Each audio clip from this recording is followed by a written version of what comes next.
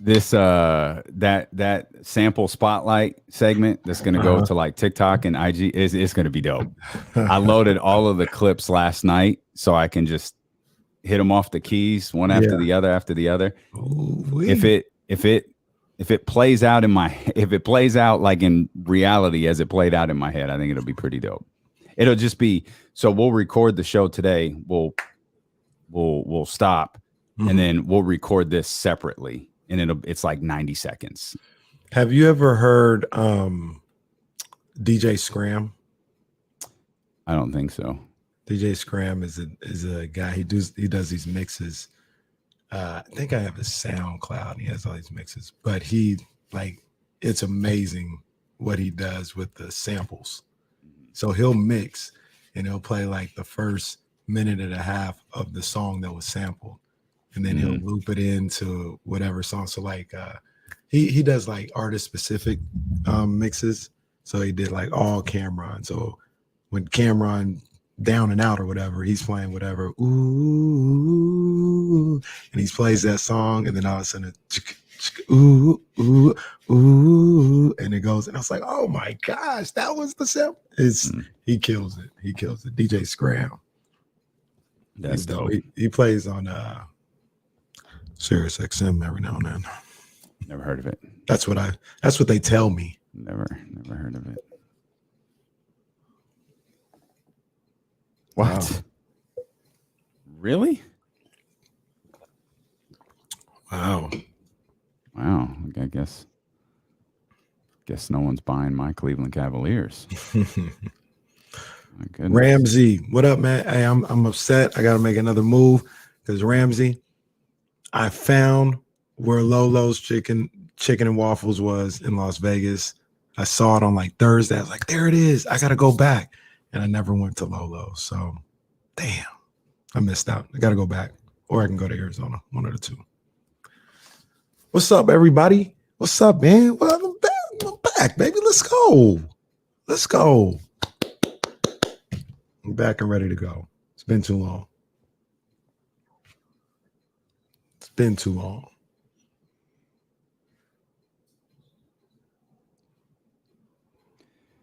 It has been too long.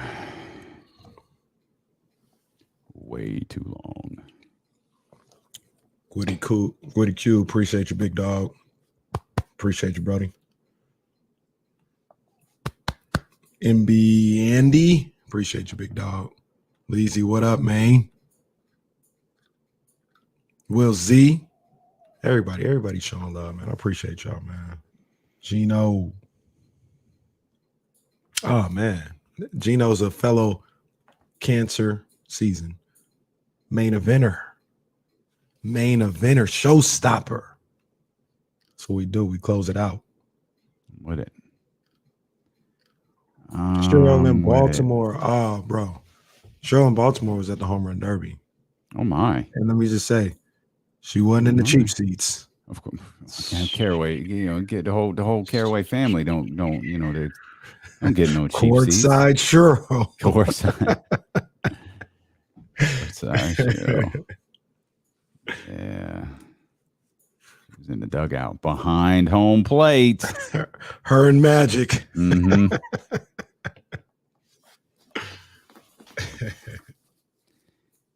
Oh, man. I think it's almost showtime.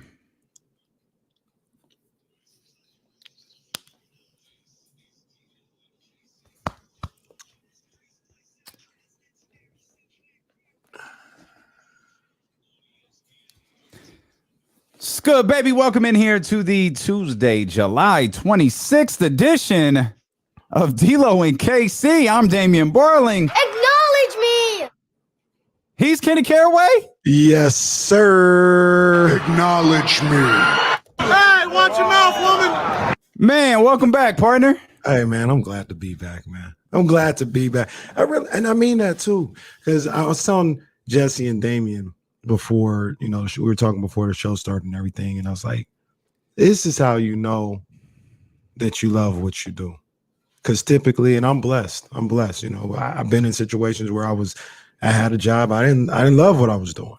And you go on vacation And the night before, it's like, oh my gosh, vacation is over. You wake up, oh man, I got to go back to this job, whatever the case may be. Man, Sunday night, Saturday night, I was like, I'm ready. I'm ready to get back. Let me get in front of this mic. Let me talk to my guy, Dane Barling. Let me holler at my man, Jesse. I was happy, and I am happy to be back. I love it. All my people, you know what I'm saying? People are showing me love. You know, and shout out everybody showing me love on my birthday and everything, man.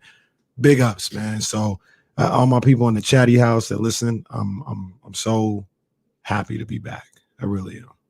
So how was the shopping spree with Mark Jones? I think that's what everyone wants to know.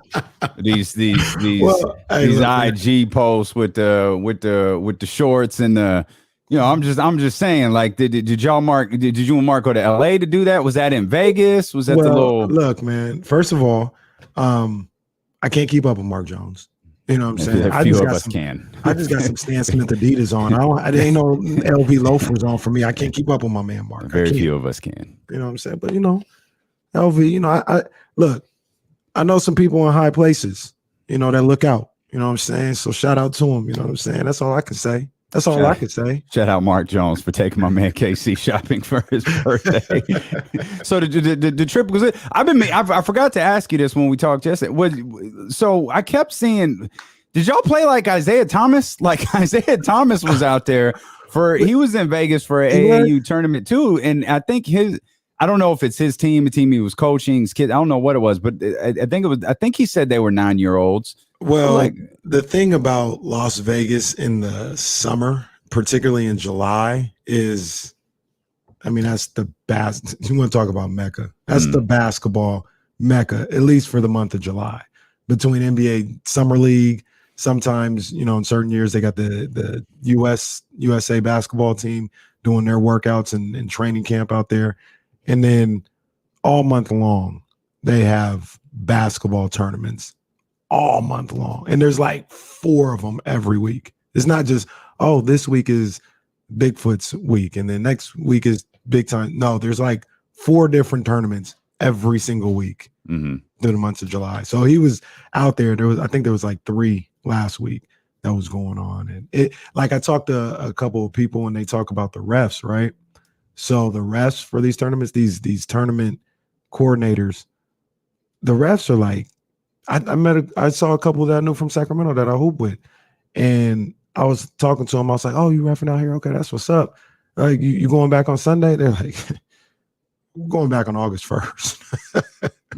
Like, we've been out here for 2 weeks. Wow, we'll be out here for another 2 weeks, and I ain't trying to get in nobody's pocket, but you know that's what we do here on D-Lo and KC. Yeah, pocket watchers. They might. I ain't even gonna lie to you. They might make 10 racks for being out there for the month. Man, okay. Like the ref game is crazy out there. All right. That's a nice little. They might be able to afford your shopping trip with Mark Jones if they stay out there for a couple of months. That's good stuff. I'm trying to keep up with Mark Jones, man. I can't do it though. I can't. The Vegas trip though was good. It was good. I mean, I know a tough loss for future NBA superstar Reese Caraway in the semis, but overall good tourney. Shout out. Yeah, it was a good tourney. It was a great tourney. You know, great experience for the kids. I enjoyed it. I gotta be honest. It was like the first time I went out to Vegas on a family tip. It was cool. It was all right. Because, you know, usually I'm hey, what? 12 a.m.? Yeah, I'm all right. I'm coming out. We'll be out there till 5. $3 steak and eggs after we're done. You know what I'm saying? That's typically how it goes. This time it was family. It's like, oh, you want to go to Circus? Okay. Oh, you want to go to New York Arcade? All right, well, we're done. It's 10. Let's get back to the first time ever, right? It was cool. It was all good. I was gonna message you that Rose was out there at his spot. I was thinking Black Bottles like, yo, you need something? Rose? I was like, oh, jeez. Can I bring the kid? Hey, can I bring Reese in the drinks? Can I bring Reese in the drink? Can we? All right, that's fine. But I have a funny story. Yeah, I really do think you'll get a kick out of this. So we were playing our game, and on Sunday, and we played this team from Seattle. And oh no! Yeah, and I feel like this is going to end bad. Well, Yes and no. Actually, just all the way no. But Okay. we played this team from Seattle, right? And I don't usually like to do the whole thing with, that kid's not 10 or something like that, right? Like, come on, man. It's not that big of a deal. You're going to play kids older at some point anyway, so it's whatever. This kid who on the back of his jersey, his name was Big Baby. Yeah. Okay. If he was 10, I'd be a little shocked. I think they also go by grade. So it could have been a situation where he might have been a holdback or something like that. But no shade to the kid. Like, he was a good ball player. Like, he could play. And it's not like he was 14. He might have been 11, right? In a 10U thing. But the whole team from Seattle was just, they were good. They could hoop. And there was the best team, this team that I coached had ever played before. And they stayed with them. They were leading in the first half. And then the Seattle team pulled away in the second half, went up by like maybe 10 or so with about 4 minutes to go. And the team, shout out TBA, the Ball Academy, 10U, they fought back. And they ended up getting to the point. They took a lead. My man Ray hit a 3 with, I think, 45 seconds left.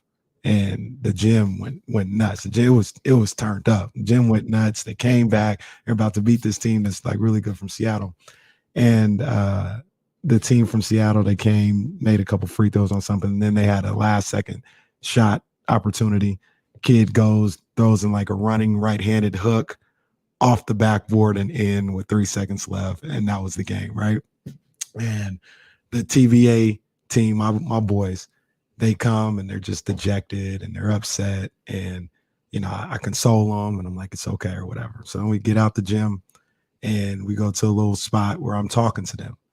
And, my man, Coach Derek, is saying what he's saying. Then it's time for me to talk.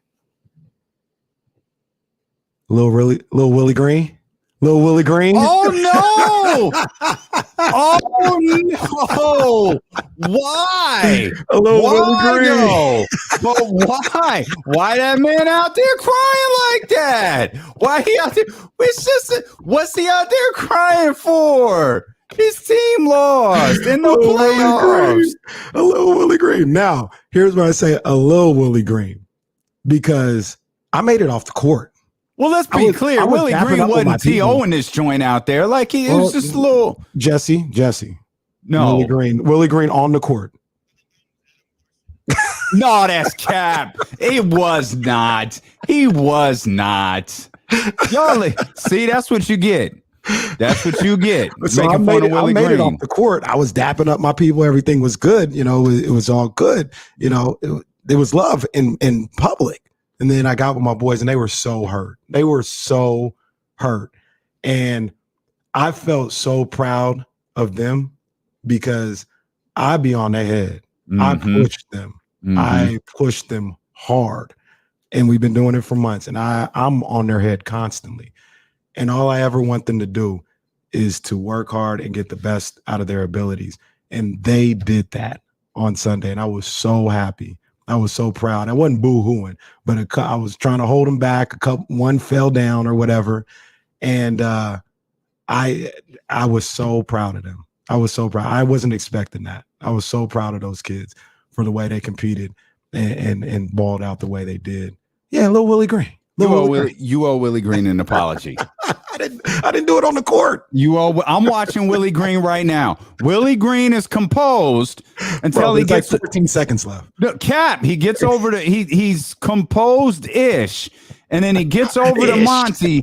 And then he gets over to Monty Williams and they're talking for a minute and they separate. Monty says something to him. And then he pulls him back in. He puts his, he kind of does the homeboy pat on the back of the head, and then you can see him. He kind of shifts a little bit right there. I wasn't on the court. You owe Willie Green an apology. I wasn't on the court. We did it in private.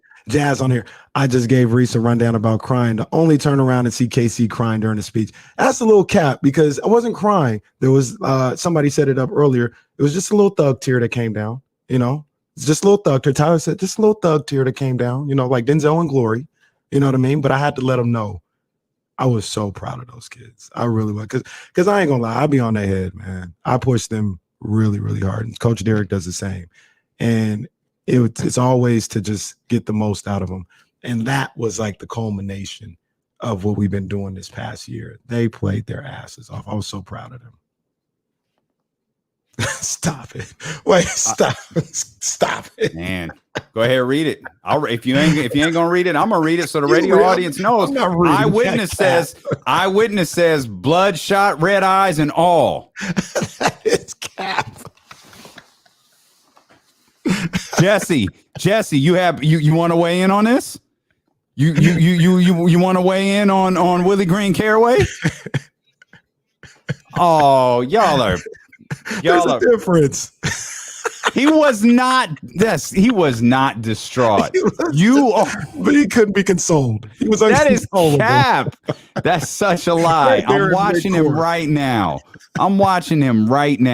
He's getting love from his people. They champ. Oh, come on, man. You owe it. Say just my man. What's his name? Finish this whole story. Alvarado was like, "What's wrong with Coach?" I apologize to Willie Green. That's how this story needs to end. I always said I understand the emotion. I just don't know why he's doing it on the court. I went through the handshake line, everything, dapping up. It was good.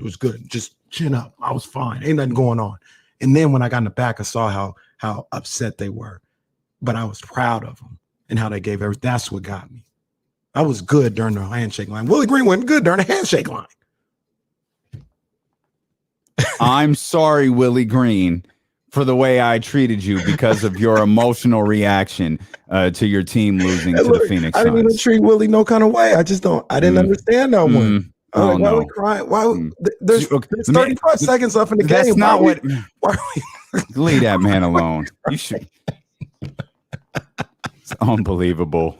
You can't even bring yourself to apologize to the man. We'll come back. Training camp. KC's back. So is football. Training camp is underway, and there's some news from the 49ers. We'll touch on that. We'll see what other lies Kenny wants to tell us here from his trip to Las Vegas when dealing with KC. Brought to you by McQueen and the Violet Fog. The smoothest chin in the world, handcrafted in Brazil, returns here on ESPN 1320.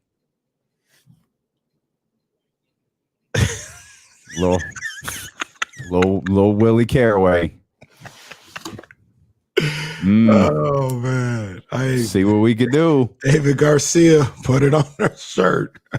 Crying Kenny. See what had happened was. Oh man, I was so proud of those kids. Jazz, was there a snot bubble involved? There was no snot bubble. No. Hey, Randy. David, Randy. Dr. David, get to work. Hey, I gotta give a shout out to Randy. You right, man. You right. You right.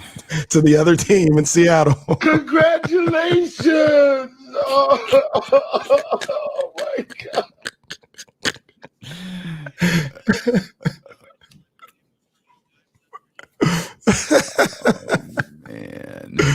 Oh man. Yeah, that was some good stuff.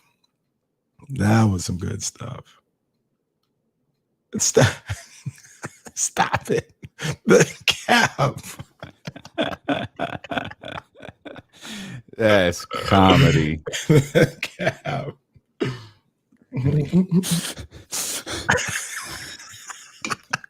trying to catch his breath. You crying hard when you're like convulsing. Oh man, when you can't even get the words out, you can't even talk. I didn't go there.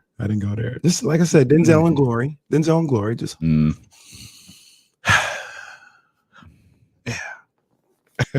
Okay. Good times, though. Good times. The double sniffs. Oh man. That was some good stuff.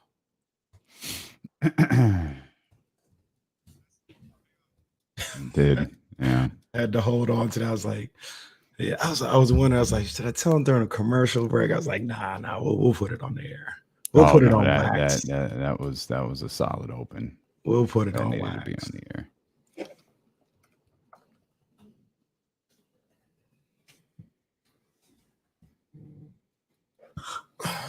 As we start our the hip hop podcast today, we record for the first time today. I was on the way there. I was watching more Hip Hop Evolution or whatever. I'm like on season 4 or whatever, and it is confirmed. I'm gonna say it here. I'll say it on the show whenever we get there. Outkast is my favorite group of all time. Oh, okay. I love Outkast. I love them better than Wu-Tang. I love them better than De La Soul, Tribe Called Quest, all those that people try to put over them. I love Cass. Okay. That is my favorite group. Okay. I'm with it.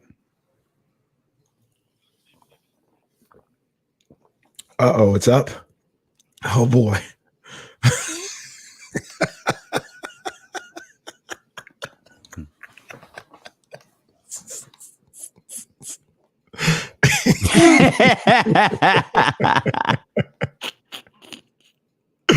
That is hilarious. Oh man. That is perfect.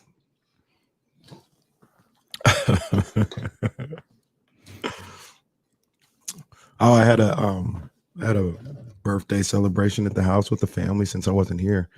You know what? They had sodas. You know what that means? Yeah, house is full of sodas. They gotta go. Yep. Believe me, I've already been thinking about that. Well, you just got bottles. That's just what you do. You're like the Dre Day video, except you got bottles in the refrigerator, not 40s. Don't believe this man. 2, It's all I'm facts. gonna have to get some more. I gotta hit up Black Bottles. Time to re-up. Black Bottles 916. I gotta check on him, man. He ain't been in the chat very often. They got him running like crazy. Yeah. You want to be a part of the show? You can. I think Jason Jones is traveling back from. I could be wrong. I think Jason Jones was at George Clinton's birthday party. What? If I understand Instagram correctly, Jason Jones was at George Clinton's birthday party, so he's not going to be with us today. I think he's traveling back. I think he's here from Charlotte. So, you ever been to Charlotte? I have not. Charlotte seemed like a cool city. I've I've never been there. There's a beach area in North Carolina. I forgot the name of, but I've Is been it? to Oh no, that's South Carolina. I was about to say Myrtle Beach. That's South Carolina. Though. No. I haven't been to Charlotte. That's one I got to do. There's a couple of other places in North Carolina I got to visit first, but yeah, Charlotte eventually. Very true. We'll hit that list. Damien courtside at Duke, North Carolina at Cameron Indoor night. You and Obama. I assure you, I'm not getting those tickets. I can get Duke versus Wichita City University. I can get that one. Yeah, come on out for that one. Duke, North Carolina. Did we ever talk about how much? I don't think we did. How much was the last Coach K game? Those tickets, those were like impossible to get, right? Yeah, those were in the thousands and thousands of thousands and thousands, like 5 figures, I think. I was about to say, I think 5 for courtside. It might have been 4 just to get in the building. Yeah, it was. I'm sure it was super expensive to get in the building. I mean, most of those, what would be 5-figure seats, I don't think were for sale. I think because there were so many people there for that, they were really. I'm not even sure if the other Coach K got because she has season tickets. I'm not sure if they even gave them to her for that game. They might have been like, "Hey, we're going to refund you for this game because we've got to utilize all of these. We've got to utilize all of these seats." Or maybe she just wasn't going to let me come to that game. I'm not sure which one it was, but could be either or. But yeah, that was a big ticket for sure. Big ticket. camp underway. 32 Let's go. NFL teams reporting to training camp by the end of the day, and there's no questions to be answered. It was stated emphatically clear from Kyle Shanahan this morning, we have moved on to Trey Lance. Facts. Jimmy Garoppolo's not going to play for the San Francisco 49ers. Jimmy Garoppolo isn't going to practice for the San Francisco 49ers. Jimmy Garoppolo is at camp, and he, I think, is going through a physical. He met with John Lynch and Kyle Shanahan today, and Kyle Shanahan and John Lynch both spoke shortly after that. That's a wrap. There's no quarterback controversy. There's no but what if this happens. There's no but what if that happens. Trey Lance is the starting quarterback for the San Francisco 49ers. Let me ask you if this is definitive. 49ers, Kyle Shanahan. This is Trey's team. That's nothing against Jimmy. We made that decision a year ago. We're not going to mess around with that anymore. Jimmy understands that fully. He's a big guy. Nothing against him. It's a business decision. I mean, but Kyle, just so are you saying there's no chance? Well, let's see. Is he saying there's no chance? Let me see. This is Trey's team. That's nothing against Jimmy. We made that decision a year ago. Or how about this one? Is this a little more definitive? Jimmy knows we're going with Trey. Trey knows we're going with Trey. The team knows we're going with Trey. End quote. So basically, he hit us with the Kyle Shanahan version of "There's no chance in hell." No chance. He said, "Bro, it's done." And not sure if that song's been canceled or not, but probably has. Probably should be. Yeah. Or probably. We could start a big thank you chant, but we could save that for a commercial break. Did that really happen? Oh yeah, was Friday. It Friday, and his daughter led it. Right. The daughter, like, she has a mom who's married to the dad, who the dad was cheating on the mom for God knows how many years and paying the women off. But she went out there on live television and God bless the 18,000 people in attendance who went along with it and chanted, "Thank you." I did not know. It's quite a sight to see. Wow. It's that thing that embarrasses you. Like, people always turn their nose up at wrestling. It's that thing where, like, if you're a wrestling fan, it's embarrassing. It's like, yeah, I don't know what to say about that. Sorry. Wow. That took me back right there. Oh yeah. Wow. That's what we're doing. Yeah, okay. That's right. Very clearly what we are doing. But if I can, it's right here. Okay. Barry Horowitz moment. Kenny good. Horowitz. Yeah. I'm back. Kenny Horowitz. Kyle said this was the plan a year ago. Kenny Caraway said when Trey was drafted, this is what it is. Jimmy will play this year. They won't play Trey unless everybody, Trey's going to get in week 8. I was like, he ain't getting it unless Jimmy goes down. He's not getting it. Jimmy never got hurt. Trey would have never played last year. You let him play, you let Jimmy play. You let Trey learn. It's his red shirt year. And then when the season's over, there is no, maybe Jimmy can come back. No. Jimmy's done at the end of the year, and it's Trey's team. I laid this out for you the day after the draft. No. Me and Kyle been on the same page since day one. Well, then it finally it appears to finally get executed. But until Jimmy's traded, like, if 3 weeks go by, 4 weeks go by, if we get to the week approaching week 1, the question, and Jimmy hasn't been traded, Jimmy hasn't been cut. The question is still going to be, hey, is there any scenario where you keep Jimmy Garoppolo around? This might kill the question for a week. This might kill the question for the start of training camp. This might kill the question till Trey Lance's first media availability. I have no idea. But if Jimmy Garoppolo is still around, the closer the season gets to starting, the questions are going to come back. Whether rightful to ask or not, the questions are going to come back. The conversation's not dead. From a media standpoint, the conversation is not dead. It might be dead from a Kyle Shanahan standpoint. It might be dead from a John Lynch standpoint or a Trey Lance standpoint.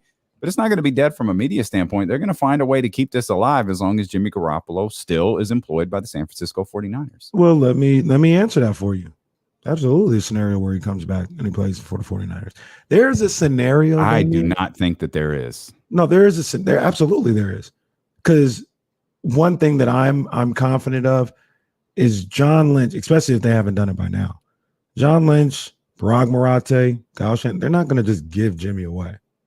They're clearly not going to cut him. I don't think. Like, they're not going to cut him. And I'm not sure about that. It's not even a foregone conclusion that him on Jimmy's side, that him just being here, being the backup quarterback and waiting for, how do I put it? So this quarterback carousel season is over. Be the backup and wait for next year's quarterback carousel. It's going to cost you like $25 million. Who? The Niners? The 49ers. But and here's why. That money, that's already done deal. Like, if they cut him and they save that money, what they gonna do with it? Nothing. Not spend it? Yeah, there's nothing they can do. They can't go get free agents. I guess maybe it's a trade scenario. Maybe you just want that flexibility to have it, like you feel good. But as far as like team building, why you like can't, that's already done. You can't find a way to make sure that Debo gets that money? He wouldn't be getting it because his contract this year is going to be what it is. Any extension is going to start probably next year, I think, if not the year after. But you can increase the amount of money he gets this year in that contract restructure. Maybe it wouldn't. Maybe that doesn't factor. Maybe Jimmy's money doesn't factor into any of that. But if you're going to do a deal for Debo, and it certainly there's a couple of things that came out of this conversation this morning with Kyle and John Lynch. Well, it sounds like stuff with Debo is cooking, and Debo is at camp, and he's going through the entire process there. He's at camp. Yeah, but he's at camp, but he's going through the process. Like, he's going through everything. That part of the process today is in practice. Right. I don't expect him to practice without a deal. I wouldn't either. Yeah. I wouldn't practice without a deal, especially if you're close to getting one done. Right. But he's there. Because with the euphoria for football fans, with us, with training camp being back and all 32 teams reporting, knock on wood, it's unfortunate, but it's the nature of the beast. We're over under 2.5 days from our first announcement of a season-ending injury. Oh my God! Shoot, we had a career ender today. Chris Carson was like, Chris Carson didn't pass the physical. Like, I'm done. I'm out. What was it? A neck injury, a back injury that popped up like a little bit before the show started. Neck. I'm not sure. Let me look at that. But it's the most exciting time and the time that I just want to end as soon as possible. Right. It's simultaneously the most frustrating. Along that note, I got the impression, and I don't know if specifics were followed up on because I was following along on Twitter. I didn't obviously see this live.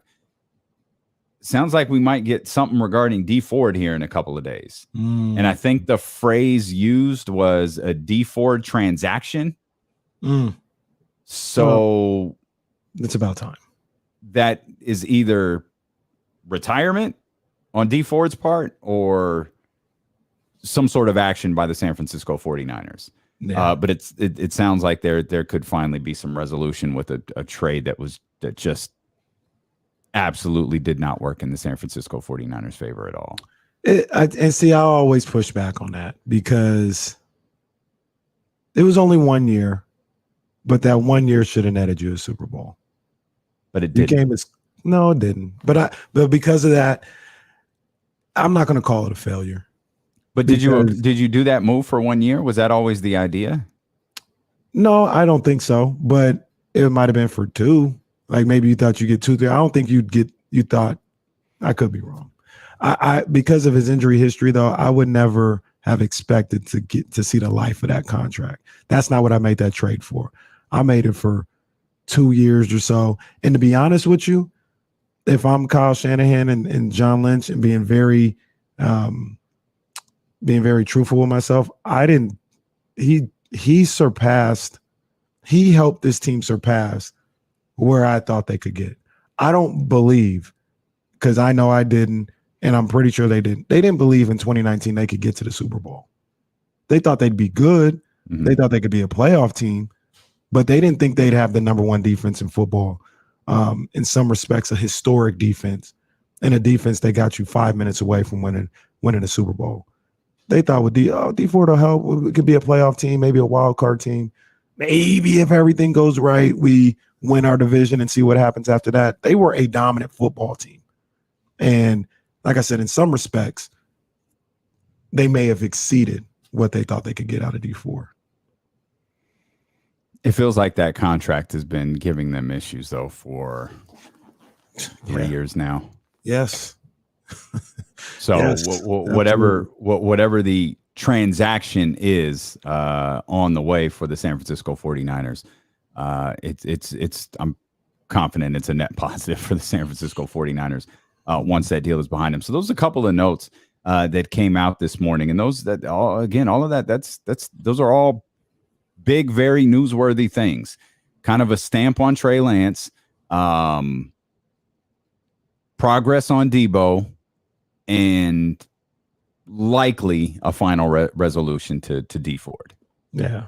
I look at this 49ers team, and we'll talk about it in depth, damn near every day. Don't forget the home here in Sacramento, the San Francisco 49ers, ESPN 1320. You know, Yeah, don't be fooled by other people who position themselves that way. Yeah, they'll this get is the cease and home. desist letters really, really soon. I assure you of that. This is the Sacramento home of the San Francisco 49ers. Don't ever forget that or get it twisted. But we'll talk about them often, daily. All right.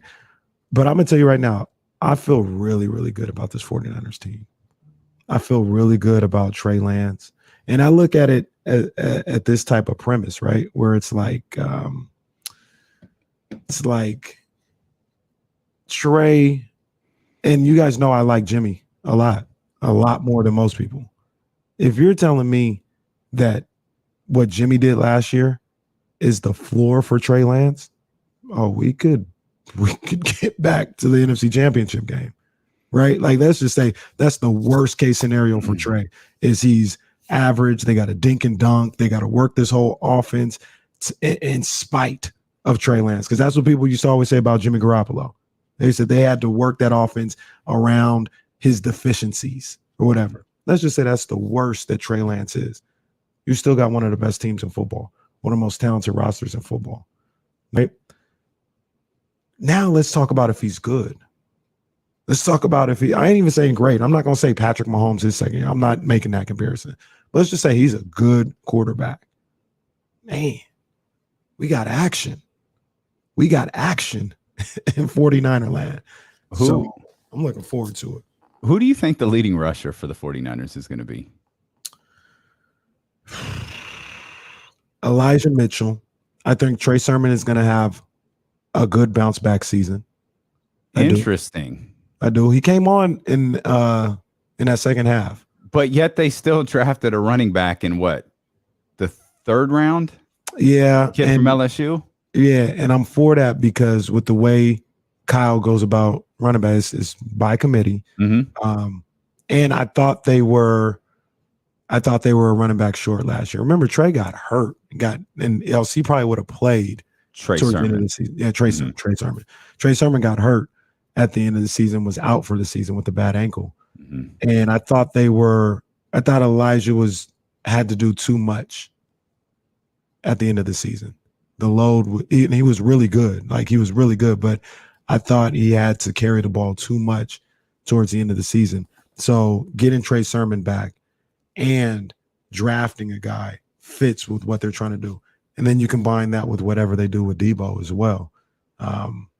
He's not going to have the most rushes, but I think it'll be Elijah Mitchell will have the most rushing yards. I mentioned this to everyone yesterday. For the briefest of moments, went outside this weekend. And what? I know, right? Where'd you at? I spent some time with Chris Biederman and Kyle Madsen. So okay. the 49ers, obviously a big topic of conversation in that discussion. But they were both talking about how high Kyle Shanahan and this staff is on that kid Davis Prince from LSU.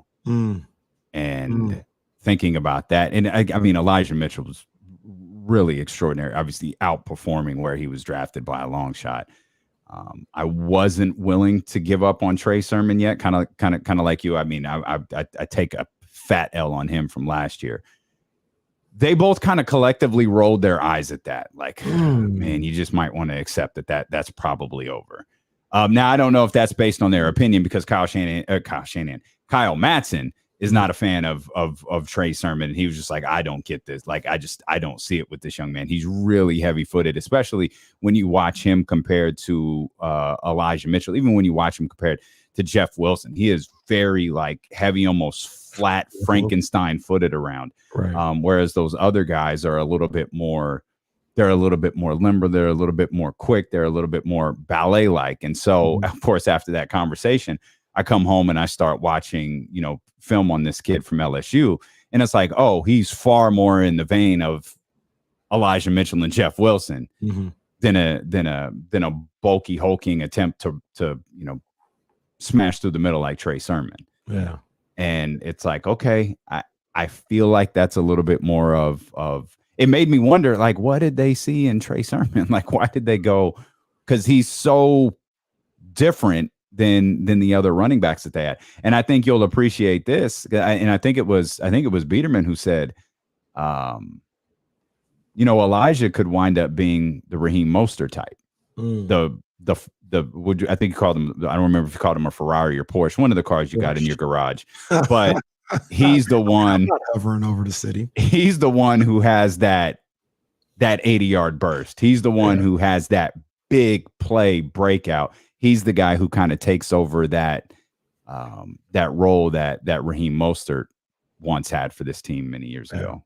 No, I can see that for sure. I forgot about Jeff Wilson as well. The young kid out of LSU, though, I agree with you. I'm anxious to see what he can do. And I'll be on the flip side of this whole thing. Flip side coming back in just a few weeks. You guys be ready. Preseason flip side? No. Oh, okay. All right. I was just checking. Although, maybe I have to sign up to NFL Plus, so I can watch all preseason games. Well, you might as well. It's essentially the thing we had last year, isn't it? It's just replaced NFL Game Pass. Oh, so that's gone? I think it's the same thing. Oh, okay. They just changed the name of it. On the TV. You can't watch NFL Plus on the TV. It's on like tablet and phone only. As long as it has the all 24. Yeah. But the thing that does concern me the most about this team, and there's not a lot, because I like this roster, I guess, more than most people. But the offensive line, figuring out what they're going to do there, losing Laken Tomlinson, losing the center, I'm drawing a blank right now, to retirement. Is that Alex Mack? Alex Mack. Losing Alex Mack to retirement. Didn't really draft anybody. You got a situation where Aaron Banks looked like a complete bust in his rookie season. What are you going to get out of him? Is he salvageable? McGlinchey's coming back. I think McGlinchey's going to be better than people might give him credit for. I think he's going to have a solid season. But that's people, you mean us? Yeah, because we were super critical of that dude last year. I was very critical of him before he went out with an injury, and they got better when he went out. But I still think there's something there in McGlinchey. I do. I mean, I don't think the way he played his rookie year is some kind of fluke. I think there's something, or maybe it was his second year. I don't think that's some kind of fluke. And he's in a contract year. So I have concerns about the O-line, but I think they're solid to really good everywhere else. I think this is going to be a good football team. Really good football team. Yeah, I think so too. My biggest concern lies in, and I think you just kind of laid them out there with the I think on the defensive end, you see some promise. Like obviously you've got Bosa over there, and you've got is it Drake Jackson, who like looks to be kind of the leading candidate to play on the opposite side of him, and then you come over to the offensive line, and it's kind of a mystery. It's like, all right, this is a really bad time to have a mysterious offensive line. Like if there's one thing I would think a team starting a first year quarterback, his first year as the prime starter, you'd want to know, hey, you're going to have time. You're going to have protection. You're going to have the opportunity to go through progressions. You're going to have the opportunity to read the field. You're going to have the opportunity to see if you could take off. And then you start to eliminate questions about Trey Lance once you have the stability of an offensive line to work. Like there will be, you can solely put any question about Trey Lance's performance on Trey Lance when you have a solid offensive line. When you have a bad offensive line, you have to factor that in everything that you evaluate about Trey. Right. Because it's like, yo, Trey got sacked 6 times this game. Well, yeah, that's not exactly his fault when his offensive line gave him exactly half a second to make a decision on something. And we see that a lot with young quarterbacks. We see that a lot, particularly with rookie quarterbacks, because they're going to bad teams. But that's clearly not what the San Francisco 49ers are. There's something, if you believe in Kyle Shanahan, you believe in John Lynch and the way that they've built this, you got to believe that they have guys on that offensive line that can step up and protect him. But given that there were questions about the offensive line last year, there's only more this year. Yeah. Now, outside of best player in football, Trent Williams, I don't know. Everybody else got a little bit of question mark. I was being facetious, by the way, for anybody. I heard he got a 101 Madden rating. First ever. That's what I heard. He should. That's what I heard. He should.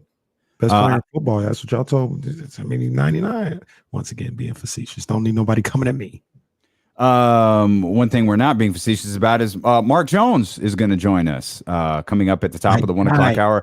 We'll shift gears. We'll talk. There's some things about De'Aaron Fox I want to talk about. Will Z had a stat out there, and James Ham wrote extensively about it. I don't want to leave football completely. We'll get back to it. We're going to talk Kings basketball. We're going to talk with Mark Jones. We've got to talk about Kyler Murray. I'm just going to leave it at that. We got to talk about it. and we'll do that as we roll along. Mark Jones coming up at the top of the hour here on D-Lo and KC, brought to you by McQueen and the Violet Fog, the smoothest gin in the world, handcrafted in Brazil, here on ESPN 1320.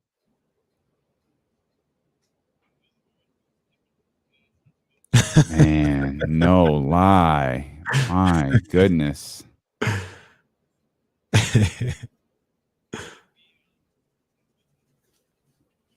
Yeah, I saw that. It's a guy that I'm not really crazy about, but actually I don't really. Well, I haven't heard great stories from him. I heard great stories from who? That guy. Yeah. I'm actually blocked by him. You're not missing anything. I got a Kings related while you were away when we come back. Okay. No, he's gonna be on the 13th round.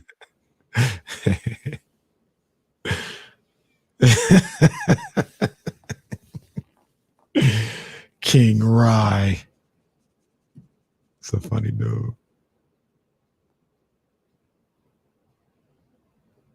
Oh, I just got hyped. I just saw a tweet come across my timeline. Okay. Oh, is it Trey Lance throwing a football? Oh no, because that's already the young boy ready. No young boy ready. I ain't even worried about that. But my man Trevor Woods, I think he used to cover the 49ers. Now he covers Michigan football. Jim Harbaugh says Michigan isn't going to flinch going into Columbus to play Ohio State. Oh, that game's gonna be lit. Because Ohio State, they're gonna want their get back. That's gonna be a crazy environment. And if they're both good, that game's gonna be. I think Ohio State game ain't gonna come back. Oh, are you saying he never left?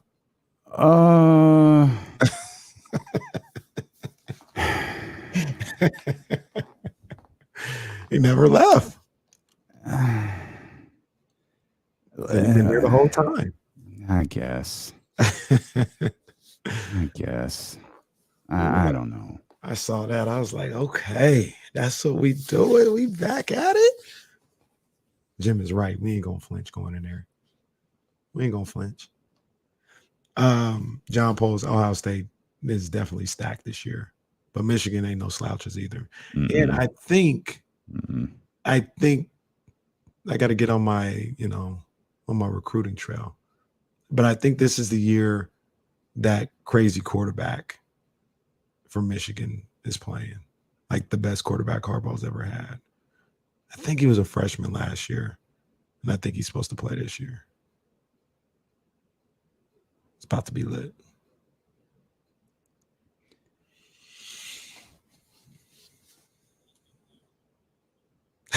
Oh, wow. I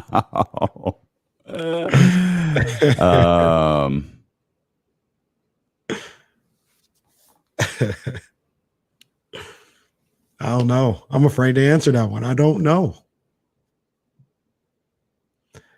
Hey, so I haven't been watching it the way I wanted to. Just haven't had time, but I'm about to be knee deep in it this week.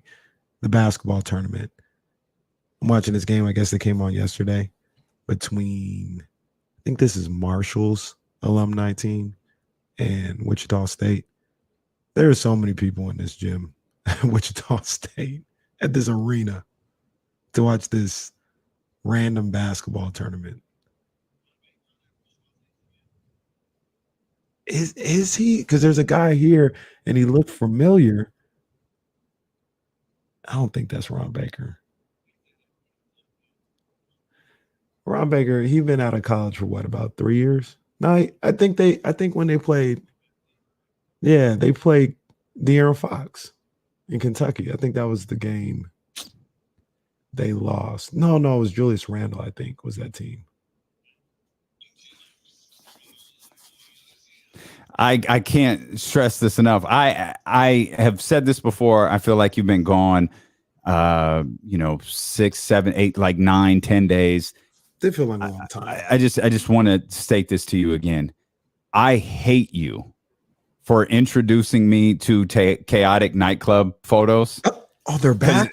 Every time I see those videos and photos on my timeline, I laugh. I watched the videos way too many times, and then I just got Kenny. I swear, I would never know this exists if it wasn't for him. I'm like, okay, well, all right, here we go. Yeah, I gotta tap in because those things are hilarious. They are something. They are something indeed. We'll get back to football for sure with all 32 camps reporting today. All 32 teams reporting today. Camps getting underway means Hard Knocks is around the corner. The first preseason game, if you count the Hall of Fame game, that's what, 8-9 days away. I mean, football is legitimately knocking on the door here. And then the great thing is, once football gets here, like basketball's here. Like training camp is about to start. Yes. And obviously this is a season. We'll get back to football. I want to talk about the Kyler Murray stuff. We'll talk more about the San Francisco 49ers. But Mark Jones is going to join us in about 10 minutes. So we will talk to him. Actually, KC, before we do. The ceiling is the roof. Let's make it happen. Let's keep moving forward. Man, I can't lie. This is one of the toughest Ceiling is the Roof Performance of the Night Awards we've had to give out. Of course, it's brought to you by ACR Solar and Roofing. Call 916-481-7200 to set your appointment. They'll come out. They'll take a look at your roof. They'll take a look at your energy metrics, and they'll find out what the best solution is for you. They got here, and within minutes, they were like, yo, solar's your vibe. And here's why. They told me about the neighborhood in Roseville. They told me about the surrounding areas. They even asked, yo, does KC have solar powering those lights on his full court outside in his backyard? I said, no, he could be the perfect match for you out there in Elk Grove. So, you've got to call the number, 916-481-7200. I didn't know what to do here. I was wondering where you were going to go. Well, I sure as hell ain't going to the Giants. Oh, my gosh. We'll talk about them later. I threw the award out to Tina Charles yesterday and thought, yo, we could go back to the W. Nope, can't. So I guess we got to give it to someone on the 36-63 Oakland A's. Excuse me? Because, they actually got a victory yesterday. Unlike the San Francisco. They actually scored runs yesterday. Unlike the San Francisco Giants. So shout out to Tony Kemp who homered and hit a 2-run double as the A's beat the Astros. And he gets the most underwhelming Ceiling is the Roof performance of the night, brought to you by ACR Solar and Roofing. Again, call 916-481-7200. Why the selection of the performance of the night might be underwhelming. The performance of ACR Solar and Roofing never, ever is. It's on and popping tonight, though. Tomorrow's Ceiling is the Roof player of the game is going to be on and popping because there's a few things going on tonight. I may have to tell you who it is because I don't know if you're going to be watching. But yeah, it's on and popping. We got options tomorrow. Yo, you okay? I'll let it be a surprise. We'll all find out together. Hell, if the Giants score a run at this point, it'll be a surprise. As sure as hell ain't talking about them. We'll talk about them. We'll talk about them. Can I get a couple of while you were aways though? Yeah, no I doubt. typically do this when I'm gone. And you guys see a couple times I was able to tap in. You know what I'm saying? I was in the chat. I was in the chatty house. You were in the chatty house, indeed. Yeah. You know what I mean? So I hear things, and I'm like, when I get back, I got to talk about this. There's actually 3 things. Number one, I'm upset I missed Jerry Reynolds. It's my guy, Jerry Reynolds. I'm upset I missed him. We're gonna have to make that happen again. No, yeah. Is it so? I can think of a perfect time in August, like that you guys can all that you guys can all get together. But if you didn't get a chance to watch it, he asked where you were. He said he loves regularly listening to the show, and I told him like how how cool that is to hear from him for both me, you, and Jesse too. Affectionately, Uncle Jerry. That's my guy. No Uncle doubt. Jerry. So there's that. Number 2, I love the idea of the 10-part King story. I love that. And I actually think it would be pretty good. Maybe it's something that is only Kings fans care about, but I think there's stories. There were far more stories in that random idea than I realized. Like, I mean, Ricky Berry, that's an episode, like a player. Wow. That's an episode. The Bobby Hurley thing, that's an episode. Like, we focus on how bad this team is without recognizing, in the concept of storytelling, how many stories there are here. Yeah, I think 10 would be a little ambitious, obviously, but it's for conversation's sake. I think they can really get 2 good episodes, and it'd be a dope 30 for 30. And I thought about it this way. Shout out to my man Io, no disrespect, but if Cleveland can get a 30 for 30, that I actually thought was pretty good. Sacramento can get a 30 for 30. That would be good. Like there's ironically been enough that has happened here in 30 years or whatever that is pretty damn compelling. Like maybe you can stretch it out to 3 episodes because between the unfortunate incidents with Ricky Berry and Bobby Hurley, the best show on court, and then the team almost moving 3 times, like that. Those are 3 separate episodes right there. That's a 3-part series. If you could even dig deeper if you wanted to, but that alone, those 3 eras alone, you're talking about the blue and white era. you're talking about the greatest show on court, and then this team almost leaving. That's a 3-part series right there. So I thought that was pretty cool. 41 straight road losses could probably get you some. Oh my God. You talk about DiMaggio like streaks. Was that during that streak, was that when they scored 8 points in the quarter? I feel like we looked this up once. I can't remember. Was it 1? No. It wasn't that. It wasn't that. They were down was it 41-8 or something like that? Yeah, they were down something terrible. Yeah, it was bad. Damn. It was bad. And then the last, while you were away, at least for this segment, everybody talks about the Kings win total by Vegas, 32.5 or something like that. I'm here to say that's cap. I think that's a projection, because please believe I was about to put some money down and it's not there. Oh, it's not there. Those are projections. That's not the final win total, which I think it'll end up being higher. I think it'll end up when it's because I was in MGM and I was looking for that thing. I said, where is it at? Where is it at? 32.5. Where's it at? Let me put some nice little change on this one. It's not there. Nobody's is out yet. The only thing they have on the NBA is like MVP odds. And I think title odds, but they don't have win totals out. And I think when it's all said and done, I think it'll be around 35, maybe 34, because you want to get action both ways. And if they had it at 32.5, I think people will go crazy on the over.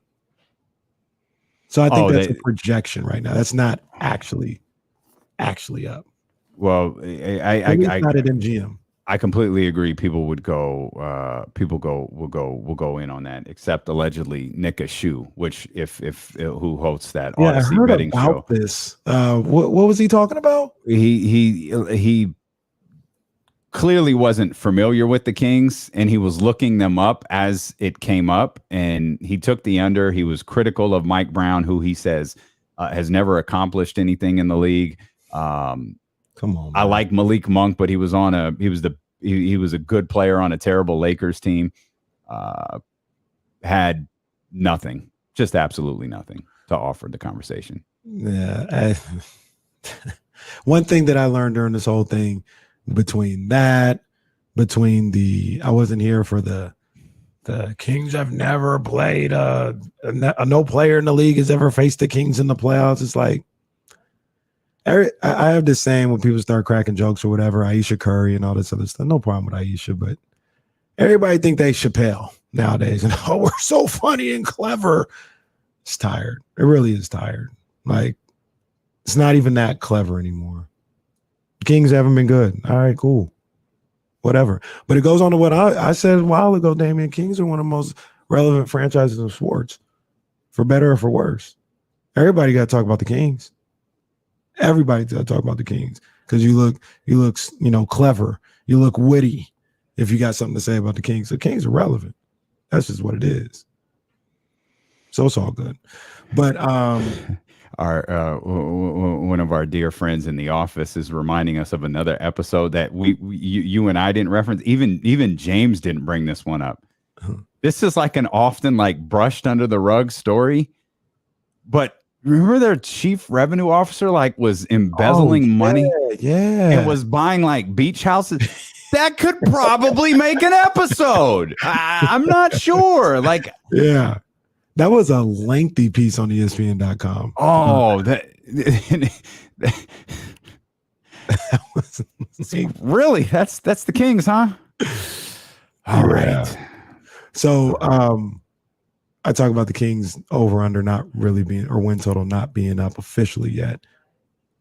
I did put money on somebody to win the Super Bowl.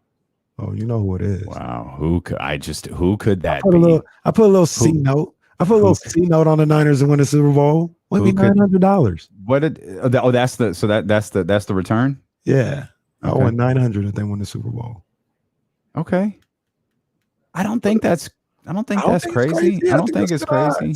I want to say, I forgot what the actual odds are. I got the ticket in my wallet somewhere, but I was like, that's money well gambled. For the 49ers to win the Super Bowl, you can win like almost $1,000 back. That's money well gambled. Any money that's yours and not mine is money well gambled. But I don't think that's crazy. I don't think that's a crazy wager at all. Remind me later when we talk about baseball. I got an interesting story as well about that in my trip in Las Vegas. Okay. Yeah. Did you see Will Z stat about De'Aaron's defense? That was nuts. Like De'Aaron, I was stuck on stupid after it. I have no idea what to think about De'Aaron Fox's defense after. That's the thing that I was thinking of too. Like, is this a good stat or a bad stat? Like, what does this tell us about De'Aaron Fox? For those who haven't seen it, it's De'Aaron playing against the top scorers in the league. I think Will had it at the top 30 scores. Mm-hmm. The level of defense he plays versus everybody else. And it's strikingly different. Like stunningly different. It's crazy. and I don't know what to make of it. But we'll get back to that as we'll bring in the play-by-play announcer he's the play-by-play announcer for the Sacramento Kings. He's the play-by-play announcer for the NBA. He is our man, Mark Jones. First, Mark, let's start with this, man. We really appreciate you taking KC shopping for his birthday, man. I know what a big deal it was for him to be able to go shopping with you and rock that bag. I can only hope. I only had, hey, Mark, like I told him, yeah, I had the little Louis V pouch on, the bum bag, whatever. But I wasn't with Mark Jones because I only had Stan Smiths on. I didn't have the LV loafers on. Mark would have the LV loafers. You know what I'm saying? I only had some Stan Smith. He had some Louboutins last time I seen Mark before the game. Yeah, he hit me hard in the pocketbook if it was for real. I know that. My man got Epicurean taste, boy. High level taste. I saw the LV across his back. I'm like, okay, now we're rolling. I like that. Come on, man. That's just my Mark Jones starter kick. That's all that is. We're supposed to live like kings, right? Absolutely. Hey, I know we didn't do that stuff before Mark got here. Then Mark got here. Now we all running around trying to buy Louis bags and Gucci messenger bags to take to work to an office we don't go into. Like it's crazy, Mark. Don't sleep on the location. Listen, the ancient Egyptians taught us you can't take it with you, right? That's right. Take it with you when you're gone. I'm not trying to leave it to all, some of my freeloading relatives out here. So, that's what I'm gonna tell. That's what I'm gonna tell my loved ones. So I'm gonna tell my loved ones next time I walk in with a bag. Like Mark said, I can't take it with me. What's the problem? Right. Let's not. We throwing around name brands. Let's not sleep on Dior ones. I don't have none. Okay. Oh, man. I'm just saying. I don't know if Mark has any.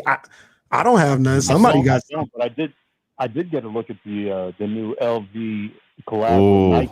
Those are like 12 bands, man. I'm not trying to spend 12 bands. I can't justify that. Not yet, anyway. Yeah, maybe after the next Powerball or something, but I don't know, man. Only one of us got the Dior ones.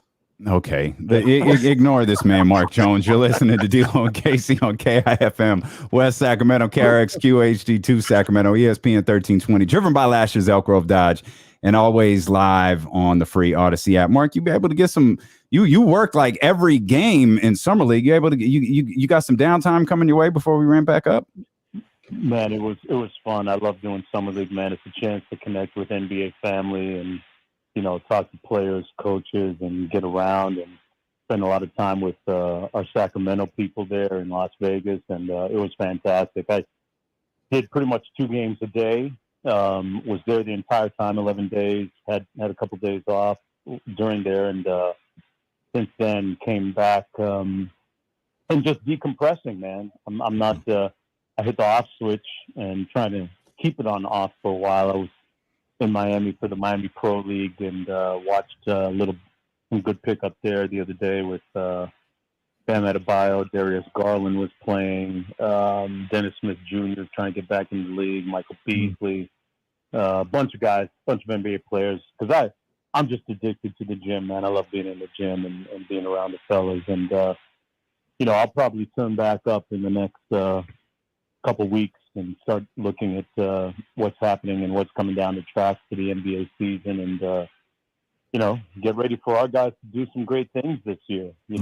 I love what I saw in Las Vegas from our rookie Keegan Murray, and I know the guys have had a couple of informal get-together workouts / camps amongst themselves up in Napa, and I know they got another one coming up later sometime in August, and just the team chemistry, the team bonding.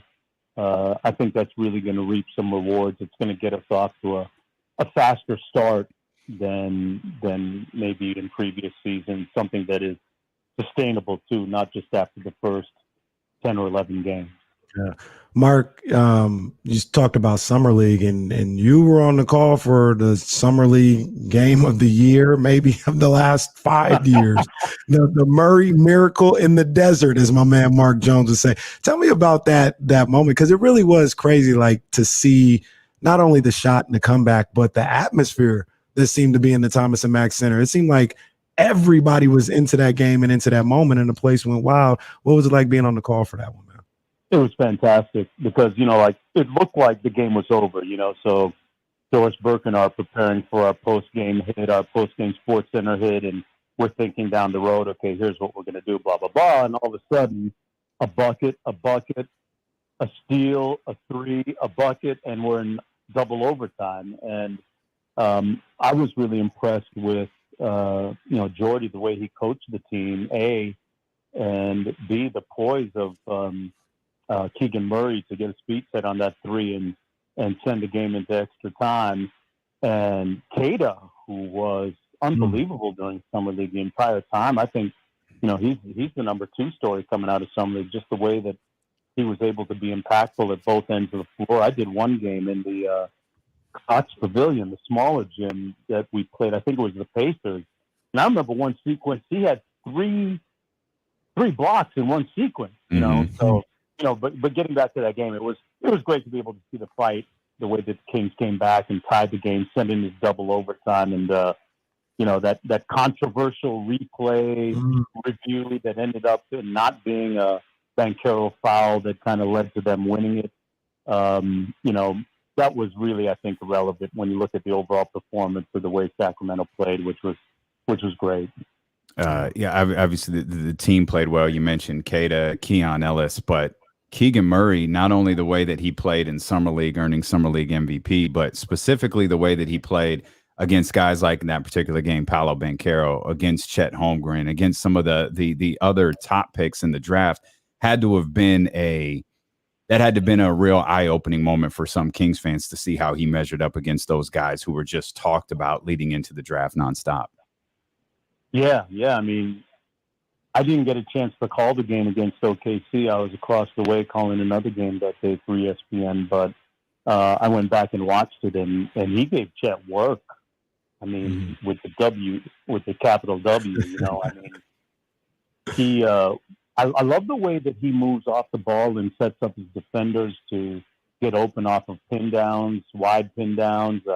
I like the way that Jordy called. Basically, if you notice, every first play of every first game was for Keegan Murray, and he was shot ready, prepared, and more times than not made good on the opportunity. So his level of maturity, his precision, his skill, I think he's got a little bit ways to go still as an individual on-ball defender. And how he guards wings is still a little bit of a question. But, in speaking with Coach Brown, all you've got to do is give him, 2.5 seconds of initial effort and being able to thwart that initial thrust by the offensive player. If he can give Sacramento 2.5 seconds and then help comes, he's good.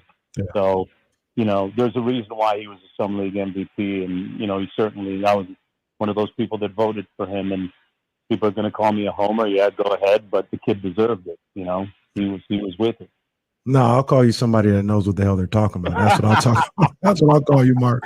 Real quick before I get you out of here, man, you saw a lot of the other newest Kings, Kevin Huerter and Malik Monk, in your time around the league. What's your impressions of their game and how they might fit in out here in Sac? I thought last year Monk was a steal for the Lakers. And, I think he's going to be as impactful this year for Sacramento in terms of his shot making. Kevin Huerter is a guy that I'm excited about too in a big way. He's a wonderful shot maker. I mean, people sleep on him in what he's able to do with the basketball at the offensive end, and he's got pretty good length too. And with the backcourt, you're always concerned about being a little too diminutive. He gives us a little bit of length in the backcourt, and I always tell people, hey, remember Game 7, Kevin Huerter against the Philadelphia 76ers for the Atlanta Hawks, because that was no fluke. I mean, I spent some time around Kevin, and he's a guy that grew up watching Dwayne Wade videos 24 hours a day. That's the guy that he idolized on the come up, and he's incorporated or tried to incorporate some of those things at the offensive end. And at his size, and he's an above average athlete, I think, at the NBA level.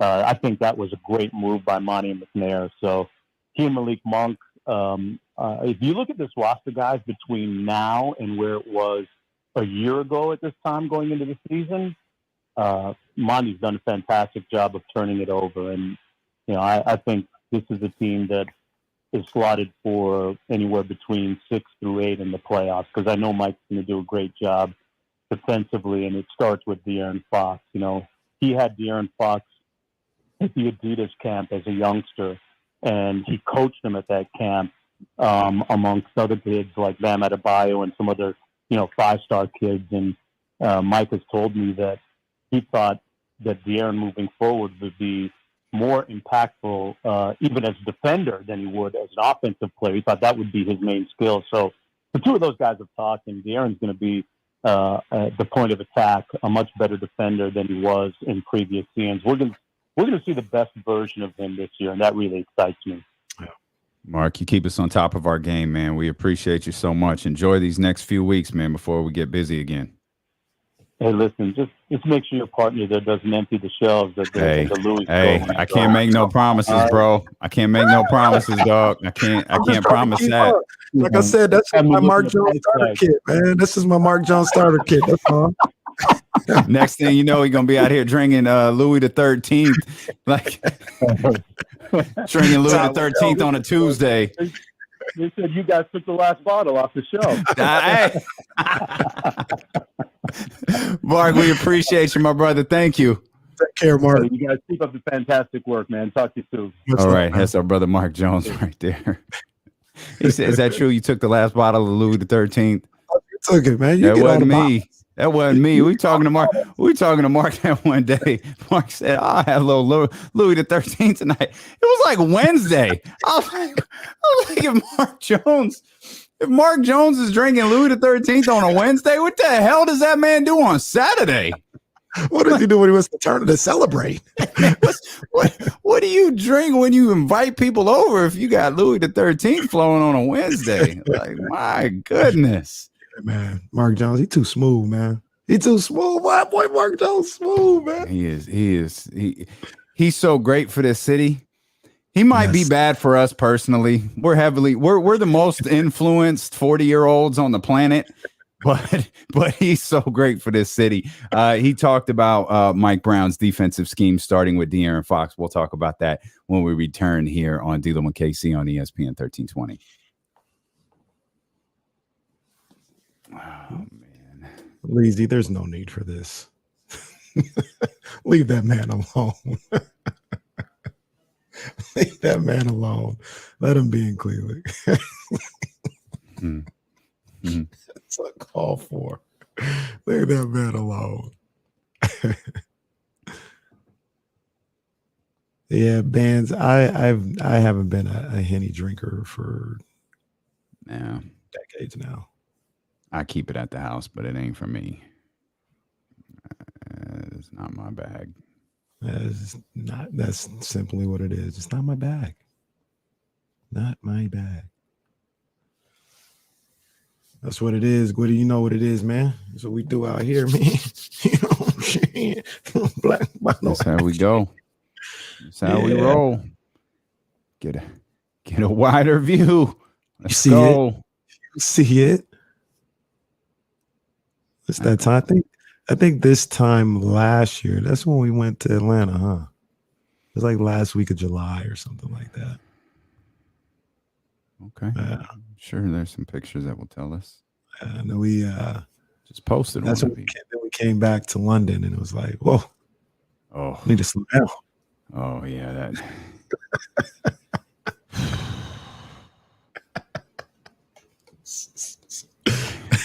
Slow down. Yeah. I was struggling after that. That was yeah, we ain't doing this no more.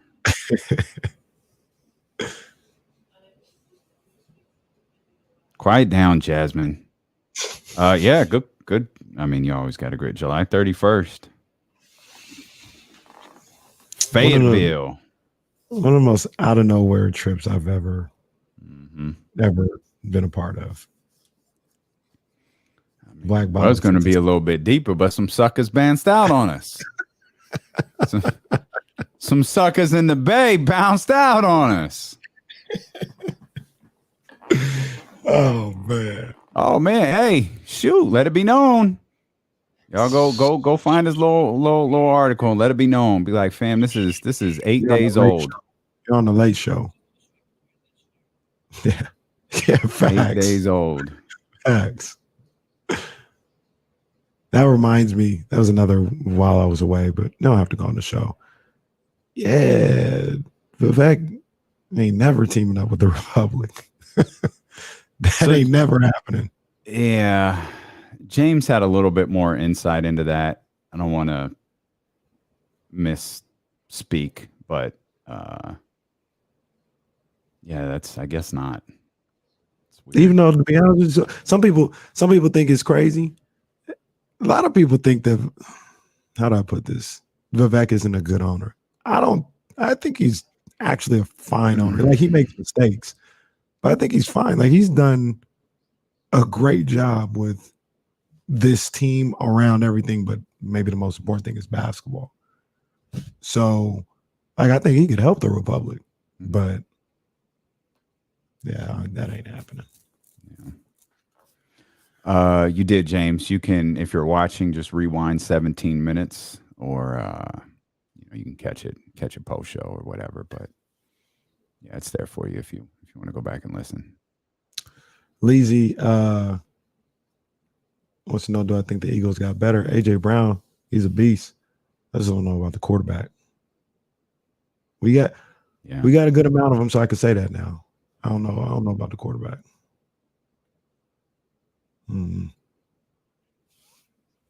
Tua time. I'll tell you, I'll be watching a lot of Dolphins games this year. That's one of the most glossed over stories is Brady's attempted coup of the Miami Dolphins.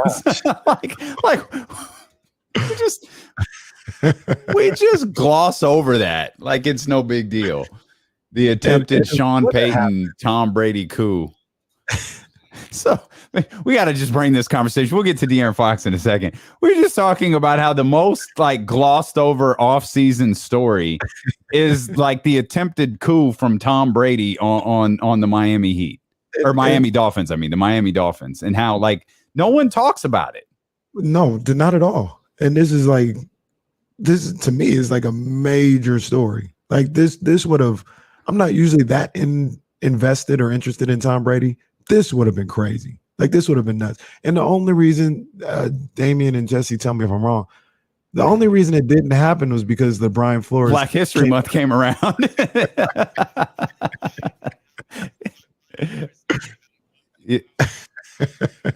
And then Sean Payton was a part of it. This was a whole attempted takeover. It's crazy, and it's just it didn't happen. All right, hey, get Arians out of here, and I'll be the quarterback for the Bucks, and nobody cares. It's just, oh, bruh, Stephen Ross. No, dude, nobody glosses over major stories. Nobody can brush stuff under the rug quicker than the NFL. They're one of ones. No one. They are one of ones. And it's training camp here. They reported on the 25th. Yeah, everyone reported, including the quarterback with 30 counts of sexual assault against him. Oh man, he's just out there throwing the football around, just tossing the ball around. And you know what? Doesn't appear anyone's asking questions. I haven't talked to you in 10 days or something like that. You think he's going to start week 1? He can't. I mean, the NFL. It feels like nothing's happening. The NFL doesn't give an F about any of this. I don't even think the NFL cares about optics. If they did, Deshaun Watson wouldn't be in training camp. But not even a game. They, I think, was I listening to you guys or we talked? I can't remember, but somebody was talking about how the NFL doesn't have much of a case. So I think that's the story the NFL certainly wants out there. And the only thing that I'll ask is, and that's why the The federal judges didn't. That's why the court didn't pursue criminal cases. It really boils down to whether you can prove something or not. And civil cases are different than criminal cases, and they're like, we can't prove this, so that there won't be any criminal charges filed against him. And that I imagine the evidence is the same that went to these so-called independent judges that are going over this. But why did the Texans settled like 30 cases? And I developed this theory last week. I didn't bring it up when James was here because I just table topics for when James is here because I don't want James to have to feel like he has to respond to this. But this is our show. This is what we do. I'll respond. So you look at the quickness in which the Houston Texans settled those suits, and you realize like there's this disclosure of they had non-disclosure agreements, and they set up all of these appointments for him. And like no sports team goes, yeah, we'll set up massage therapy for you with like 10 different massage therapists and not think, hey, this is weird. Like, yeah, this is the normal way a quarterback conducts themselves. Like, no, they know something's up. It's why non-disclosure agreements were involved. Why were they so quick to settle? And I go back to when the story first broke, and you and I made the decision, let's not touch this. Like, I think that was the birth of the box. Yes. We're going to put Deshaun Watson in a box over here, not because we don't have an opinion on it, but because we need to let this develop a little bit more before we share our opinion. And I've said before, my opinion then is a lot different than my opinion is now, because you go back then and you remember he had asked for a trade. This lawyer is submitting for clients through Instagram. That's how this all started. It was essentially a middle of the day ad that said, hey, have you ever been sexually assaulted by Deshaun Watson? Call my law firm. It's like, wait a minute, what is this? It's like what they do for like aspirin. That's Remember, do you or someone have developed mesothelioma? That's those things that come on in the middle of the day during Jerry Springer. That's what it was. Like, that's what that post was. That's how it all started. It's like, this is weird. And my thought process on this whole thing has come full circle. My feelings about Deshaun Watson are different. Why did the Texans settle these lawsuits so quickly? 2 reasons. I don't think they thought it was going to get this far. I think they're the ones who told the attorney. I always thought like there was something like different behind this because the timing of it was wild. I think the Texans tipped off the attorney to what they were doing. They thought this was going to get settled a year ago, and it didn't. And it drug out further and further and further until all of a sudden all of this information implementing them became public. And it was like, oh, hey, no, wait, you want $1 million? You want $1 million? What do you want? $2 million? You got $2 million. They were willing to settle all of this and get the hell out of the spotlight. So that never came to realization. Yeah. Wow. That's a hell of a thought, and it makes sense. And ironically, in a way, it goes back to what we originally thought. Exactly. It goes right back to what we originally thought. And what you're saying makes perfect sense. Perfect sense. Because wasn't the original story was that lawyer is a friend of like a minority owner or something like that, right? I don't think it was a minority owner. I think it was the owner. The guy. Okay. Yeah. And like you said, they thought this would be handled way before. And it was just one of those things where, we know what's going on. You want to leave us? Okay, well, we know what's going on. Let's put this out. Honestly, maybe make you look bad. Maybe put a tarnish on everything so we don't look as bad or something like that. But this will be done before training camp last year. Oh, right. Right. Not so much. So when it came back around and people start asking them questions, they're like, let's just take care of this. They're sitting around like, this dude ain't settled yet. He ain't said wait a minute. There's 30 of them. We just needed like 1 or 2. Y'all got 30. Like, wait a minute. Now our dirt is coming to light. Now our skeletons are walking out of the closet. And by the way, we're all waiting for this Deshaun Watson punishment to come out, right? Mm-hmm. Anybody waiting for the Houston Texans punishment? Oh, hell no. That once again, we started this whole segment. Just sweep that under. They just settled with 30 women about like sexual assault. Just that. It's not. Training camp starts on July 26th. Let's go. A professional sports franchise just settled for setting up acts that potentially resulted in sexual assault. And the NFL is going to do exactly nothing about it. The team's good. The owner's good. Just no, it's good. And like the thing that I talk about with, you can apply this to the Texans, then you can apply this to Deshaun Watson. And when you talk about we don't have much of a case and all this other stuff, I understand that to a certain degree, like legalities of it all. But that's why you have conduct detrimental to the league. Well, what is it? The hell is the personal conduct policy then? That right. Like that should override when you have something like this. Like you should be able to invoke that clause into it, where legally, like there was nothing legally that went against it. So you're in a tough spot, like proving something. Like I'm not here to convict you in a court of law, but I am here to run my business a certain way and have certain things done within the framework of this business. And you, sir, are at the very least, like I'm not even talking about like what we think happened or not like that. At the very least, you're making us look bad. So you're going to have to sit for 8 games. You know what I mean? Like, where does that come into play? Mm-hmm. Everyone, this is a direct quote from the personal conduct policy. Everyone who is a part of the league must refrain from conduct detrimental to the integrity of and public confidence in the NFL. This includes owners, coaches, players, other team employees, game officials, and employees of the league office, NFL Films, NFL Network, or any other NFL business. That sounds like everything that's been going on with Deshaun and the Texans.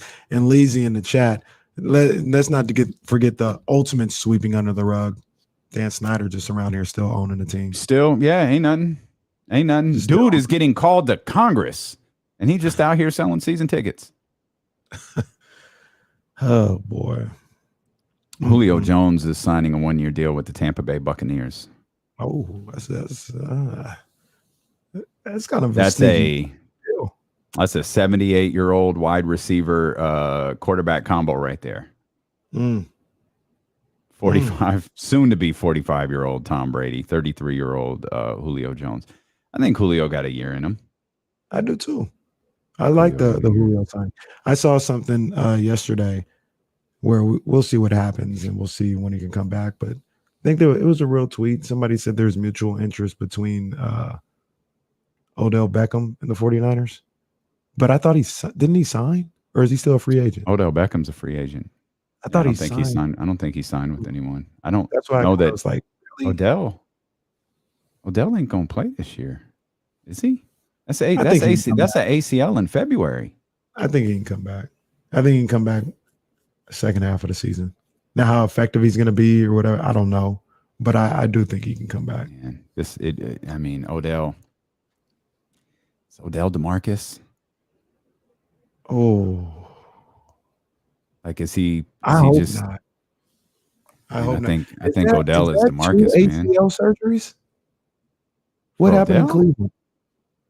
Remember, he went down in Cleveland the year before last, and they started. Oh, that's right. I don't know if that was an ACL.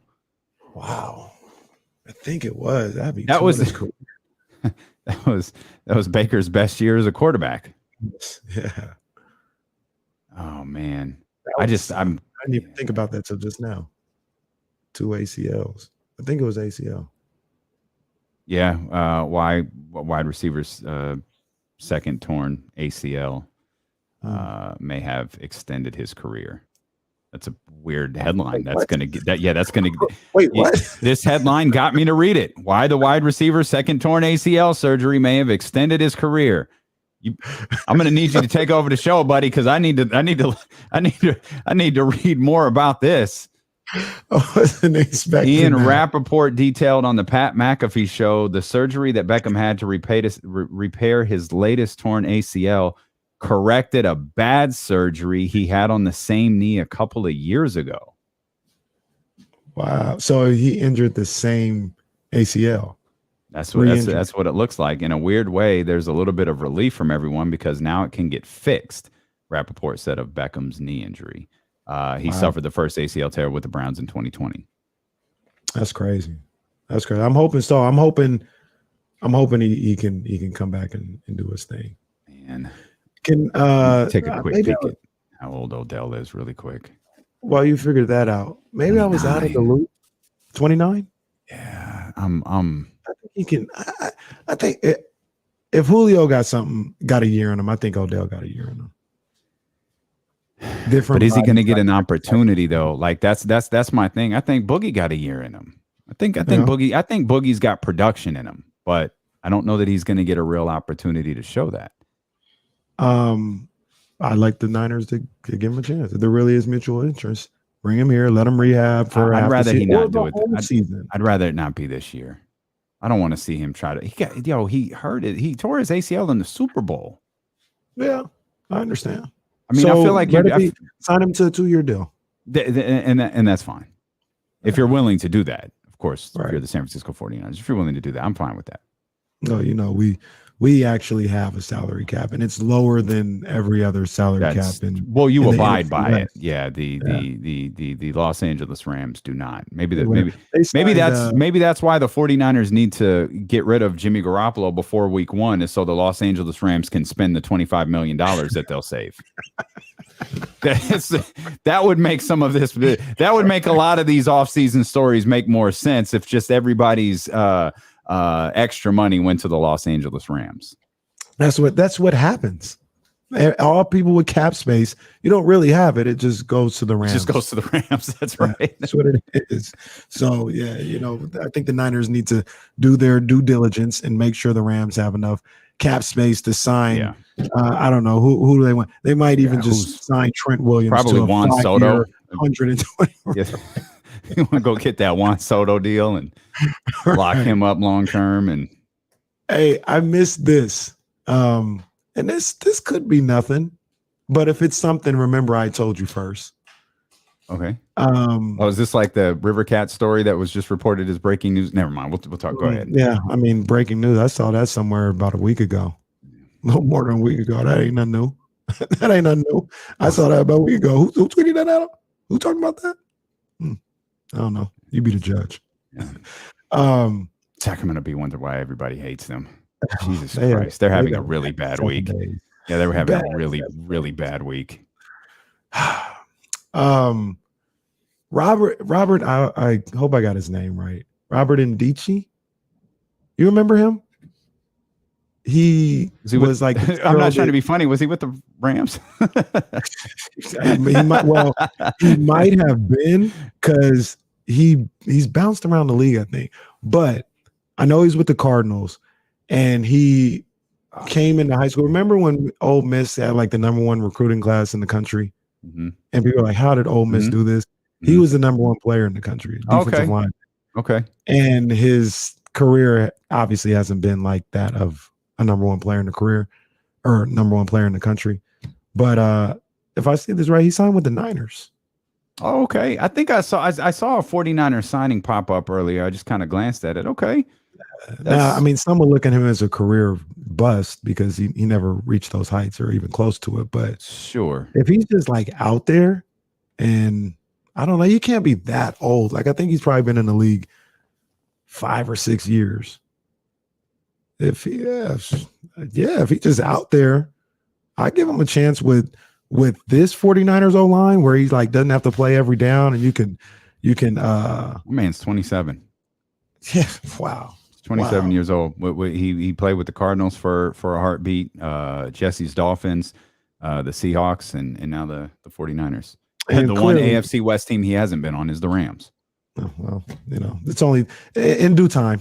Once he ups his value this season playing with the San Francisco 49ers, they'll sign him to a $20 million Defensive Player of the Year. Right. The Rams will sign him next year. There it is. Yeah. But I just saw that. I was like, damn, really? Okay. Well, let's see what. But the thing about it is he comes to San Francisco and he may do absolutely nothing. I'm not saying anything, but he's in a situation where he's going to just be in a rotation. And I don't know, maybe that might.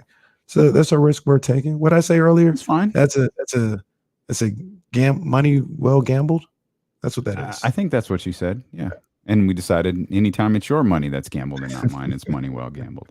Yeah, I'm good. That's fine. Get out there and try to do something. Let's start thinking about the other line though too. Let's think about the offensive line, and maybe they're comfortable. Maybe they're comfortable with what's there. Maybe they're comfortable that these guys are gonna find their spot. You know what I mean? What I could get concerned about, I feel like, I feel like with a defensive line, you can afford to try things out. Right. Mm-hmm. We talked about that kid, Drake Jackson, and obviously you got Nick Bosa anchoring that whole thing. I feel like when you got some strong anchors, obviously Fred Warner right behind, like you've got anchors on that side that can really help you out. You don't want to toy with it too much, but you could try some things out. Yeah. I don't know if you really want to do that on the offensive line. You want that offensive line to be in sync. You want that offensive line to be in sync like you're dying for the Sacramento Kings defense to be in sync. Right. You want them to be locked in, and you don't want any guys who get lost out there, because getting lost on the offensive line results in bad news for your quarterback. They didn't even really go to work in the draft on the offensive line. Mm-hmm. Which is what we were absolutely certain they would do. Right. The offensive line and secondary. I think they got some people in the secondary, which I actually kind of like the secondary going into the season. But they didn't even do nothing on the offensive line. They went and got more receivers. They got some running backs. They didn't even address the offensive line. They very much are like, yeah, we'll figure that out later. We'll figure out. It's all good. What's my old adage, like when people got mad that they didn't address the secondary last draft and offseason. I'm like, well, you can't do it all in 1 year. Can't do it all in one offseason. That's what they said with the offensive line. So we're going to go. The first thing you were supposed to do. We're going to go take this kid out of LSU to address the problem that we did last year. We kind of messed up with our 3rd round pick last year, so we're going to try to clean that up with a new running back in this spot. They said we need to get somebody that can run for their life. Because the offensive line ain't good. We need to get somebody who can run for their life. Kyle Shanahan may very well reinvent the way that the running back position is handled in the NFL. Like, gone are the Saquon Barkleys and the top 2, 3, 4 overall picks. Gone are the Ezekiel Elliott deals when Tony Pollard comes along and outplays him and makes $700,000 or whatever. Like, gone is all of that. They're all going to look at what Kyle Shanahan does and just draft a new guy every year in the 3rd round and rotate them through. That's it. Have 3 running backs, just rotate them through. It's just the next phase of disintegration of the running back position in the National Football League. Poor running backs. Running backs are going the way of like 300 game winners. They're going to be like star running backs are going to be non-existent. Like, fantasy football is going to have to change their makeup of teams. Where it's like, do we have to have a running back? We just have give us another tight end. Can I have an extra tight end, wide receiver? Like, can we just change it to a flex position? Like, I don't want a running back anymore. Emmitt Smith is safe with that record.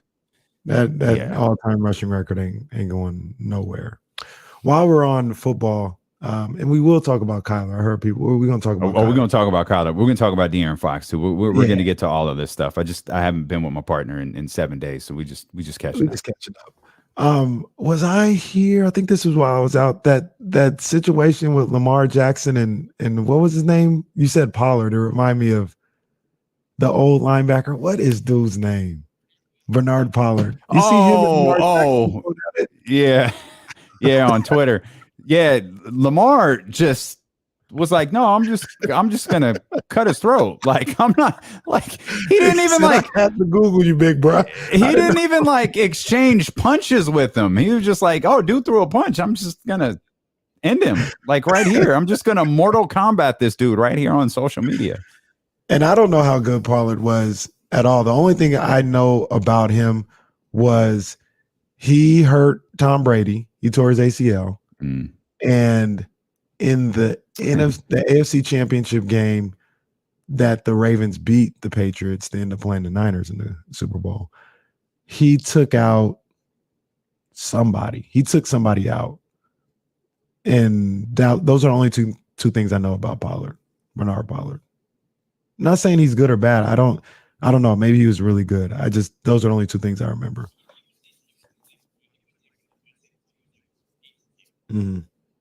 Yeah, and Lamar said, no, we're not doing this today.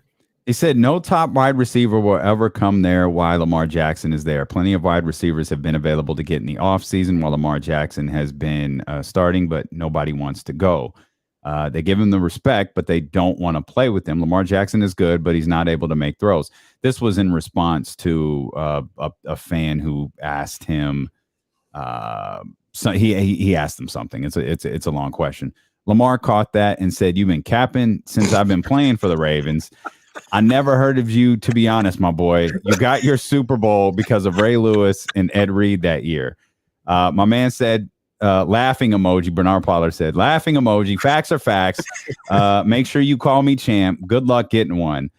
And an obnoxious amount of laughing emojis here from Lamar Jackson, where he says, never.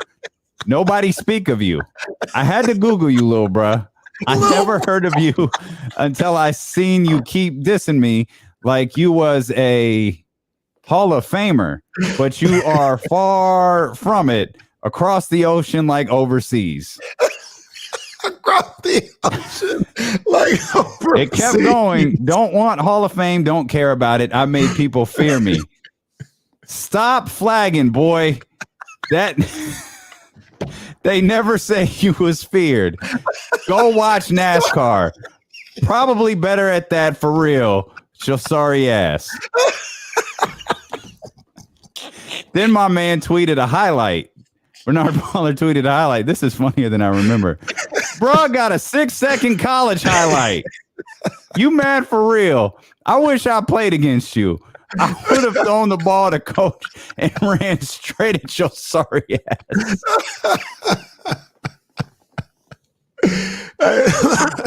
Lamar low-key went a little Aunt Edwards on him real quick. This kept going. Nah, little bruh. Oh man, Twitter need to take that blue check mark. Oh man, this is so funny. All right, we need a break. I'm like, I didn't realize how long this went on. This like kept going. Yeah. All right, we got to step out. We'll come back. I would say, De'Aaron, Kyle, I really don't know what we're gonna do next. Just hang out. It's Stilo and Casey on ESPN 1320. He said, nah, little bro. Come out of retirement, please.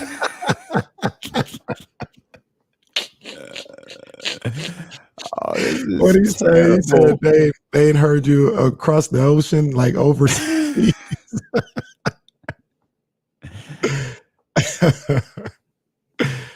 Oh, man. Oh, this is funny. Oh, that's comedy. No, what'd he say?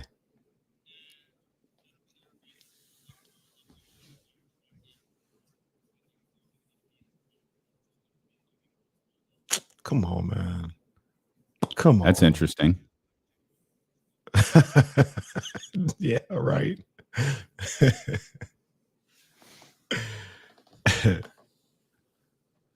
John Poles, what up, man? I'm glad I'm back too, man. Appreciate you, brother. Yeah, I don't know why they do that to Lamar. Yeah. This is so wonderful. We could have started that conversation at the beginning of the segment and kept going. That was hilarious.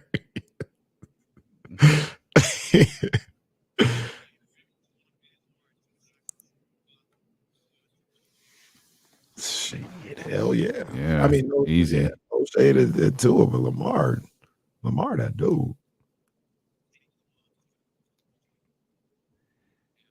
Yeah. Bruh, I even said anything to you, little bruh. If you was my son, I would have pootie tanged your ass for playing with me like this.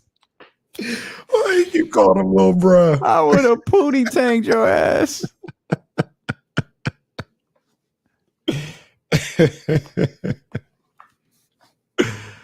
Oh man, that is hilarious. Oh man. Now I gotta see this other. Where'd it go? Yeah, that was crazy, Leezy. Remember when people thought Baker and Danny Dimes was better than Lamar? Lamar was so unstoppable in college. Like, I don't understand how you're that good and people still have questions about you. He was so good in college. I'll never forget this game is different nowadays, but that Clemson-Louisville game where him and Deshaun just went crazy. Clemson was the number one team in the nation.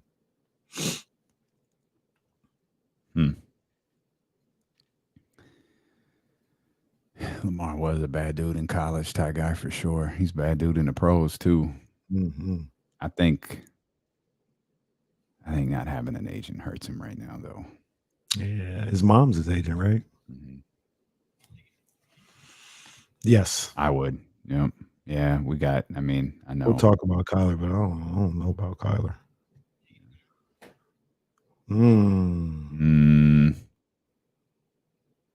I think I might take Dakota. I think I might take Dak. I might take Dak. That one's tough though. That's not as quick as the Kyler one I said that, because Dak is a bad boy. I like Dak. I just don't trust him in the biggest moments, but he can go.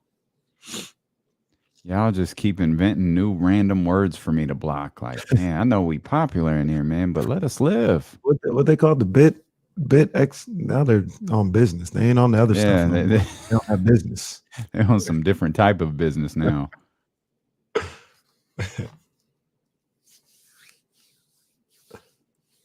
Oh, man.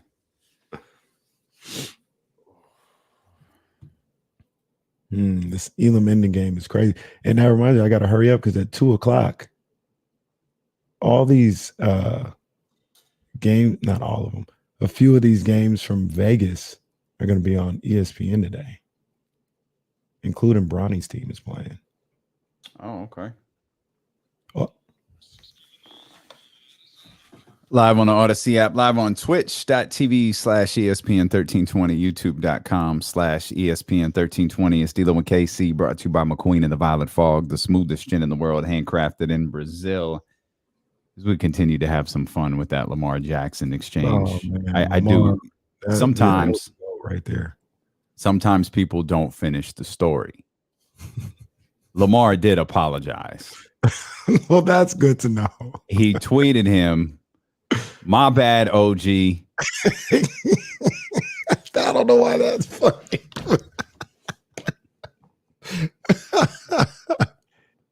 My bad, OG. God wouldn't want me acting that way. I won't ever do it again. And then hit him with the handshake emoji, the yellow handshake emoji nonetheless. And then old boy hit back with all good, bro. Praying hands, fist emoji, and all this. Well, that's good to see that it ended amicably. But there's a funny story about the handshake emoji that me and my cousin discovered. So you can't change that color. And my cousin Ace were like, "Oh, well, we don't handshake. We don't agree. You can't change the handshake color." Word. So it's like, damn, we can't be civil. What? You trying to say we ain't civil? We can't have one. I didn't even notice that. Oh, man, that's hella racist. That's hella racist. Me and Ace were like, you really can't. Yo, that is crazy. It's like the one that you can't change. It was like, damn, we ain't civil. We're not civil around here. Okay, that is crazy. Fam, that is hella racist. You can't. Look, you could change the finger snap emoji. You could literally change all of them. Now look, bro, you can change the foot. They have them in the chat. Maybe it's a new update. For the longest, I ain't got the update. I'm looking at it right now. Let me see if I got it. Oh, now. Wait a minute. Okay, now this is more confusing. I just found one where a gray hand can shake a black hand. Wait, what? What is this? Oh, what? So look, okay, I see it. All right, we got to change. They added this because maybe somebody was on to them. But I don't wait a minute. How did so I can make a white hand shake a black hand? Yeah, I don't have it hasn't changed. I got whose message? Okay, I got to that. I got to that part. Well, look, I can't even send it. I don't know why. Yeah, all right. That's how it works. Wow. Now, I will say this. Okay, this is extra. I will say this. They changed that. They changed. It wasn't always that. So if I can get, they must have changed that because me and they were trying and they weren't having it. I don't even know. Like, I'm sorry. The show is There we go. See, but no, okay. But see, you misrepresented me because that's not what my hand looks like. So I got to get this little light skin hand right there. I don't know I can't do it. How did you do it? I don't really know. To be honest, I just kept double clicking it and it happened. Okay, and then what? Oh, there it is. There it is. Okay, I still think that hand's a little too dark for me. That one's a little too dark. So let's keep it real. It's probably a little bit closer to that one right there. There we go. Oh man, I did not notice. I just found that out today. Like, because I'm telling you, me and Ace, we like handshaked on something. This was about a year and a half ago. I was like, bro, don't give me the yellow handshake.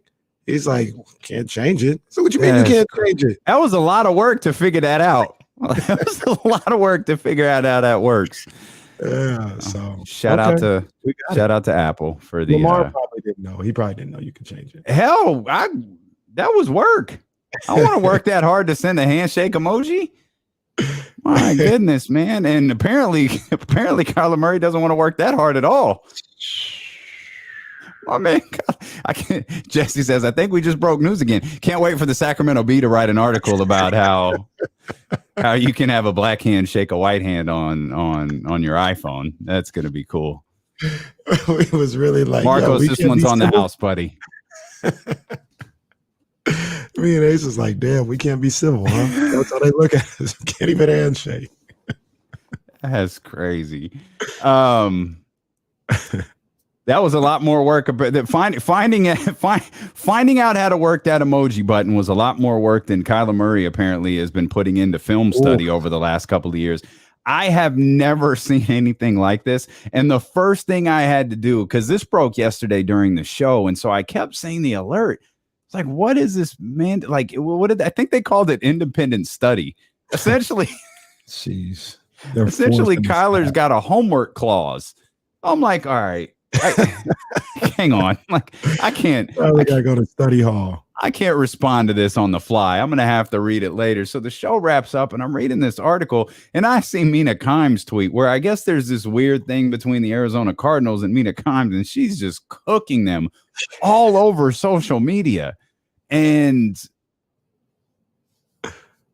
first thing I had to do is I gotta go to Florio. I gotta go to Pro Football Talk because I got to find out if this is legal. Like, is it? And according to the NFL Players Association, it is. It's just another guarantee. It's just like, because his money is dependent on this clause of doing 4 hours of film study apparently without a TV on, without playing video games, just having like crazy, uninterrupted 4 hours of film study. Like that could void his guarantee. That's crazy. Who sinks $250 million into a player you got to give a homework clause to? That's the question I was about to ask. Like, if you have to put that in the contract, should this be your guy? Man, I ain't gonna lie to you. I got questions about Kyler. I think he's a great talent. He's been a lot better than I even imagined that he could be in this league. But I didn't like some of the things I saw down the stretch last year. I didn't like, we would watch games, and I think it was the Niners game in Arizona. And like the commentators just kept going on and on about like, yeah, he's had to work at being a better leader and not blaming his teammates or whatever. You know what I mean? Like It was just like red flags left and right for me. And then you got into how they finished the season. The playoff game was an abomination. You want to talk about things being swept under the rug. I feel like that playoff performance by Kyler was swept under the rug. That was an abomination. Yeah. What he did in that playoff game.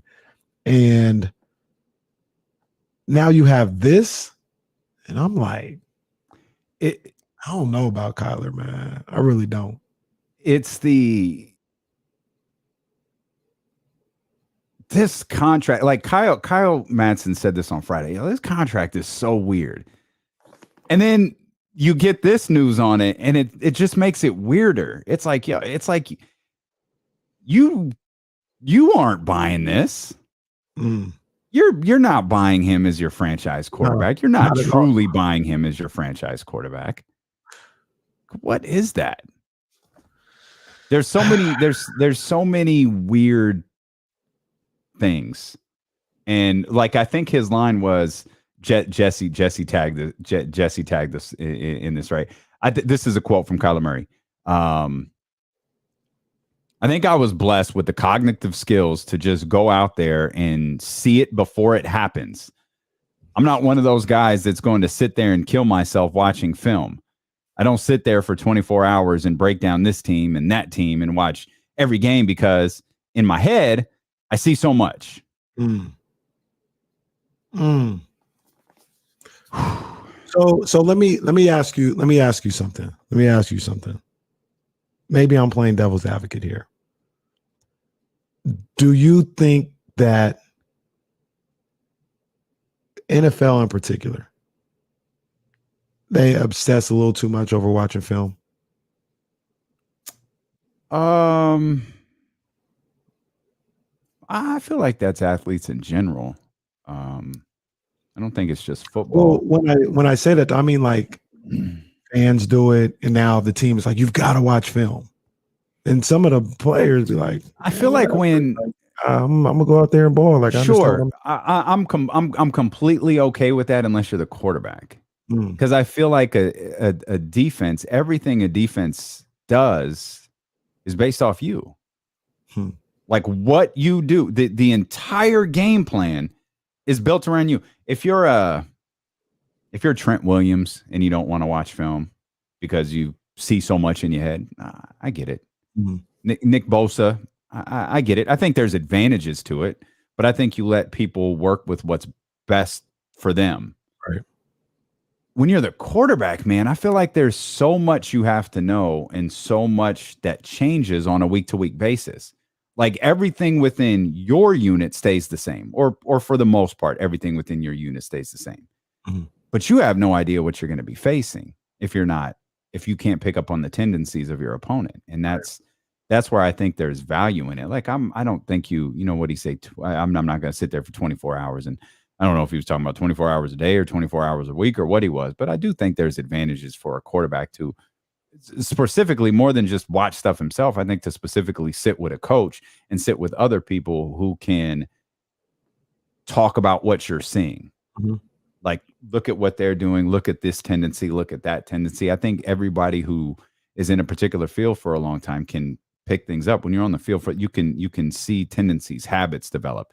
And I do think that stuff is beneficial. I agree with you. And, we have some fun with it. I'll be fair to Kyler in this respect, even to that quote.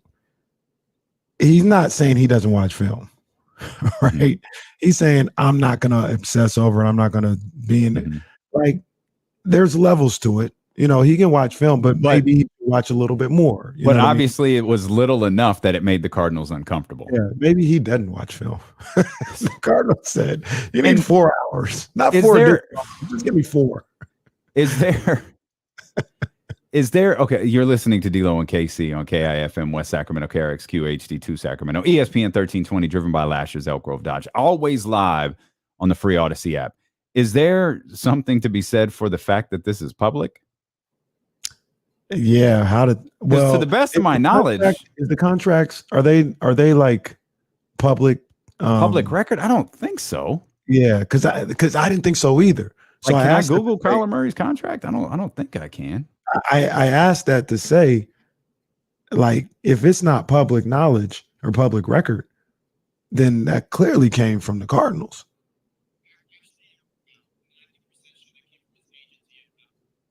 Why would the agent do that? Why?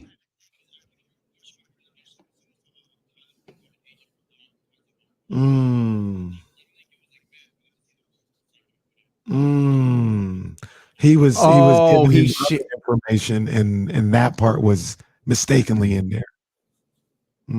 Interesting. Wow. Well, can't fault Ian Rappaport for reporting the gold mine that landed in his lap. Had to hit him back. Hey, big bruh. What's this mandatory film thing in the little italics writing? Can you share with me what that is? Hey, what's independent study? So look, so I'll say this. I'm not blaming Ian Rappaport or anything like this. I would probably, if I was Ian Rappaport, I'd be like, hey, you sent me this, right? Like, what you want me to do with it? Like, because my first inclination is this is a story, but I'm gonna come to you first, Kyler agent, and be like, this was a mistake, correct? Like, you don't want me to put this out there, right? I think I would have done that. If Ian didn't do that, I'm not looking at him no type of way. Like, that's the agent's bad. That's not Ian's bad, right? But I probably would have done that. It's interesting. Man, I hear you, and I get that line of thinking. I think we can think like that on our level. Mm-hmm. Like if someone tells us something, or hey, you don't want that on the show, right? Like, you need to tuck that away, or whatever. But when you're at that level, it's kind of like, yo, I've got to report this, right? And there's a certain you respect the people you work with and the things that you're told when the microphones are off and the cameras are away and all of that stuff. But it's another thing when you work with all of them. Like, you literally work with every agent, and don't forget, Ian Rappaport that's state-sponsored media. He works for the NFL. He's the NFL's insider. Like, that's what he is. I completely get your point. That's a tough call to make if it really was sent to him on accident. But that's insight into, I feel like it's insight into how the Cardinals feel about him. Now, see, I'm full of questions today and full of hypotheticals today. I wonder, and maybe the reaction tells you that it's not normal, but if that was an accident that got out, how normal are these things? Like these little quirks like this. So they may be more typical than we realize. I don't think quirks are abnormal. I actually think quirks are very normal.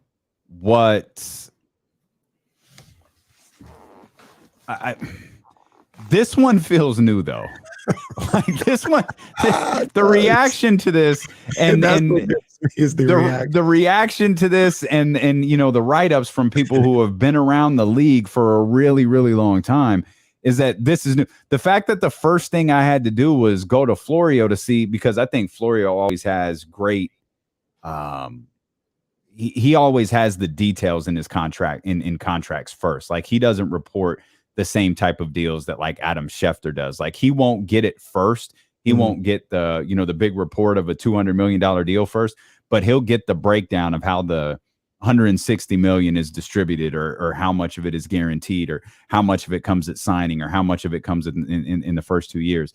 And his background as an attorney lends him to this. And one of the first things he wrote was, I think he called it the homework clause. Is the homework clause legal?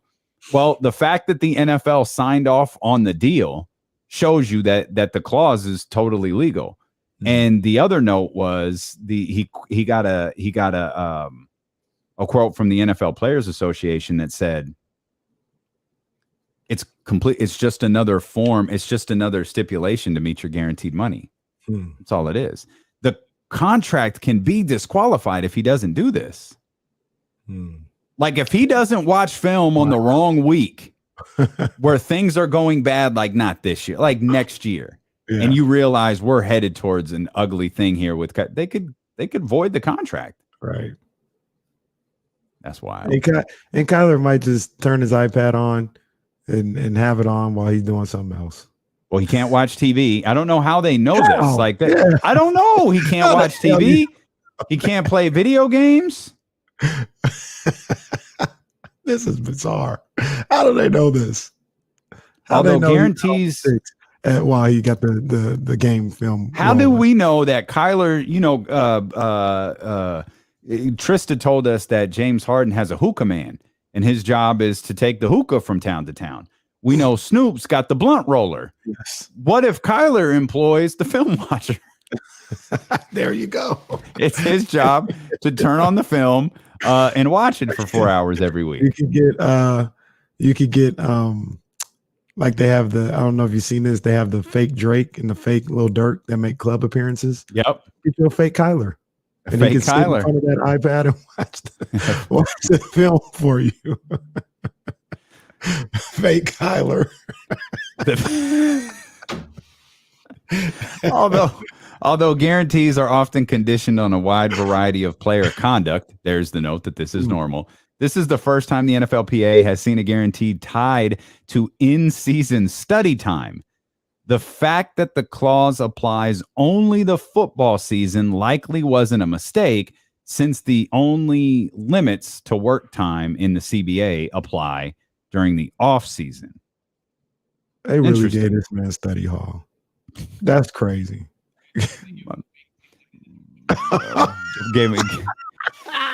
Gave him a blank file to upload on his. Jesse said, "Do you think they gave him the fake tapes like they did Jamarcus Russell?" One of the downloads is like an old episode of The Office. There's no tapes. Like no one's handing him a tape. It's his iPad. We're like, Kyler, did you watch that film? Oh yeah, that cover too is crazy. We're gonna have to watch out for that. So because it's an iPad and it's probably an app, right? It's probably like or it's not an iPad. It's probably one of those Microsoft joints. Yeah. Face ID, right? So like, I don't want to get too conspiracy theory here, but is there a possibility that the Surface opens, the app starts, and the camera on the Surface records Kyler watching the film? That's what I thought. That's why fake Kyler came into play.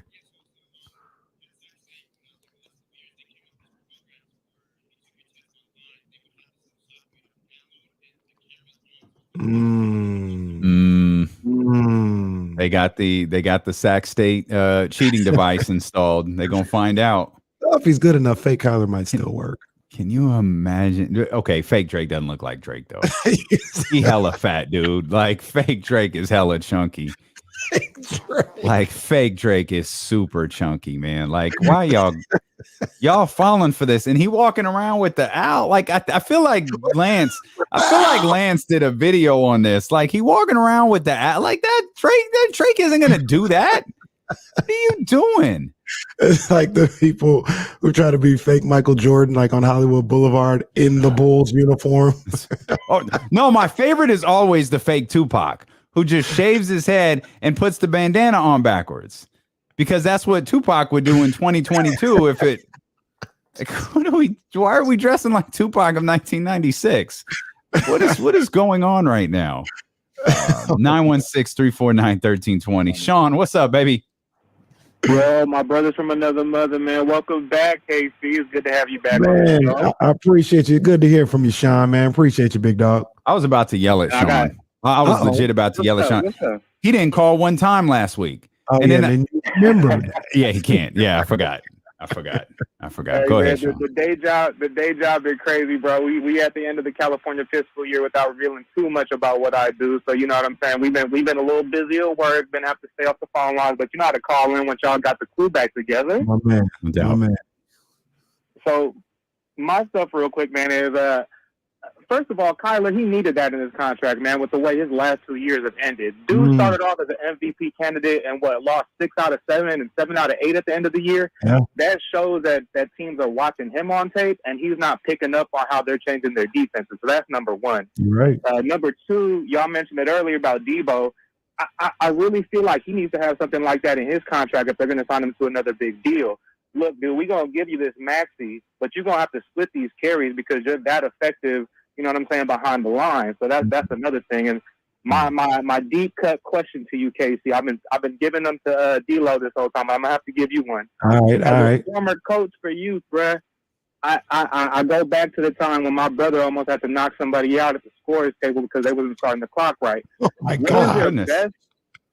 What is your best and worst experience with either parents or referees or a crew throughout your coaching career, man? I'll take it off the air. Y'all stay lit over there, brother. Appreciate you, Sean. Man, oh, I had a crazy experience this past week.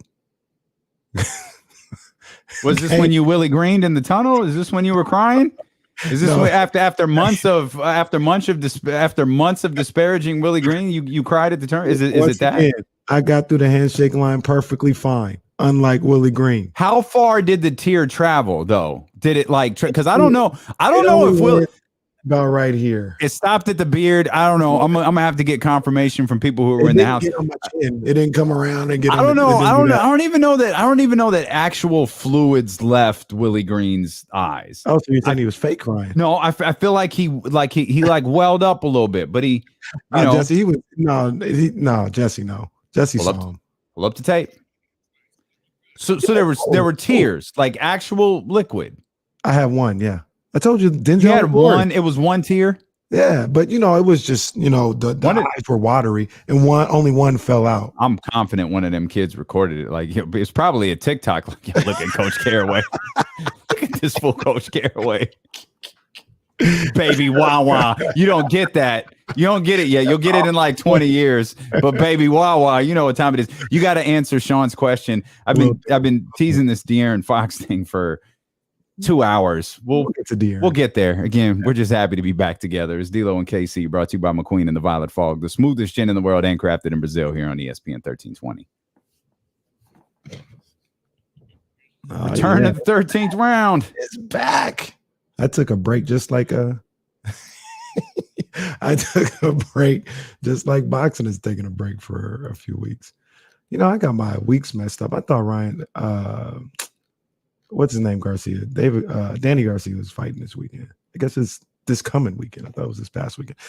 Either way, 13th round with your main man, Kenny Caraway. Shout out to my people over at Meister Watches. Shout out to Jovan, the whole crew out there doing what they do. And I've been gone for a week. Now I'm back. And I haven't had a chance to talk about King Rye, as he likes to call himself. Ryan Garcia with, I think it was like a 6th round TKO of Javier Fortuna a week and a half ago out in LA. And Ryan Garcia going up against Fortuna, I mean, that was a foregone conclusion. And it was even worse than I originally thought, because Fortuna looked out of shape. He looked washed. He looked no good. It was a complete mismatch from the opening bell. So Ryan, but that's not Ryan's fault. Ryan had to do what he had to do against Fortuna, and he did that. No issues with that at all. The question marks I have is after the fight. When he starts to talk about Tank Davis and how he wants to fight Tank Davis, and I have no problem with that. I told you guys for a long time. That's one of the top 3 biggest fights in boxing right now. Make no bones about it. I know neither one of them are true champions and all this other stuff. Fine, whatever. That is one of the top 3 fights in all of boxing right now. No doubt about it. But when he comes and says, oh, yeah, I'm at 140 now. I'm not going back down to 135. But hey, Tank, I'll beat your ass. All this other stuff. Fam, stop the cap.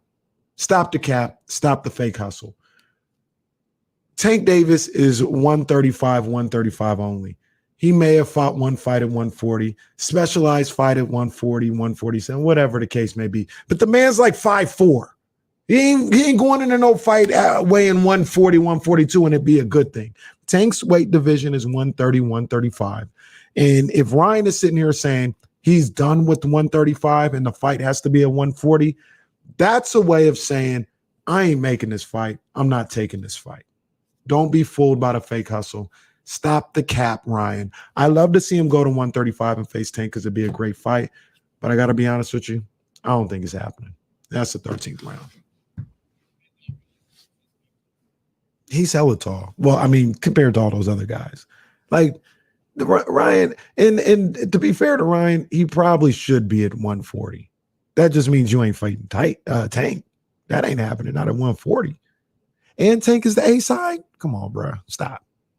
Stop the cap.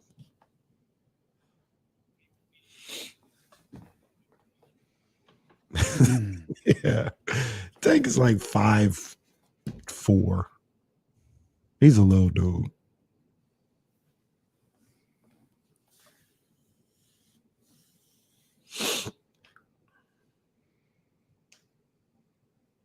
No. No Dave Garcia fight. No Dave Garcia fight.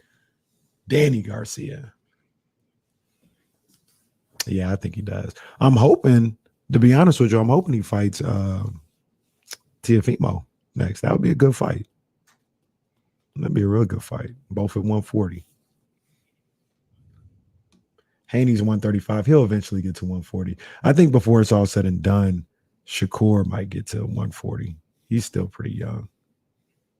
Yeah, Shakur has opened my eyes. I didn't think he was that good a couple years ago, but he is the truth. I like Shakur.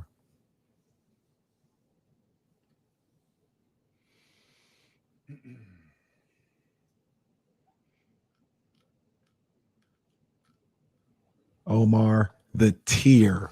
No plural. The tier. Told you. One like Denzel and Glory.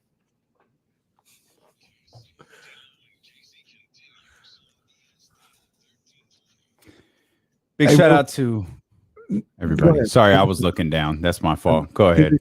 No, I was going to say we were talking about the one tier that I shed after the 10U travel ball game. One tier. The trip in Vegas. And I keep saying Denzel and Glory, but what's a more famous singular tier?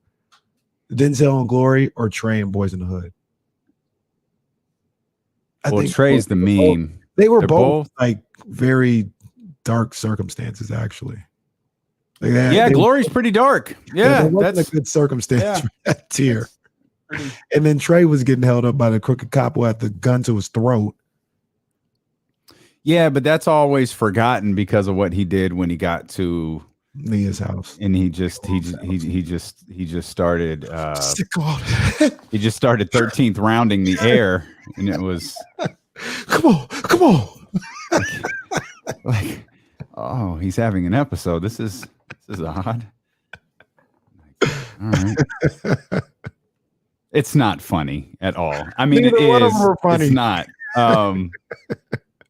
I think Denzel. Denzel. Yeah, I think Denzel is. And it's allegedly one tier. We can't get confirmation. I will get confirmation from nephew Reese as soon as possible. If Jazz would hear, she'd be screaming cap all over the place. But no, we'll get confirmation on what went on there. And you still 2 hours in haven't apologized to Willie Green. It's not to apologize for. I said I understand him crying. I just don't understand him crying on the court with 1:40 left to go in the game. You keep changing it. It went from 14 seconds to 20 to 1:40.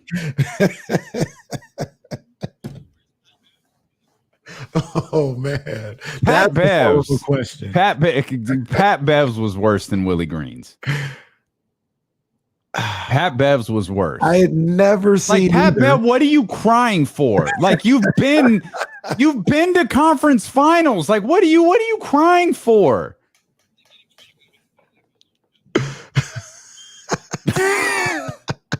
Them tears were for nothing, dog. Them tears were for nothing. That's a good question. I'm gonna have to think about that one.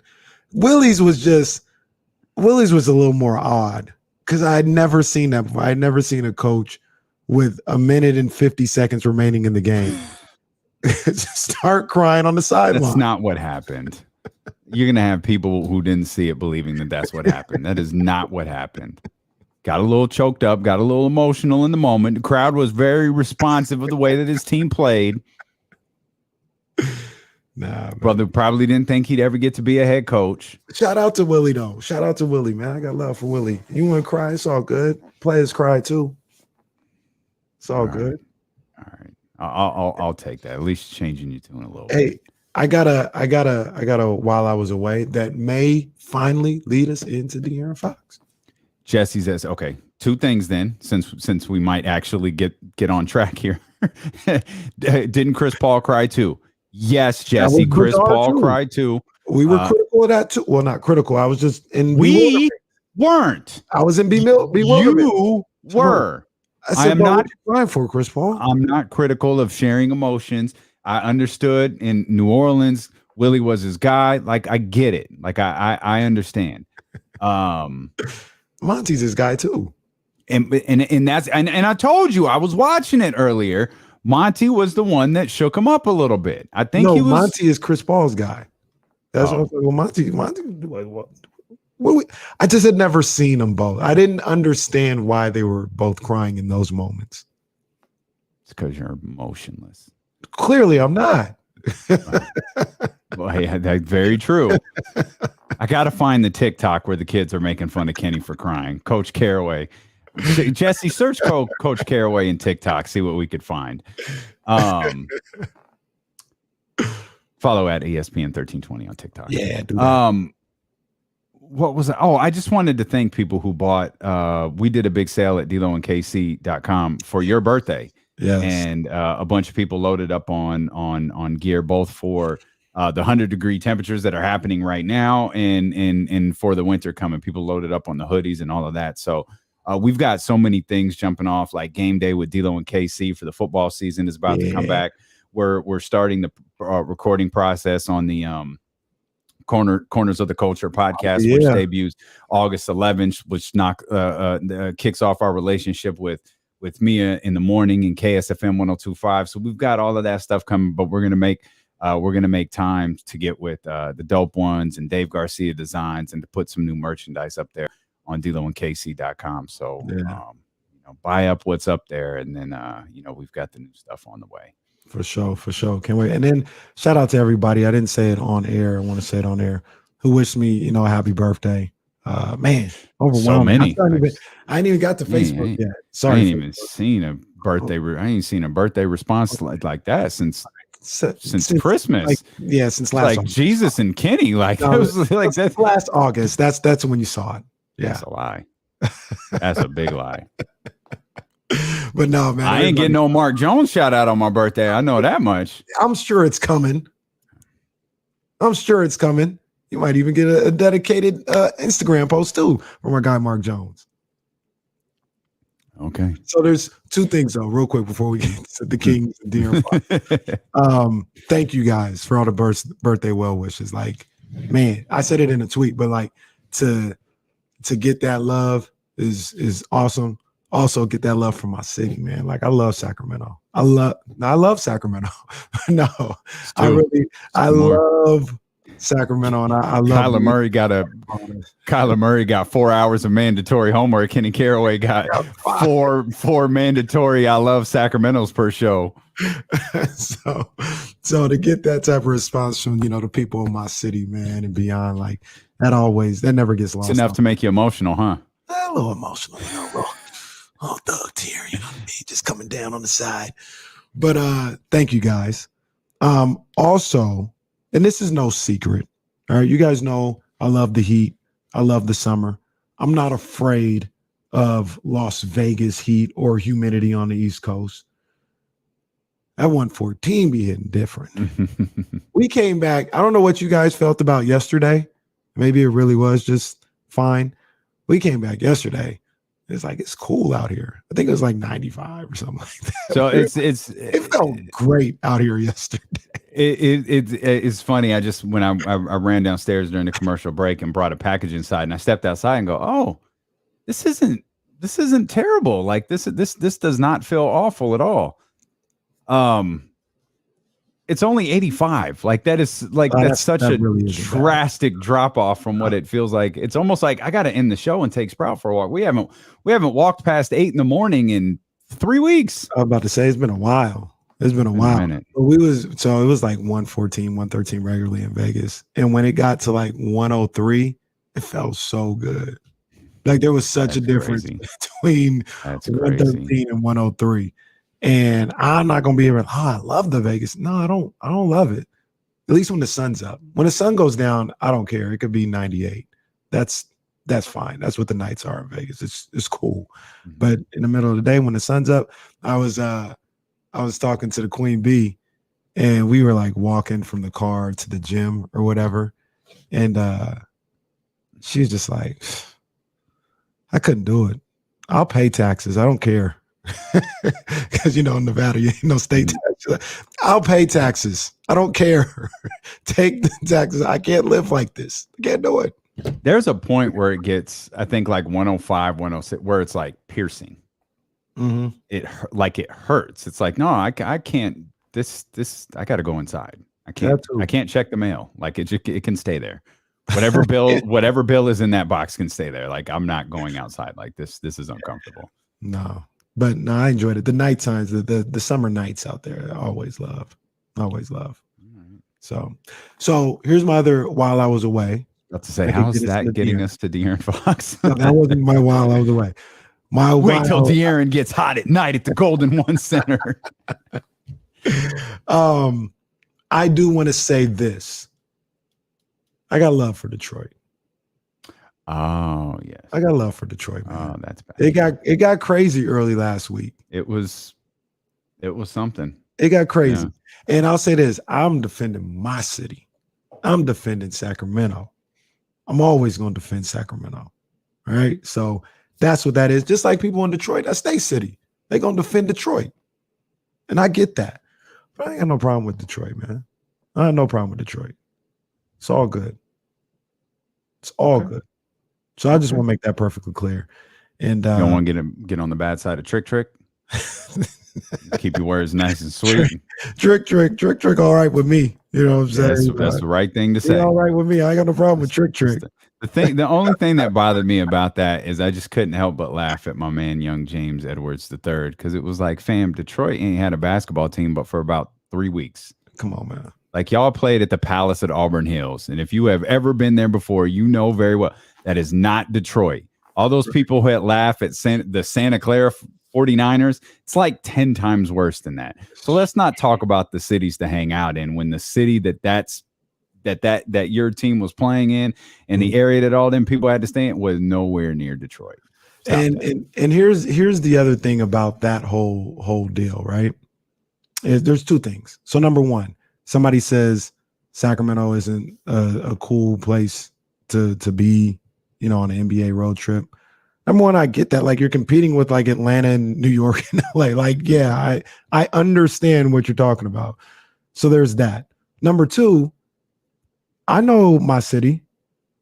If you come for a Kings game on a Tuesday, it's not going to be the same as a Kings game on a Friday or Saturday. This is not a 7 days a week city that is just live. Like Friday and Saturday, Thursday, Friday, Saturday are cool. Like you have a great time.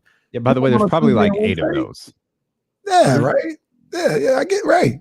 You come on a Tuesday and a Wednesday, city shut down at about 10. Like that's just what happens around. That's fine. That don't bother me. That's still 2 hours later than me. It's can't remember last time D'Lo saw fourth quarter in person. Well, I do, but it was by accident. HBCU night kept me. Oh, they keep you around on HBCU. That HBCU night kept me around. You want me around for the fourth quarter, Kendra? You need to plan about 41 HBCU nights. I will be there for the fourth quarter. The other thing about it, and this is gonna sound like shade, and I don't mean this is shade. I really don't. Like I'm serious when I say this. I don't. But the people that were saying like, yeah, this is a good city and this is a bad city. I don't know if I'd be like in the same spots as them. So what they deem as a good time and a bad time may be exclusive to them and their friends. Mm-hmm. Like I'm not going to be in Boston for a Celtics game and be like, oh my gosh, like it was so lit. Zach Harper was in here. The voice. It's lit. Like I don't know if me and Zach Harper are in the same places that we deem as a good time. I don't know Zach Harper at all, but I'm willing to co-sign that. So if Zach Harper or people like him are like, Sacramento's no fun to be around, all right, that's cool. Like you probably wouldn't do the same things that I do in Sacramento. You know what I'm saying? So for what you're looking for, they may not have it. For what I'm looking for, it may be perfectly fine, and vice versa. Mm-hmm. So like when I saw those lists and everything like that, like that's like what the basketball writers deem, and that's fine. Like they may do other things than what I would do. And I'm the type of guy where I can go somewhere and I'll have a good time. Like I'll enjoy myself. Like I'm not like that hard to entertain. Like go somewhere, maybe some good vibes, some good music, you know, a drink or two, you know, some McQueen and the Violet Fog, you know, a little Luke Belair, good people, good vibes. I'll have a good time. I don't care where we're at. So don't worry about those lists. Nah, yeah, those are silly. I did get a little agitated. People were trying to co-sign. I'm like, hang on, wait a minute. Don't do that. Don't do that. Don't do that. Don't do that. That's what I'm saying. Like, I don't mean that. I'm just gonna make like Candace Buckner. What are you doing? Like you, like come on, you with us? What's going on here? Candace, you ain't been hanging with the right people. Yeah. Marcus Thompson. Like Marcus Thompson, if you return a phone call once in a while, like it wouldn't be a problem. We never good time. A lot of those people that were doing it, like I said, it's no way of me saying it without sounding like a jerk. I'm not trying to be, but we probably wouldn't be in the same places. So you thinking that something is good or bad or fun or not, like it don't really bother me because we're not in the same places. I'm not like, oh, it was lit in here. Zach Harper was having a beer. What a place. 916-349-1320. It's always the voice that gets me. Big Al, what's happening, man? Hi. Hey, Casey. Glad you're back. I called yesterday, but I want to wait for you to be back. So let's think you do. Yeah, you're GM now. You're GM. Let's think of this. So this is about Jesse's team, Boston. So you're the Boston GM. You know, in the Durant potential trade, you see 2 or 3 different things. Would you, from Boston's point of view, you'd give up Smart and Brown and a draft pick for Durant, or would you say absolutely no way? I'll put it to you like this, and I'm interested to hear what you got to say, what Jesse has to say. Heard a little bit what Dame had to say, but I want to hear this. I think it's worth the conversation. I'll conversation. Okay. We gotta think about it. We got to think about it. And I'll let you respond to that, and then I'll explain why I feel that way. What you think about that, Miguel? Yeah, well, conversation means negotiation. I did that in my state career. I had to do that, you know, when did with employees and labor and stuff. So yeah, it's because you're trying. Both sides are trying to get, you know, from their point of view, the best they can get. Okay, that's their mission. So the secondary is, this is wild. I heard this morning, and I wanted your view on this. If you said you're the Nets, you said, I'll tell you what, let's just go straight up, straight swap, Tatum for Durant and a pick from Boston to the Nets. How do you feel about that? Absolutely not. Yeah. In other words, absolutely not. If I'm Boston, that may tell you what I think of Jaylen Brown a little bit, and where I see him and Tatum. But yeah, absolutely not. Tatum is off the table. Now, when I say we're going to have to think about, I think ultimately I probably wouldn't do it if I was Boston, but it took, I'm not going to say it took because they might have won anyway, but they played the best basketball of their career. They were as hot as any team that we've seen in recent memory. Boston was. Mm-hmm. And they went 7th with Milwaukee without Middleton.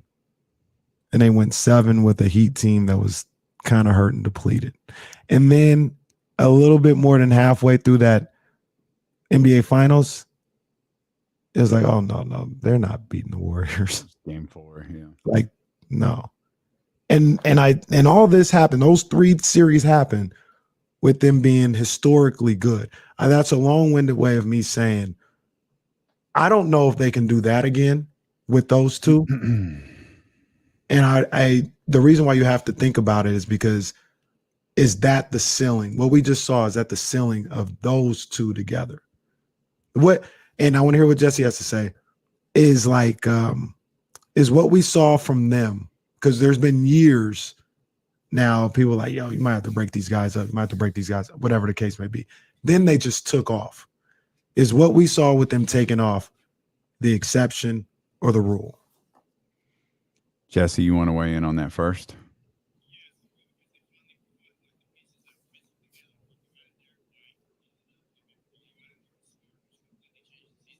Mm-hmm, mm-hmm.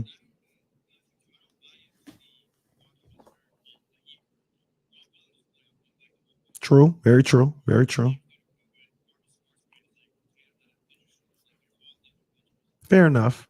Fair enough. I'm with Jesse, and I know Big Al didn't ask me. I don't even know if Big Al knew I was here, but I think the idea of Jalen, Marcus Smart, and a variety of picks for Kevin Durant is like laughable. Like you're dissecting the Celtics at that point. There's no point in doing that. If you work something out to where Marcus Smart was still there and it was Jalen, a package built around Jaylen Brown, not a package built around Jaylen Brown and Marcus Smart, but Jaylen Brown exclusively, then you could have a discussion. This one was floating around. I love how this piece of sound has become synonymous with us, but wasn't nobody questioning the way that Jaylen Brown played. And what more do you want from me? He out here like your boy. He out here like your soundboard. Like, yo, I'm out here. Y'all put my name in trade discussions at the beginning of July. Wasn't nobody questioning me during the NBA Finals. It was questioning your boy during NBA Finals. It wasn't questioning me. Now, I don't think there's reason to question either one of them for the record. And I'm actually along the lines of, and I do like the Celtics a lot, but I'm along the lines of what Jesse said. They started to put things together. Remember, they had a bad start to last season. They got things cooking. I think we're going to see something far closer to what we saw in the second half of the season and through the playoffs next year through the entirety of the season. Does that amount to a championship run? I don't know. This was a big, focal point of yesterday's show. That East, Miami, Milwaukee, throw Philly in there, Boston, no one stands out. Like they're all kind of the same. Right. And it could just be a matter of which one of those 4 teams. Maybe there's another team that can kind of step in there and get on a run, but really which team is going to go on the hot run at the right time? So here's what I would ask, and maybe I'm thinking too much into this. Maybe this is, matter of fact, I know you're just thinking too much into this, Kenny, and this is a bunch of what ifs. But I'll ask you this. If, let's say they have to give up Marcus Smart and they get something back in return. It's not like Marcus Smart is gone, but you get somebody that gives you 70% of what Marcus Smart gives you, but you get Kevin Durant to go with Tatum and everything else they have. Are they better than they are right now? Is that a team that can win a championship? They're closer to the championship than what they have right now. With no Marcus? Mm-hmm. No. Okay. Not in my opinion. I mean, I know Kevin Durant. I'm not trying to question how great Kevin Durant. You can't take that many pieces away from a team like Boston. Mm-hmm.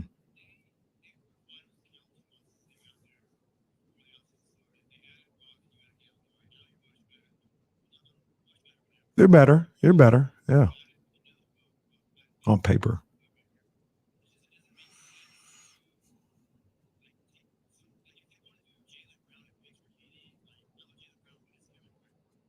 Mm-hmm. Well, Derek Wright can go, but Marcus Smart is the one. If you can find a way to keep Marcus Smart and maybe give an extra pick, or hell, to be honest with you, and give Rob Williams. You know I love Rob Williams, but here's the second part of the question.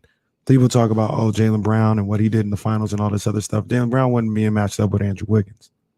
That's the biggest thing to me. So you go into, say, a finals rematch, and Wiggins now has to guard KD, and Poole is guarding Tatum. Tatum going crazy. He going crazier than what Jaylen did. And KD is probably going to play better than what Tatum did against Andrew Wiggins. Well, see, that's the other thing. Number two gets significantly better as Tatum being your number 2 or 1 or whatever you want to say. The second part of that tag team is better than Jaylen Brown. Does that make sense? Yeah. And I love Jaylen. There's no shade at Jaylen. We're just talking about Kevin Durant. That's why. No, understandable. I don't think that's a discussion. Like Jaylen's really, really good, but I just want to be clear. You're standing like Kevin Durant's better than Jaylen Brown and Marcus Smart. I don't know. I said at the beginning, I don't think I make the deal just because I'll take, if I'm the Celtics. This isn't even factoring in picks and all that other stuff that's ultimately going to come along with this, because I think the biggest wrench in all of this is this is 4 years of Kevin Durant. Mm-hmm. And I don't think anyone believes, regardless of whether you believe he's going to play 82 games a season or not, I don't think anybody believes he's on the downcline of his career yet. No. Or the decline of his career, excuse me. And for me personally, though, if I'm the Celtics, I just take my chances with Tatum, Jaylen, Rob Williams, Marcus, and I'll take my chances with that for the next 7 years. Maybe we add something, or maybe we just, get hot like we did. I don't even want to say because they were sounds like they were lucky. They weren't lucky. They just were playing really well and went crazy on people. I'll take my chances with that for the next 7 to 8 years, and I'll be able to live with that. There's a small caveat to this that I don't think we've talked about. De'Aaron Fox? That's my bad. We're going to get there. That was me. I thought we was going to get there. I didn't get you there. That's my fault. We're going to get there. There's a De'Aaron Fox light at the end of this tunnel somewhere, and it better pay off as long as we've been putting this off. But there is a note to Jaylen Brown that we do have to that's worth touching on, and it could play a part in all of this, and we'll do that when D'Lo and Casey return here on ESPN 1320. All right, be right back. Okay. Sorry, y'all. I'm just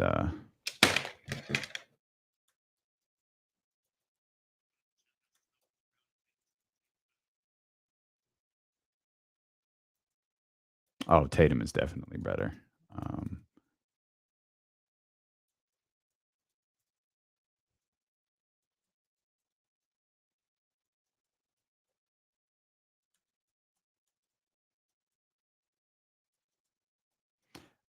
Sorry, Trista was DMing me, and she sent me a link, and the last time Trista sent me a link, her account was hacked. I had to make sure she's good. But she sent me the Westbrook story that we were talking about on Friday. The Westbrook Clippers thing. With Tatum, no, he was 2 with KD. Y'all be hard on Tatum, man. Yeah, Tatum is the guy. Yeah, Tatum is absolutely the guy. Absolutely. I'm with, I don't know what point you're trying to make with this, but that looks pretty good to me. I just realized you had Durant's name in there. Well, that wouldn't be the team, though. Take Durant's name out and put Brown right there, and I still think it's really, really good. I think Malcolm Brogdon's a difference maker. Shoot, that might have been the wrong phrasing.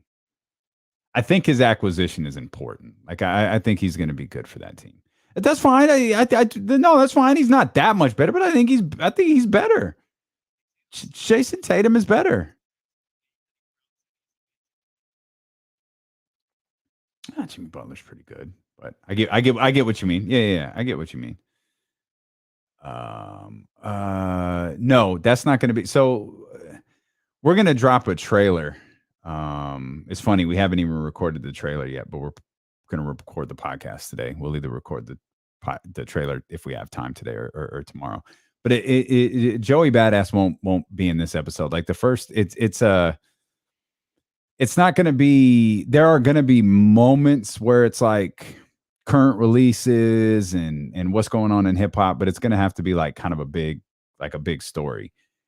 Like today, the one we're recording today is about the birth of hip hop. And then we're taking like different elements of the culture. Like there's going to be an episode on Arsenio Hall. There's going to be an episode on The Blueprint, on Ready to Die. There's going to be an episode on female rappers. You know, if the podcast were to drop like next week, there'd be an episode on Beyonce's album. Like that's where the stuff will become current. So probably it won't be a Joey Badass discussion on the pod today. And the new pod's not dropping today either. It's not dropping today. It's not dropping for a couple weeks. But we got to start recording them because the editing process is going to be a little bit different.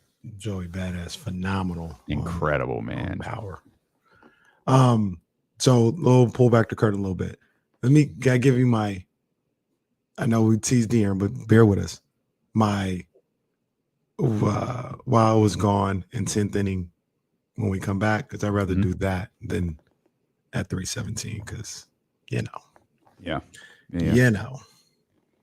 But I want to get it in because it's another little interesting story. I think you might enjoy it.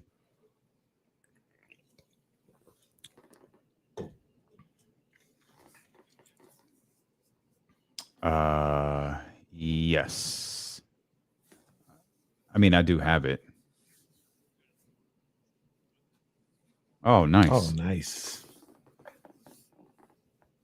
Did they what was it, last week? Didn't they, or the week before they switched everything?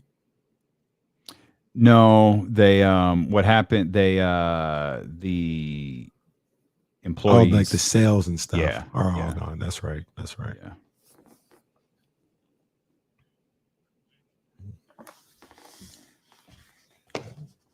Live on the Odyssey app, the free Odyssey app, live on twitch.tv/ESPN1320, youtube.com/ESPN1320, live on Twitter as well.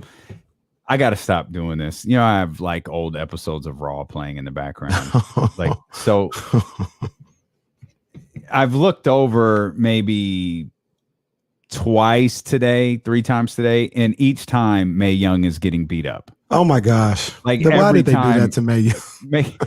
She just got power bombed through a table. Like Mae Young is 80 at this point, and she just got power bombed off the top rope through a table by Bubba Ray Dudley. Like, I've got to turn this off. This practice of having this product on in the background is over. Tell me if I'm wrong about this, but didn't she always like advocate for doing it first? Mm-hmm. She always wanted to do it.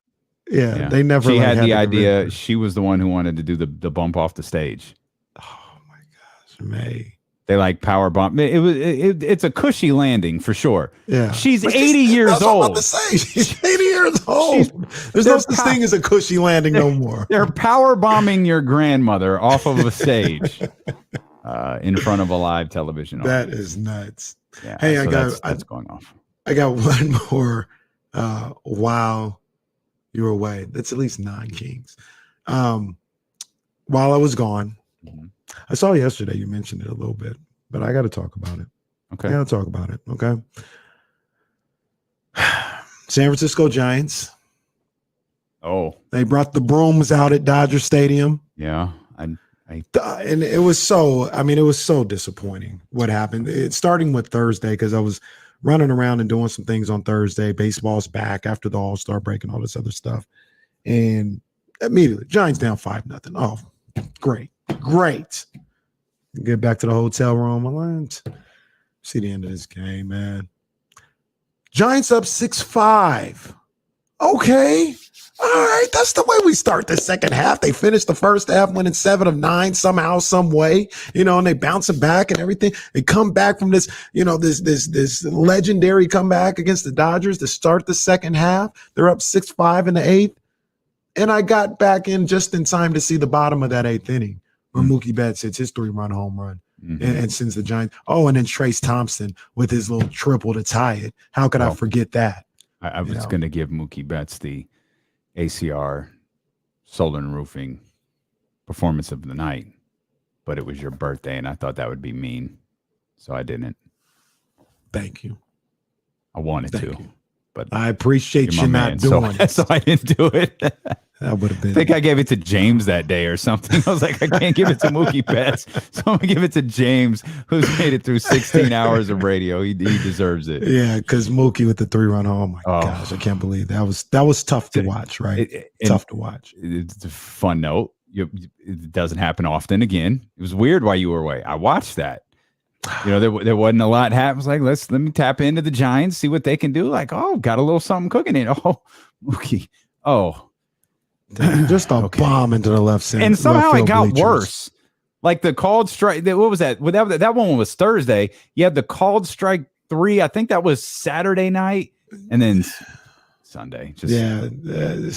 So look, let me tell you about Friday. Giants lose. And that one was tough in itself because I think Cody Bellinger had a grand slam in the 8th inning. It was a 1-1 game. Cody Bellinger with a grand slam in the 8th inning. The Giants got swept all weekend. That was just tough.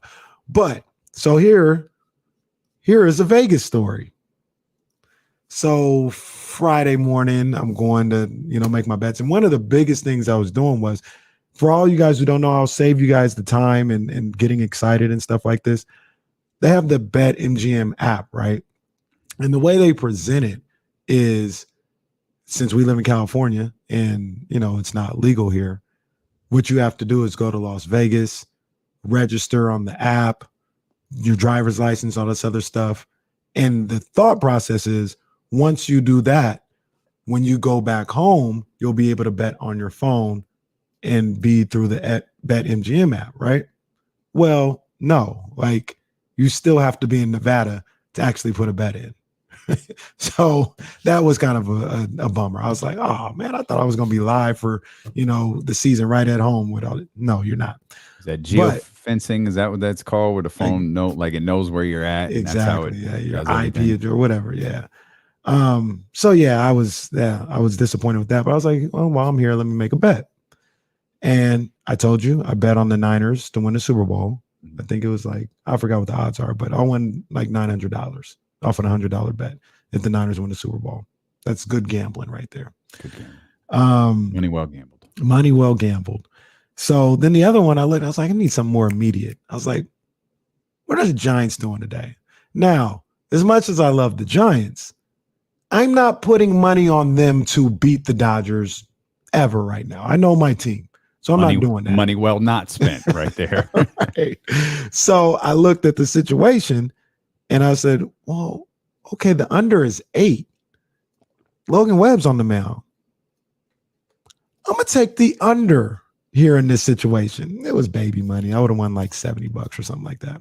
So I'm taking the under. So I'm not really around to watch the game or nothing like that. And it's 1-1 for most of the game. I'm like, I'm good. I knew I was money well gambled right there. Then in the 8th inning, Cody Bellinger hits the grand slam. It becomes 5-1. We're at 6 runs. And I got into this is why I don't ever bet on my team. Because I'm like, oh my gosh. Do I take this money or do I take a Giants comeback? And I'm like, you guys aren't scored 5 runs in the 9th, so just don't score any. How about that? Don't score any runs and let's just lose. I said lose. Because you're not going to win. You're not coming back and scoring 5 on Kimbrel in the 9th inning. Mm-hmm. And I felt so dirty for that. I felt so dirty that I didn't want to see any runs scored, let alone a comeback. I felt so dirty. And then what happened was it was 5-1, and I'm following this along on the MLB app. 5-1, runners on second and third with 2 outs. said, don't score. You're not going to win. Don't score. That would have put me at 8 total. And it would have been a bust or whatever the case may be. Needless to say, the Giants did not score. They lost 5-1, and I got my money. But I don't like those feelings. That's why I don't like betting anywhere close to against my team. I don't like it. I'll never do it. I'm only betting on a team unless I know they can win. And I saw a couple of people asking if you're going to bet the over on the 32.5, and real. The 32.5 is not an official real line yet. I tried. I was looking all over those sheets at the MGM Grand. I was like, where is the futures? Give them to me.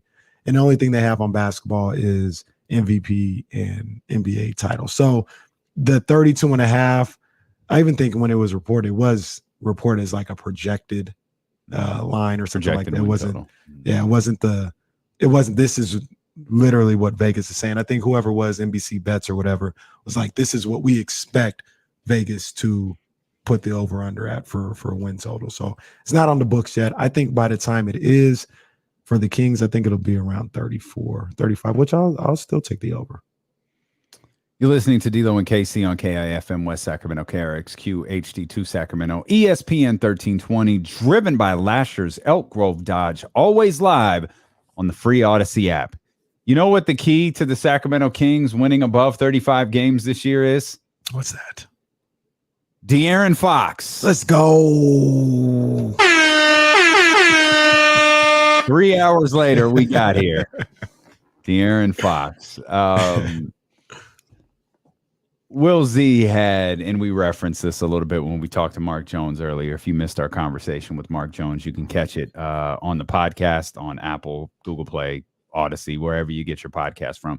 Just if you have a moment, hit the 5-star rating. If you think we're worth it, you can even leave a review if you got an extra 60 seconds to do that. But it all takes a couple of seconds. Or, of course, you can watch on YouTube or Twitch. We talked a little bit about Will Z stats, and we were trying to decipher what exactly it means. Will Z put out a tweet, I think it was yesterday morning, and James Ham wrote extensively about it yesterday as well, posted over on thekingsbeat.com about De'Aaron's ability to defend top 30 scorers in the league and not so much everybody else. We're trying to decipher what exactly that means. And I think there are some elements to it that are a bit concerning. Like, okay, he could be a good defender when he wants to be. Well, why doesn't he want to be a good defender more? And there's a number of things, like if you hate De'Aaron Fox, if you're a De'Aaron Fox hater, if you just don't like him as a ball player, your response to that is because he's just not good enough. He's not good enough to be engaged that long, that often on that side of the ball. If you're a De'Aaron Fox defender, you'll probably say, well, why would he lock in on defense for 82 straight games when he's got Kawhi Leonard targeting Buddy Hield 17 plays in a row and guys not having a clue where their switch is supposed to be or what they're supposed to be doing on the offensive end? Why expend all your energy over there when you know no one else is doing anything? It's basically 1-on-5.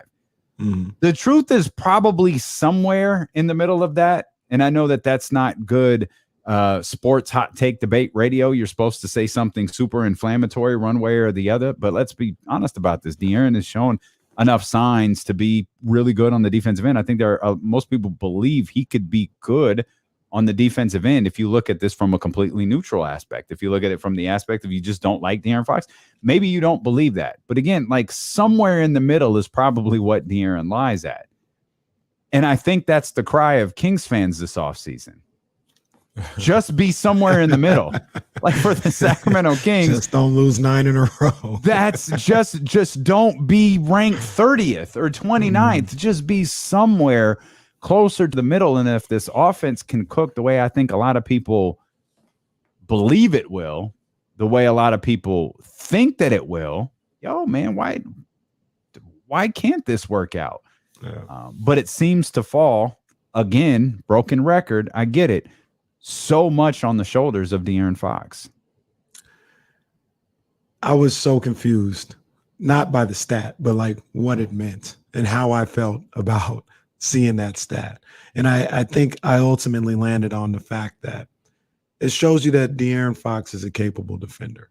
There was some belief at some point, in his career that somebody thought he could be an all-league point guard defender. Mm-hmm. I don't know if he's that. I don't want to say that. Yeah, Doug, he wasn't alone. He wasn't alone. I talked to other people who felt that way about De'Aaron Fox. I think that those numbers show that he's a solid defender when engaged. You know what I mean? And if anything, it kind of shows that he plays up or down to the level of his competition. Now, that's kind of a double-edged sword because it's the NBA. Ain't no playing down. You know what I'm saying? Like, just because a guy isn't and maybe that's where De'Aaron gets in trouble because he looks at it. I'm not saying he does. He may look at it as, oh, this guy, he's not a top 30 defender. I could slack off. He's in the NBA. This guy gets buckets no matter who you're talking about at the guard position. And he starts to ease up a little bit, and the guy gives him work. I remember specifically, I don't know if he played in this game or not, so maybe that's not fair. But I remember specifically what Cole Anthony did when he came to the Golden One Center last year. I think De'Aaron was on the floor for that game, and Cole Anthony went crazy. He would be considered one of these guys. I don't think he's a top 30 scorer in the league. I think he had like 33 on the Kings or whatever. Good young ball Probably player. better than TJ McConnell. Oh, TJ McConnell went off against the Kings as well. You know what I mean? So there's guys like that where I think it's just the lack of to me, clearly it's a lack of focus. It's not ability, because when you play against guys and you're matched up against guys who have a certain level of pedigree, he brings it on a defensive end more times than not. But if he can keep that level of focus the entire time, I think we'll see a better overall defensive performance from De'Aaron Fox. I still don't go off of what I've originally always said. I would like to have enough defense around him where he could be Trae Young and John Morant. They don't guard nobody. They find a way to put them in the corner and make sure they're matched up against the least offensive-minded person on the court at the time, and that's where they stick him. I still stand by that. I know a lot of people think De'Aaron should be the anchor of the defense and do all that. I want four other guys on there good enough where De'Aaron don't have to do that. I also think turning it off and on isn't necessarily a red flag for De'Aaron Fox. I think it's an NBA trait that maybe we don't all see as much because we don't watch 82 Orlando Magic games a year or 82 Detroit Pistons games a year. Or I'm not talking about how much basketball you watch in general. Like, everyone's locked in for close to 82 Sacramento Kings games, and we're tuning in on Thursday night. Maybe we're catching a game on Wednesday. Maybe we're catching a league pass game here and there, but those are almost certainly always different teams or some combination of different teams. We're probably really only watching the Sacramento Kings 82 times. But if you watch the Golden State Warriors, if you watch the Atlanta Hawks, if you watch the Clippers or the Lakers, you're going to see the on-off switch from game to game or even within games from a variety of players. It's not exclusive to De'Aaron Fox. De'Aaron Fox is just the one we're watching the closest.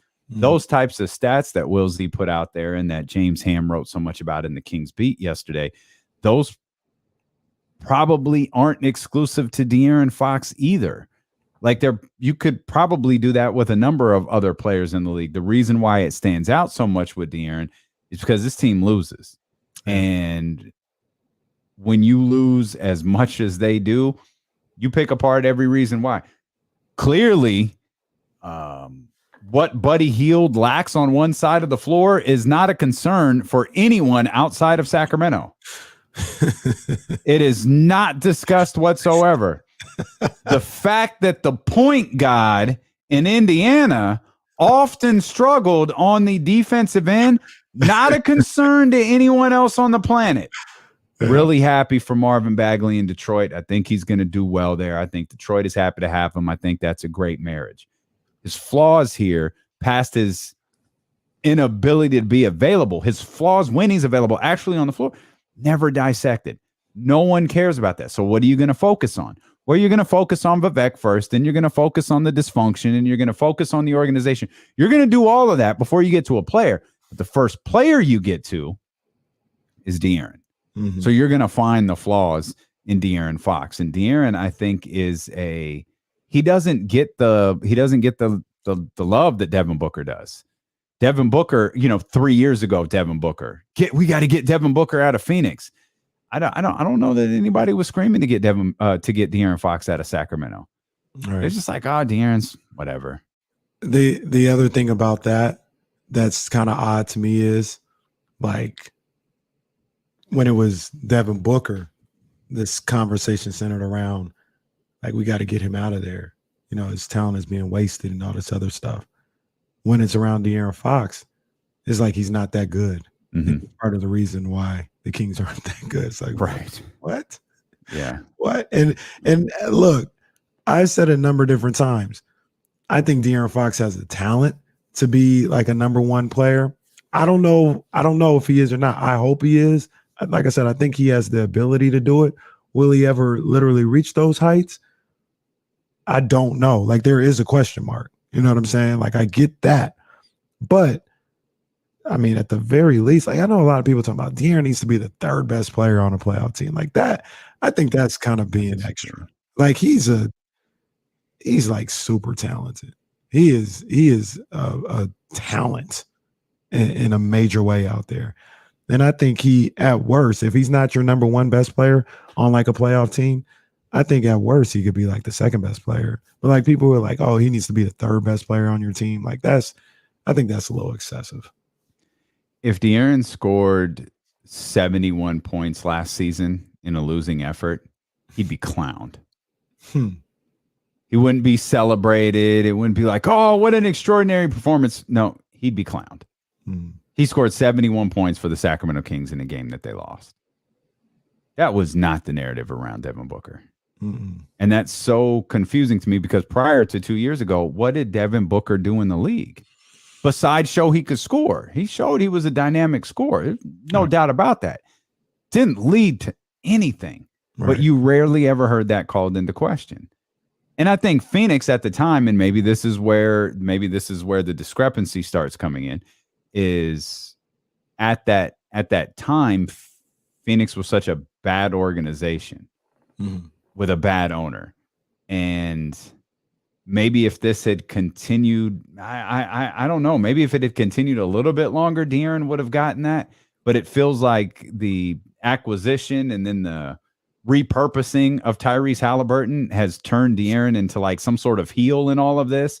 It's so confusing. Maybe I just don't understand basketball. Maybe I just don't understand the way the league is supposed to be covered, because that's always just the glaring comparison to me. Devin Booker was on a terrible Phoenix Suns team that was going nowhere with him, and everyone was screaming to get him out of there. De'Aaron was on a terribly run Sacramento Kings team and a terribly run Sacramento Kings organization. They're just kind of whatever. Maybe De'Aaron's not good. Right. Well, you might not believe De'Aaron Fox is a superstar, but there is absolutely no evidence to support De'Aaron Fox isn't good. No, and that's the one that I just constantly don't understand. And like, when you talk about these two players and who they are and what they can do, we ain't saying it to be like, it was all Devin Booker's fault, in Phoenix. We're not saying it like that. We're like, okay, that's how that was handled.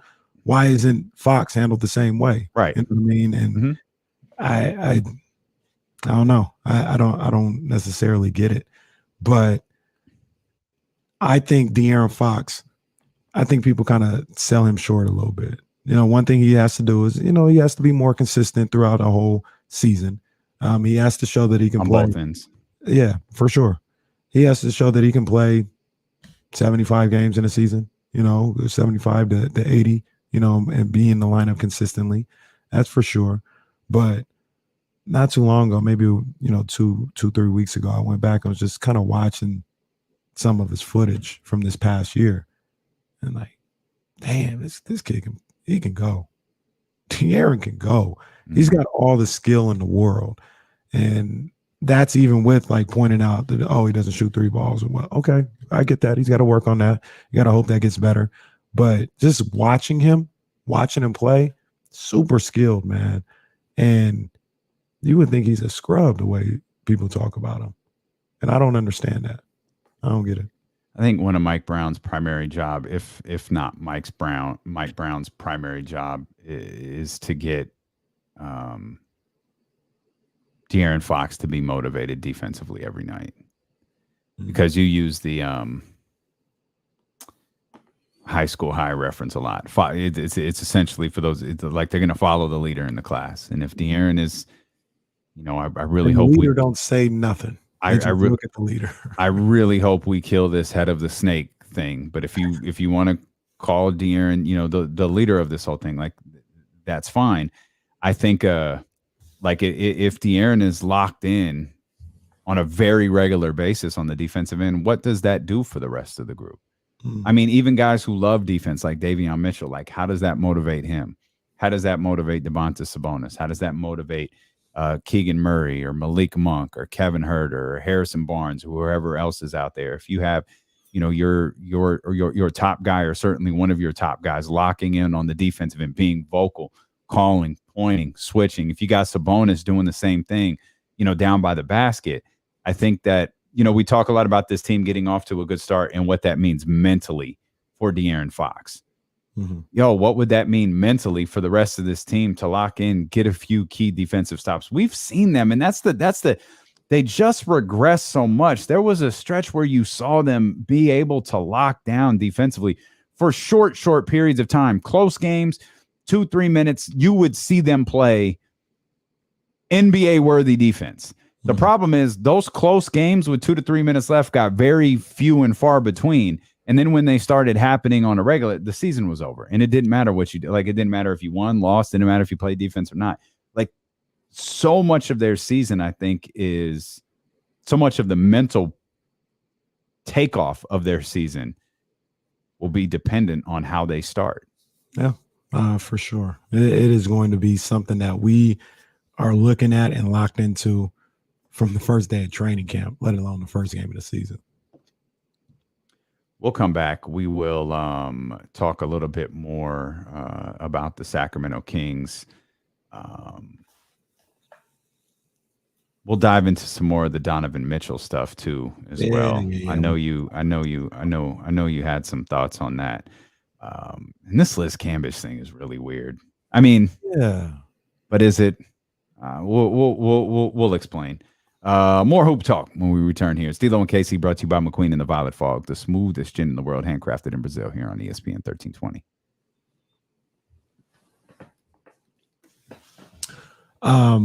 We won't talk about this on the show, but I'll talk about it right now. The home run derby was great. I agree. It was very good. Yeah. I agree. Julio Rodriguez, Juan Soto, all that other stuff. And this is what very entertaining Major League Baseball gets right that the other two don't. They get their young stars on center stage. And what I mean by that is it's All-Star weekend or during the week or whatever the case may be, the home run derby, slam dunk contest. Football doesn't even have anything. They get their young stars in there. It was Vlad Guerrero a few years ago, Pete Alonso, Juan Soto, Julio Rodriguez, Shohei Ohtani. Trout used to do it. The young stars show up. And that's the equivalent of like Ja might be a little old now, but he could probably do it. But like Ja being in the dunk contest. Reese like goes through all these highlight tapes and these mixtapes on YouTube and stuff like that. Then he shows me like, look what Ja did in layup line. Ja doing something crazy, like a windmill, one hand 360 off of alley-oop. He's like, he'd be a beast in the dunk contest. Why doesn't he do the dunk contest? I'm like, I don't know. And none of them do it. None of the young. I think Blake was probably the last young dude to do the dunk contest. That was like 10 years ago. Player of that caliber. Aaron Gordon. Yeah, he wasn't as big as Blake, and he wasn't as big as like Ja is now or Anthony Edwards. But they don't put the young guys. Well, they would love to do it. The young guys just don't do it. So there's that. But I thought the game was pretty good. All-Star game was pretty good. It was a good Dr. David, the kids in the background are what make that picture funny. It's the kids in the background that do it.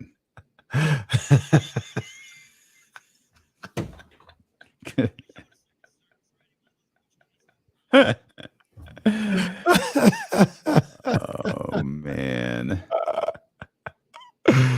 Oh man, that is hilarious. Oh, that's hilarious. The game I'm watching right now is Strive for Greatness versus Vegas Elite. And Bronny James is playing, or not Bronny James, Bryce James is playing. What channel did you say that was on? I think they're on ESPN 2 right now. I'm watching on the iPad, but I think they're on 2. ESPN 3. Bryce is playing. I think it is on ESPN 3, by the way. It might be 3 right. or 3 or something like that. That's right. I think Bryce is like 15. And this has to be like top. It's actually you. Yeah, I got it. 40 to 60. Is that what we're 45 to 60? Yeah. They were getting beat down. They came back to get it within 3 like 2 minutes ago, and now they're down by 15. Some people believe Bryce will be better. Right now, Bronny's better. Bronny's pretty damn good. I think he gets a bad rap from some people. He's not like his dad in high school, but Bronny's a pretty good ball player, man. Yeah. Boy, these refs making calls like they getting 10 stacks at the end of the month, boy. Man. Come on, man. They called the kick out on the 3. This is my moment right here. I think the Oakland Soldiers play tonight. I think Bronny plays tonight too. I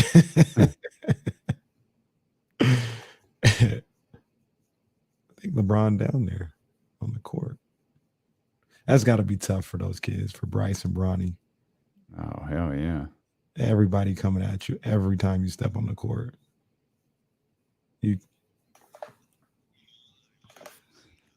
It's funny. We're watching this high school basketball game. I don't know, next time they come down the court, there's this big dude, and I'm watching on a little monitor. I don't have the Kenny Caraway set up where there's 7 TVs around me. No monitor here too. But I'm like, look, if you see my man at the end by the Gatorade thing, it looks like he's a big dude, right? It looks like he got one of them pouches, one of them bum bags over his shoulder, but it's the size of a backpack.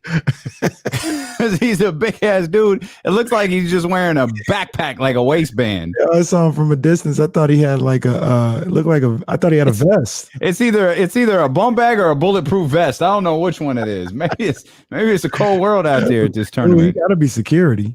Yeah, I hope so. He guarding that Gatorade like there ain't nothing. Like, hey, go need your ID. Go need your Kenny Caraway pass to get some of this Gatorade. Yeah, that's why. So a little peek into everything between the basketball tournament and there's like 4 high school games on ESPN today. We're gonna have a Ceiling is a Roof player tonight. Oh, that's what you was talking about. Okay, I'm with it. Bronny James, player. I know who it ain't gonna be. It's not gonna be Liz Cambage. Oh, so what's the new term that we got?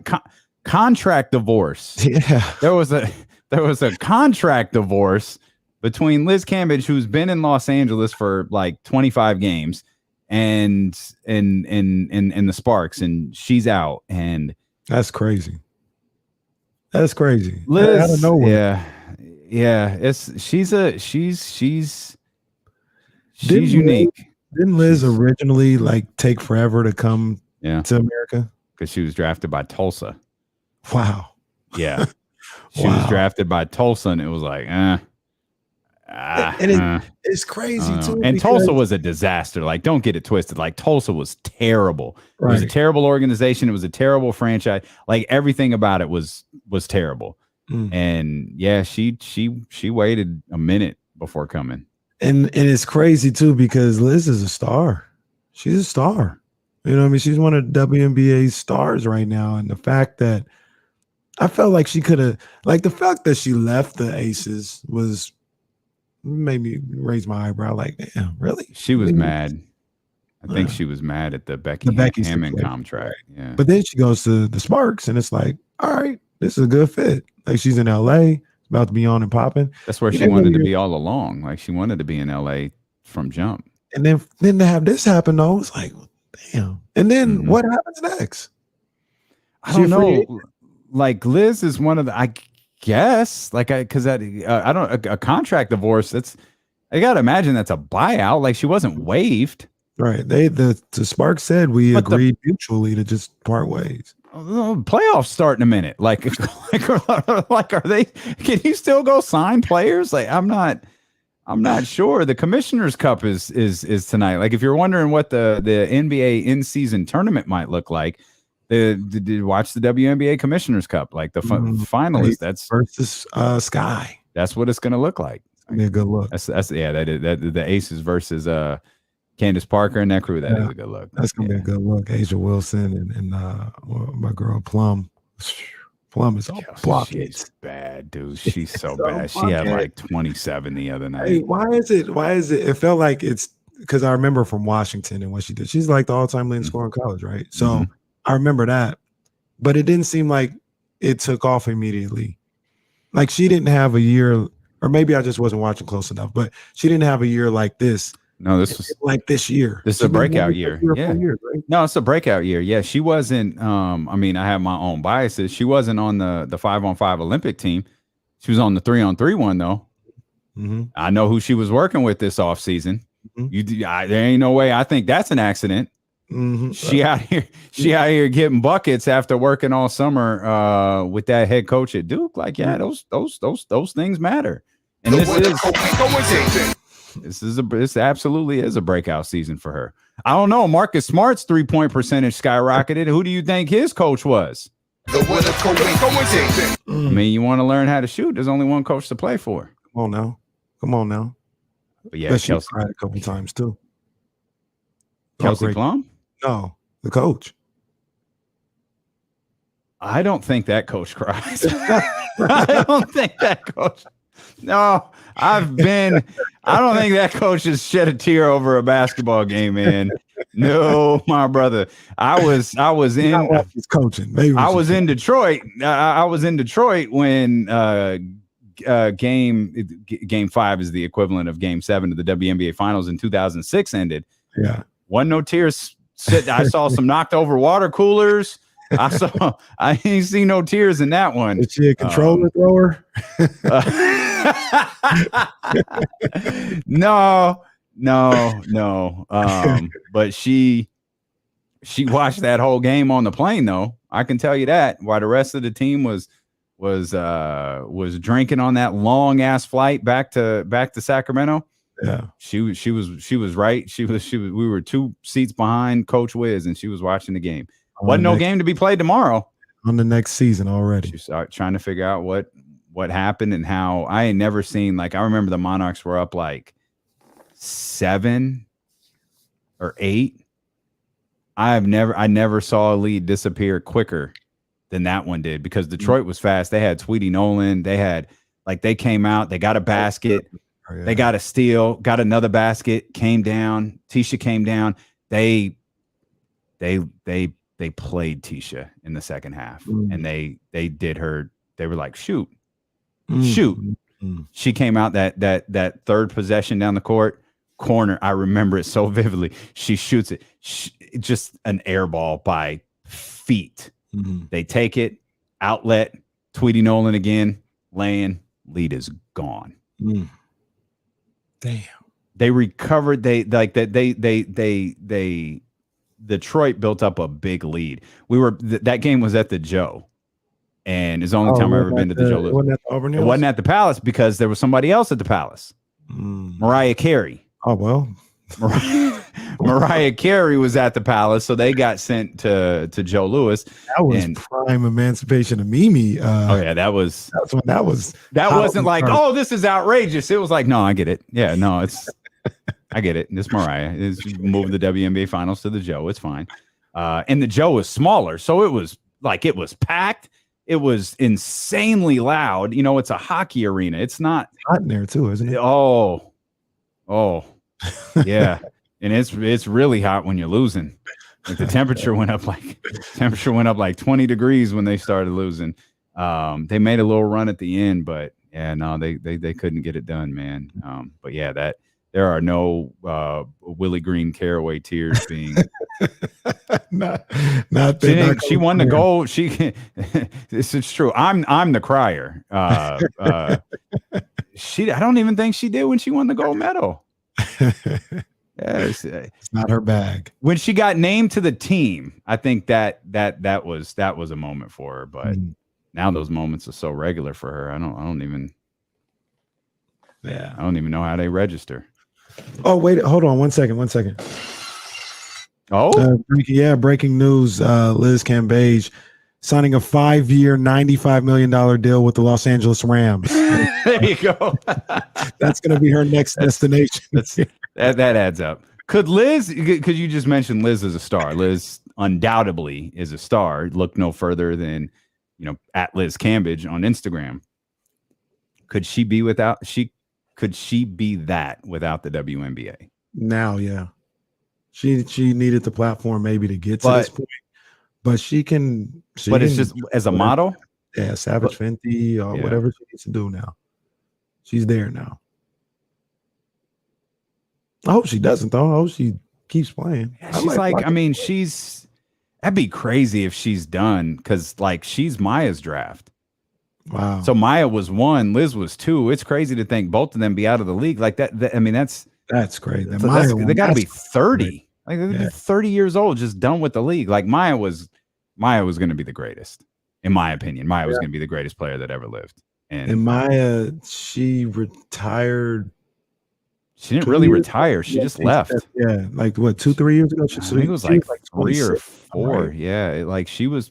Wow. They were winning championships. The championship window for that team was still very much open. She was just like, no, I need to go pursue this. Who was the young? It wasn't Maya Moore. Who was the young lady that tore her Achilles at UConn right before she was going to be the all-time leading scorer? Nikisha Sales. It was Nikisha Sales, yeah. And they let her score the 2 points. They did. Yeah. She was nice. She was nice. Yeah, I'm not the biggest fan of her personally, but okay. She was working. She was. Oh yeah, no, she could hoop. She could hoop for sure. Yeah.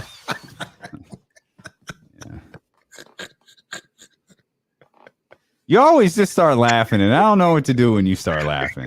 Your response. She could play. Nah, she could play. Like I didn't like we interacted a little bit. Kara's last year in Connecticut. I just don't like her. She played in the WNBA. She played in the league. Yeah, she was in the league. She didn't do much in the league. That Achilles kind of ended it. Yeah, that Achilles was a kill. In the same vein, though, I mean, Tamika Catchings tore her Achilles her last year at Tennessee, and she's her career was solidified a year ago. Yeah, a Hall of Famer. You never know with those things, man. It's just person to person. someone caught what I said out of my bed. A little snitch. She's a little office snitch. I feel like we've touched on just about everything while today was like the recap show. You're watching a series and there's no new episode. It's just kind of a recap show. Yeah. That's kind of what today was. We had to catch up on some things with my partner out. Today was the preview to a pay-per-view on TV Guide channel. That's what it was. All of the highlights from Raw a week ago. The free for all, I believe, is what it was called. The free for all. Knowledge. Watching on that little ass screen. Y'all see, y'all kids don't know. We had to watch on a little screen, like in the upper left-hand corner. The screen was so small.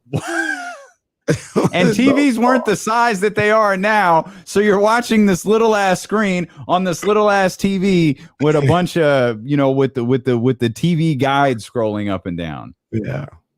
That was a TV guide channel. We were dedicated. And don't, like we say it all the time, don't miss the channel, because you got to wait another. Oh, don't miss the channel. You trying to see what's on? Another 150 channels to see what's on. And that scroll did not move fast. That thing moved slow. I remember watching one of those. I think that was a free for all where Yokozuna, like he broke the top rope. Like he was trying to do one of them splashes and the rope broke. That wasn't a work, huh? Yeah, it was a work. I thought on his thing. That was a work. Oh, okay. Anytime you hear someone say, no, that was real. No, it was fake. It's all fake. Like when they say Mick Foley, he went through the cage, that was real. Like, no, it wasn't. Like it wasn't supposed to happen that way, but it was planned. That's a version at least of what was supposed to happen. Well, that's still kind of real. It wasn't like he really went through the cage, like in for real. That wasn't the plan. It was supposed to go differently. And it's hard for me to believe, like with all of these intelligent people around, that they thought this plan that they had where they were going to throw a 330-pound man onto a piece of mesh fencing and it was going to break away slowly because they put zip ties on it and he wasn't going to fall, 12 feet flat on his back. Yeah. Like no one thought, hey, this might not work. What if all the zip ties pop off at the same time? Yeah, that's right. That is the story that they had the zip ties on there. I forgot about that. It was supposed to break like slower, like 1, 2, 3 at a time. And then like he'd kind of like slowly fall. Yeah, but he's 300 pounds. He jumps backwards, falls flat, and just force. Then the chair hits him in the head. Bad insult to injury. Mm-hmm. There was something else I was going to say though. Not about that. About the Kings, but was it Donovan? It was Donovan Mitchell. That's correct. So I know the reports came out yesterday of the Kings being one of the teams that were interested.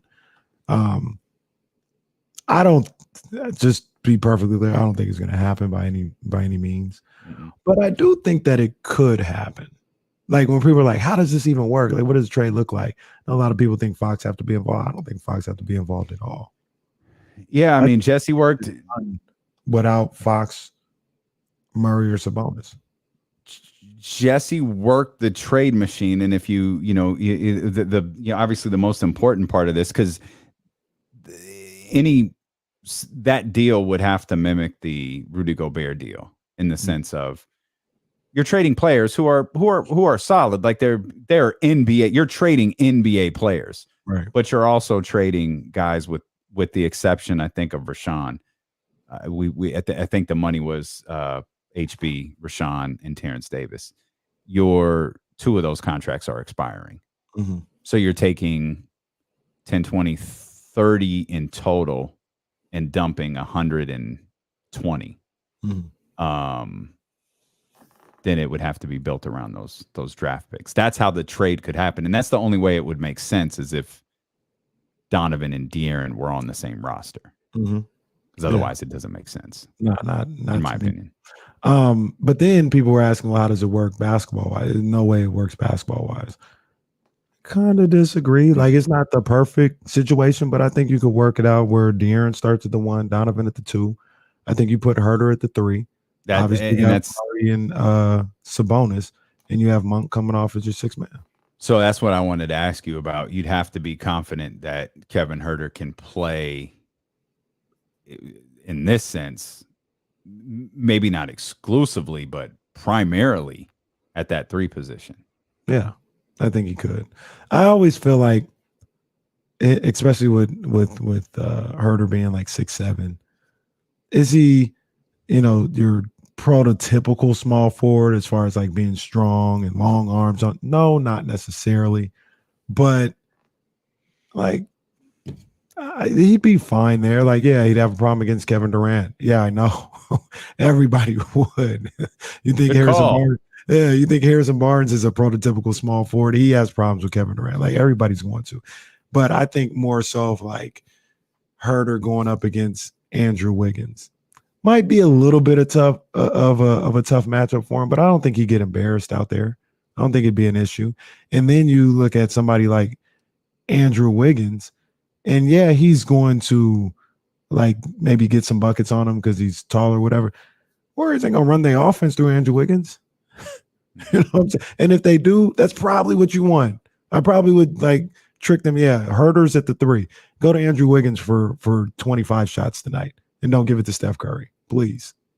You know what I mean? So I think if in that particular case, I think it could work that way. But that's just my opinion. I still think he winds up on your other favorite team. Yeah, I think he's going to the Knicks. It's one of those. It doesn't unless there's someone like quietly in the conversation, and I don't think that's possible anymore. And I think we learned that with the Kevin Durant situation. Mm. Brooklyn and Boston had a conversation about Kevin Durant a month ago, and it was reported yesterday. What you do in the dark is going to come to light. So it's hard for me to believe that there's a team talking to the Utah Jazz that we don't know about. Like that would fly in the face of what this offseason has looked like. Mm-hmm. Well, I mean, I guess the Minnesota deal kind of came out of nowhere. The Minnesota Rudy Gobert deal kind of came out of nowhere. So maybe a Donovan Mitchell to someone other than the New York Knicks could come out of nowhere. It's just knowing what the compensation package was for Rudy Gobert. It's hard to see anyone having a better deal for Donovan Mitchell, given I think we all can see pretty clearly where Utah is going. Mm-hmm. No one can offer a better package than the New York Knicks. No, the amount of first round. Well, Oklahoma City could, but that would be it. Well, yeah, you know, but that's like they don't have the. That would be like all pick. Well, unless they gave SGA and all that. But no, the Knicks have the Knicks have what you're looking for if you're Utah, and the Knicks have the level of desperation that a team may need to give all that up for Donovan Mitchell. Yeah, that's the other component when you talk about like Oklahoma City and needing everything, and Oklahoma City has all of those pieces. They probably just don't have the desperation to do it. Mm-hmm. They're like, no, we're on a trajectory. We know what we're doing. We're chilling. We're good. Maybe if this right, exactly. Maybe if this and so that's the thing. Like I keep looking at. We talk about how that Eastern Conference, and we mentioned, those top 4 teams. Does this in the top 4 teams being the Bucks, the Celtics, the Heat, and probably the Philadelphia 76ers. Mm-hmm. Does this throw the Knicks into that conversation?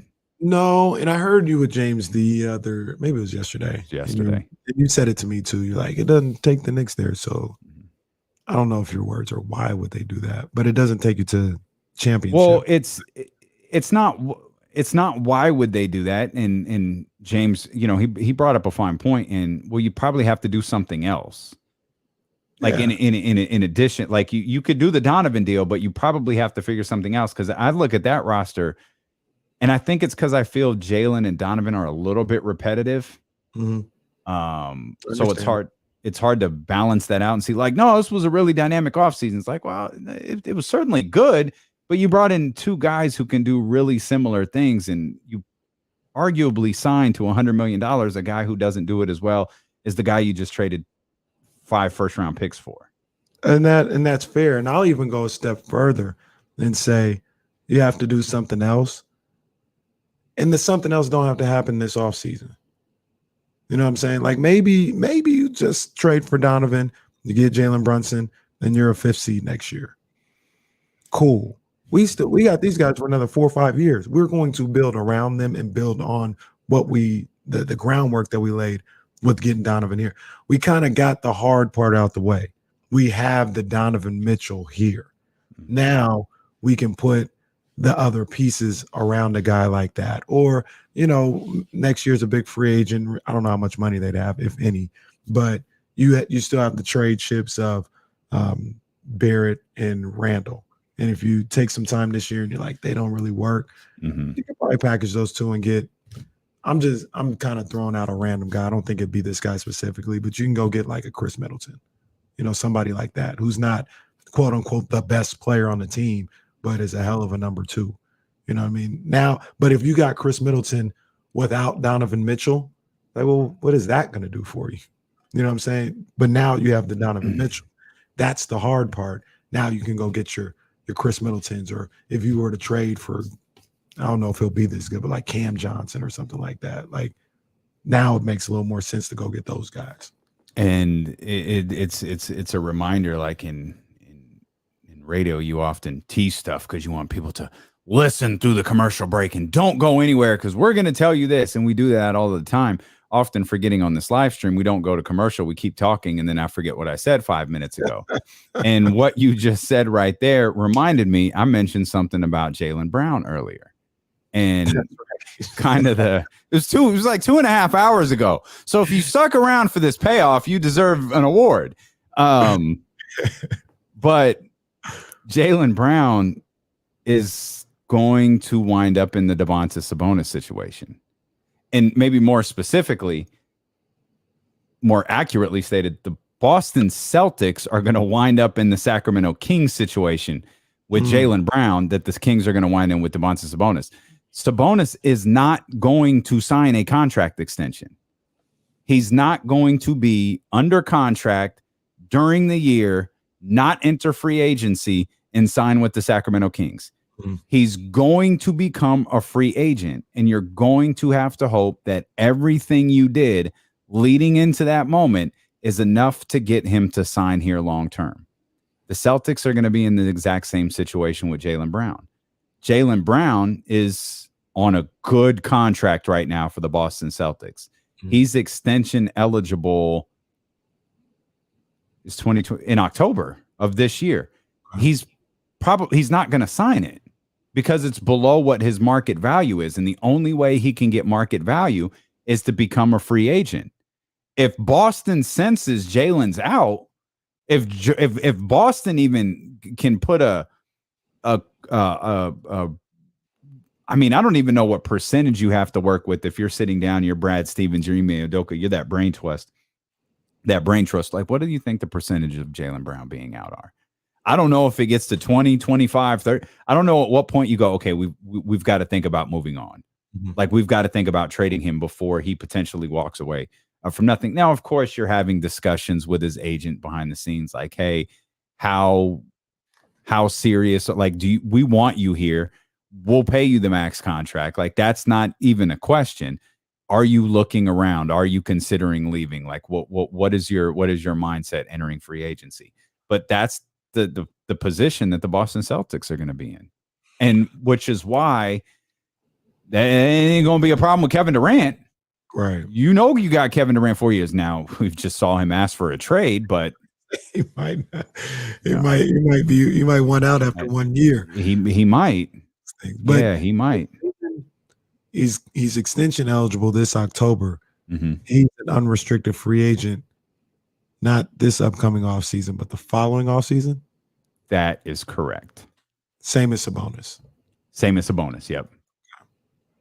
Yeah, you gotta have an understanding, and from, I guess, maybe now, or maybe you can say October on, the price changes the closer you get to the free agency. You know what I mean? Like, the Nets may be going to do that deal right now because they have Jaylen for 2 years. If say Kevin Durant same things are the case, but they know they only have like 1 year of him, they may not be willing to go with Jaylen Brown, even though he's this great ball player. Yeah, for sure. I mean, Jaylen signed 4 years, 106. That's what he signed for. He's got 26.6 this year, 28.5 next year. Then he's unrestricted. And that's he's gonna be like, he's gonna be what, late 20s? He's not even 30 yet. It's gonna be 28. 28 when he's a free agent. When he's a free agent. Yeah, he's gonna be 28 when he's an unrestricted free agent. That's his bag. Yeah. Like, that's his bag coming off the performance that he had this season, coming off this performance he had in this postseason. Like, that's his bag. So come 4 months from now, 5 months from now, he can't sign an extension worth $100 million. He's gotta hit the market. Right. And Boston either will trust him to hit the market and sign, or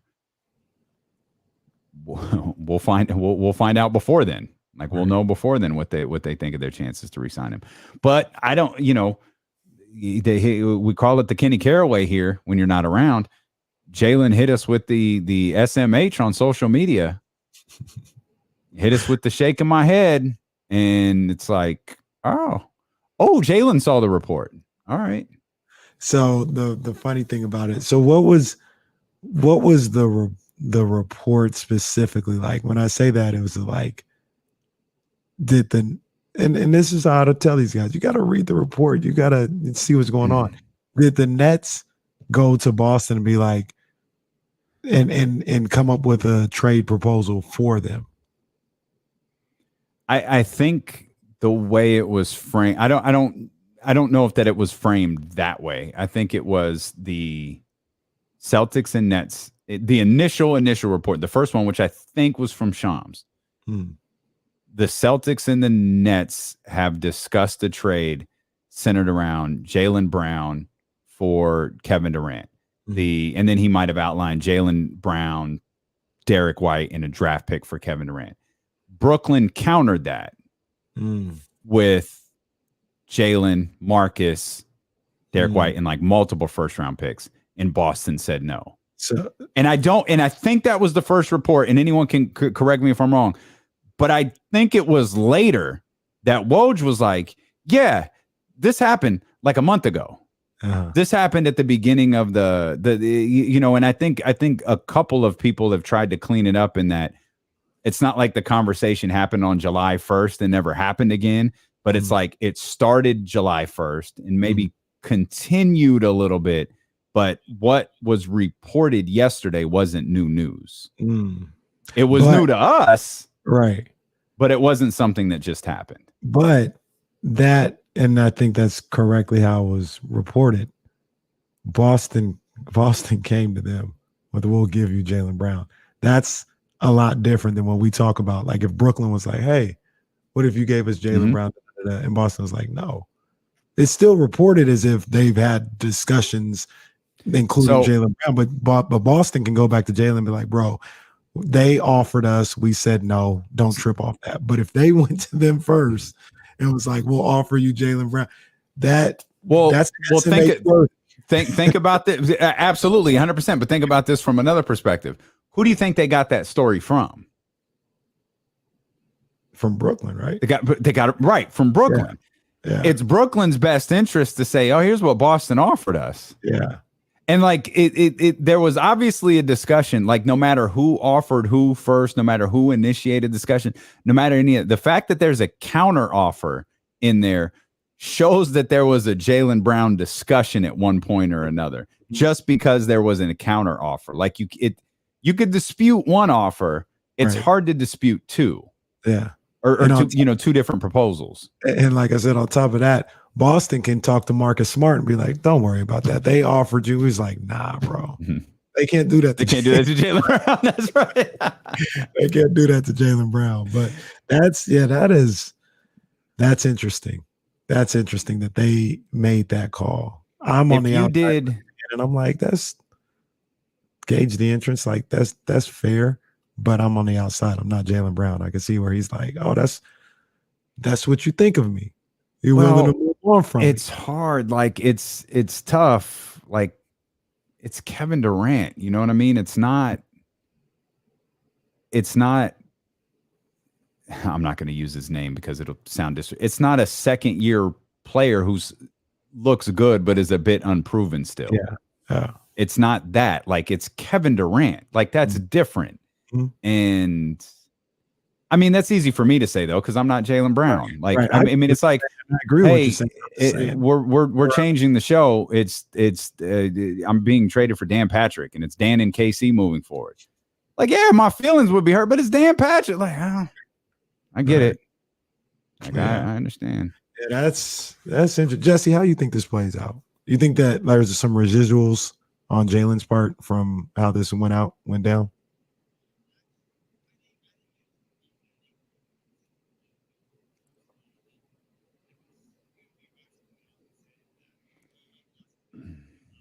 Mm-hmm.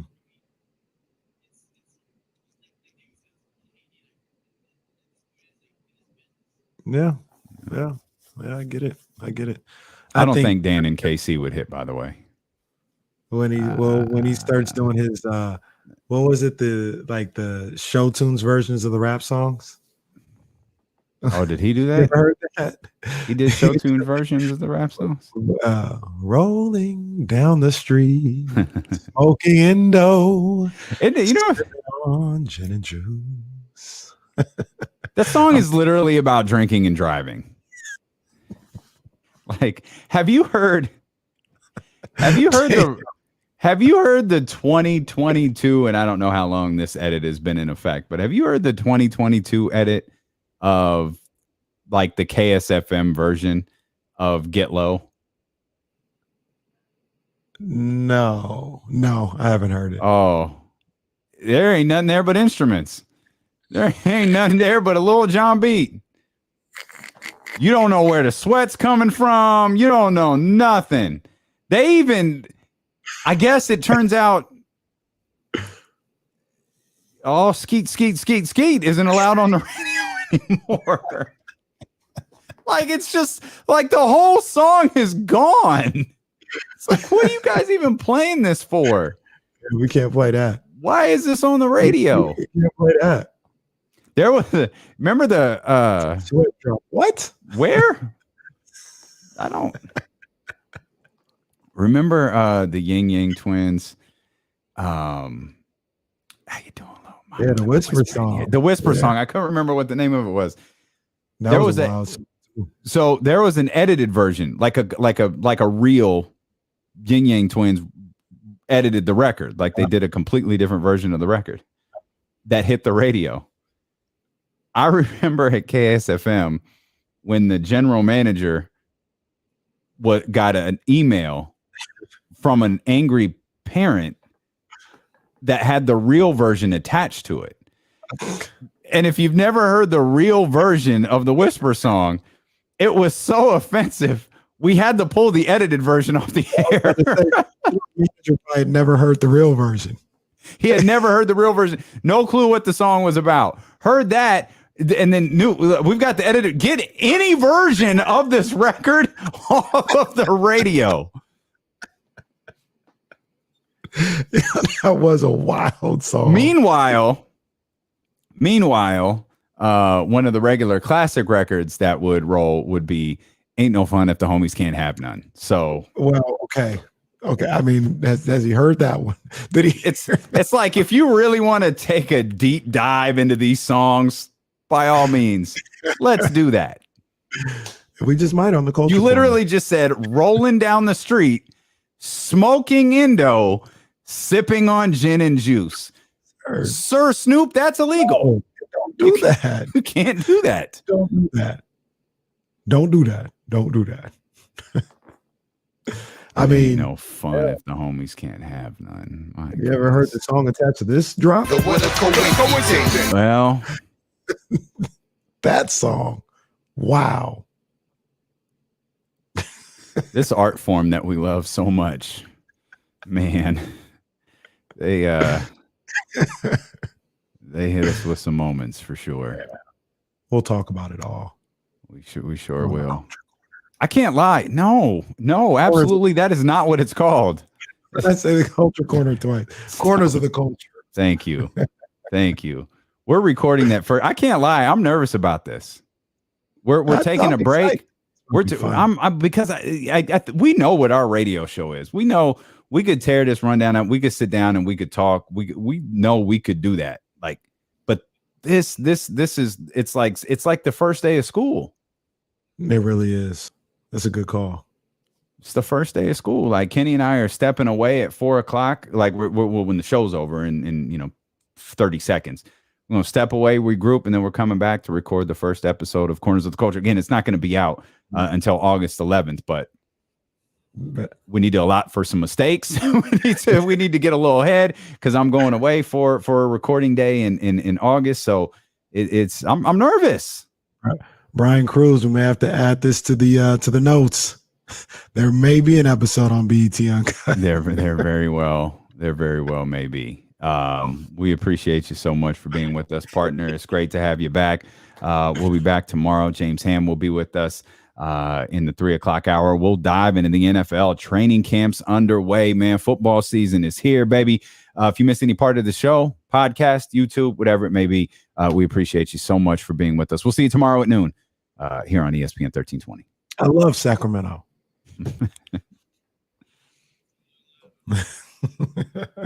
For life. So Bryce James' game is over, and in between games, they're running this one of those ESPN 150 college football things. I don't know if it's still on your screen. This episode is it's like a Heisman Trophy debate, and I think this segment is like the people who didn't win that like should have won or something like that. Like Herschel Walker didn't win the Heisman. I'm gonna have to go back and watch this thing with like the sound on. Yeah, I'd be interested in seeing these things. This is pretty cool. Now they're talking about Reggie Bush, and wow, Reggie Bush was nuts. These crying memes are so funny. There's more. Oh, there's more. Rory got one. What we found out today was one tear. Just there doesn't seem to be any good moment with one tear. The one that Rory has, that's not a good thing. That's hilarious, though. Big roar dog. Jesse, you got. Hey, can you guys hit the thumbs up before you go? We gotta get to 200 before everybody says goodbye. We got to get to 200. We're short there. Are you going to handle YouTube today? Okay. I was just making sure. I'm adding the chapters. Oh, let's go 20-ish more.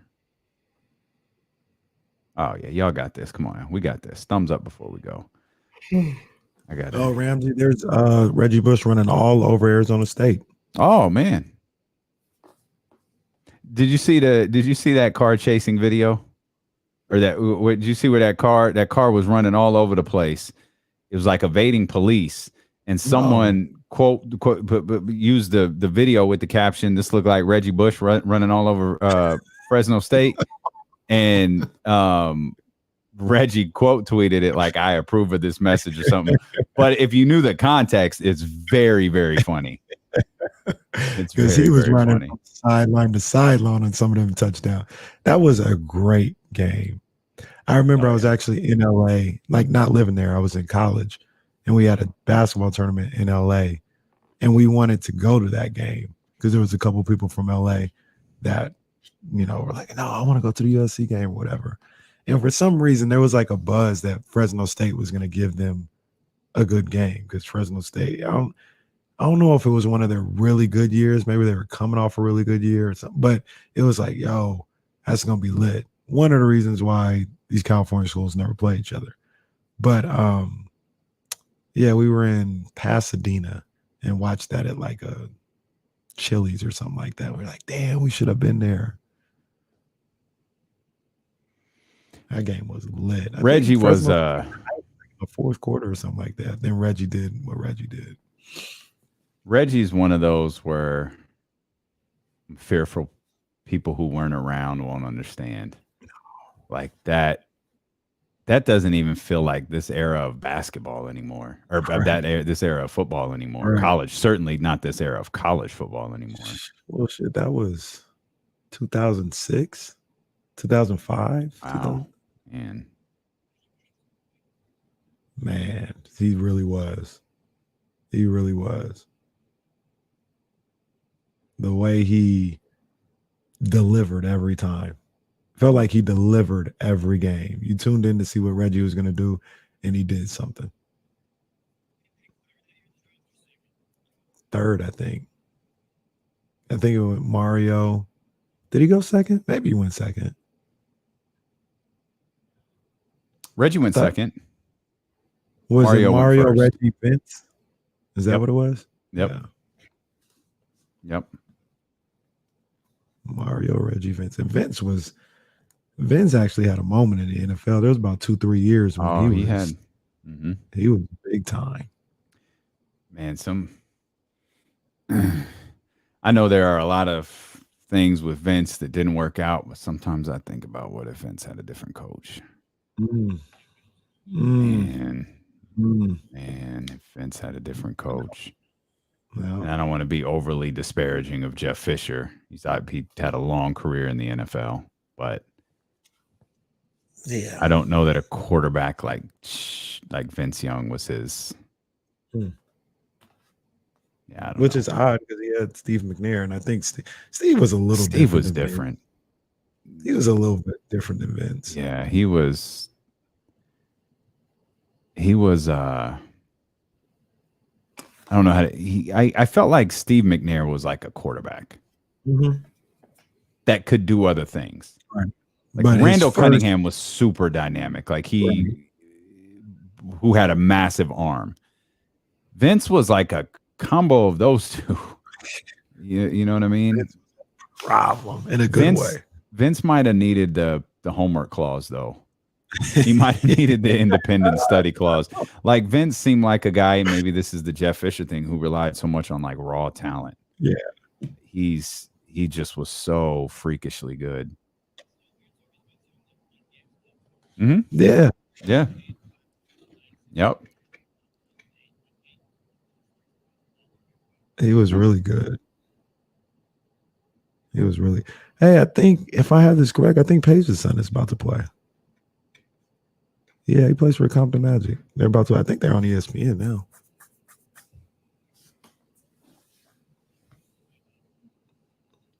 He's on Why Not? I thought he was on Compton Magic.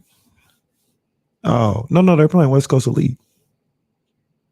That's what I thought I saw. Why Not? Why Not actually has they got a kid from Sacramento on that team too. That's pretty good. That's guard. Oh. All right. We got to go. We got to regroup here for a little bit. Appreciate you guys. Hit the thumbs up before you go. Hit the subscribe button, and we're back at it tomorrow. Appreciate you.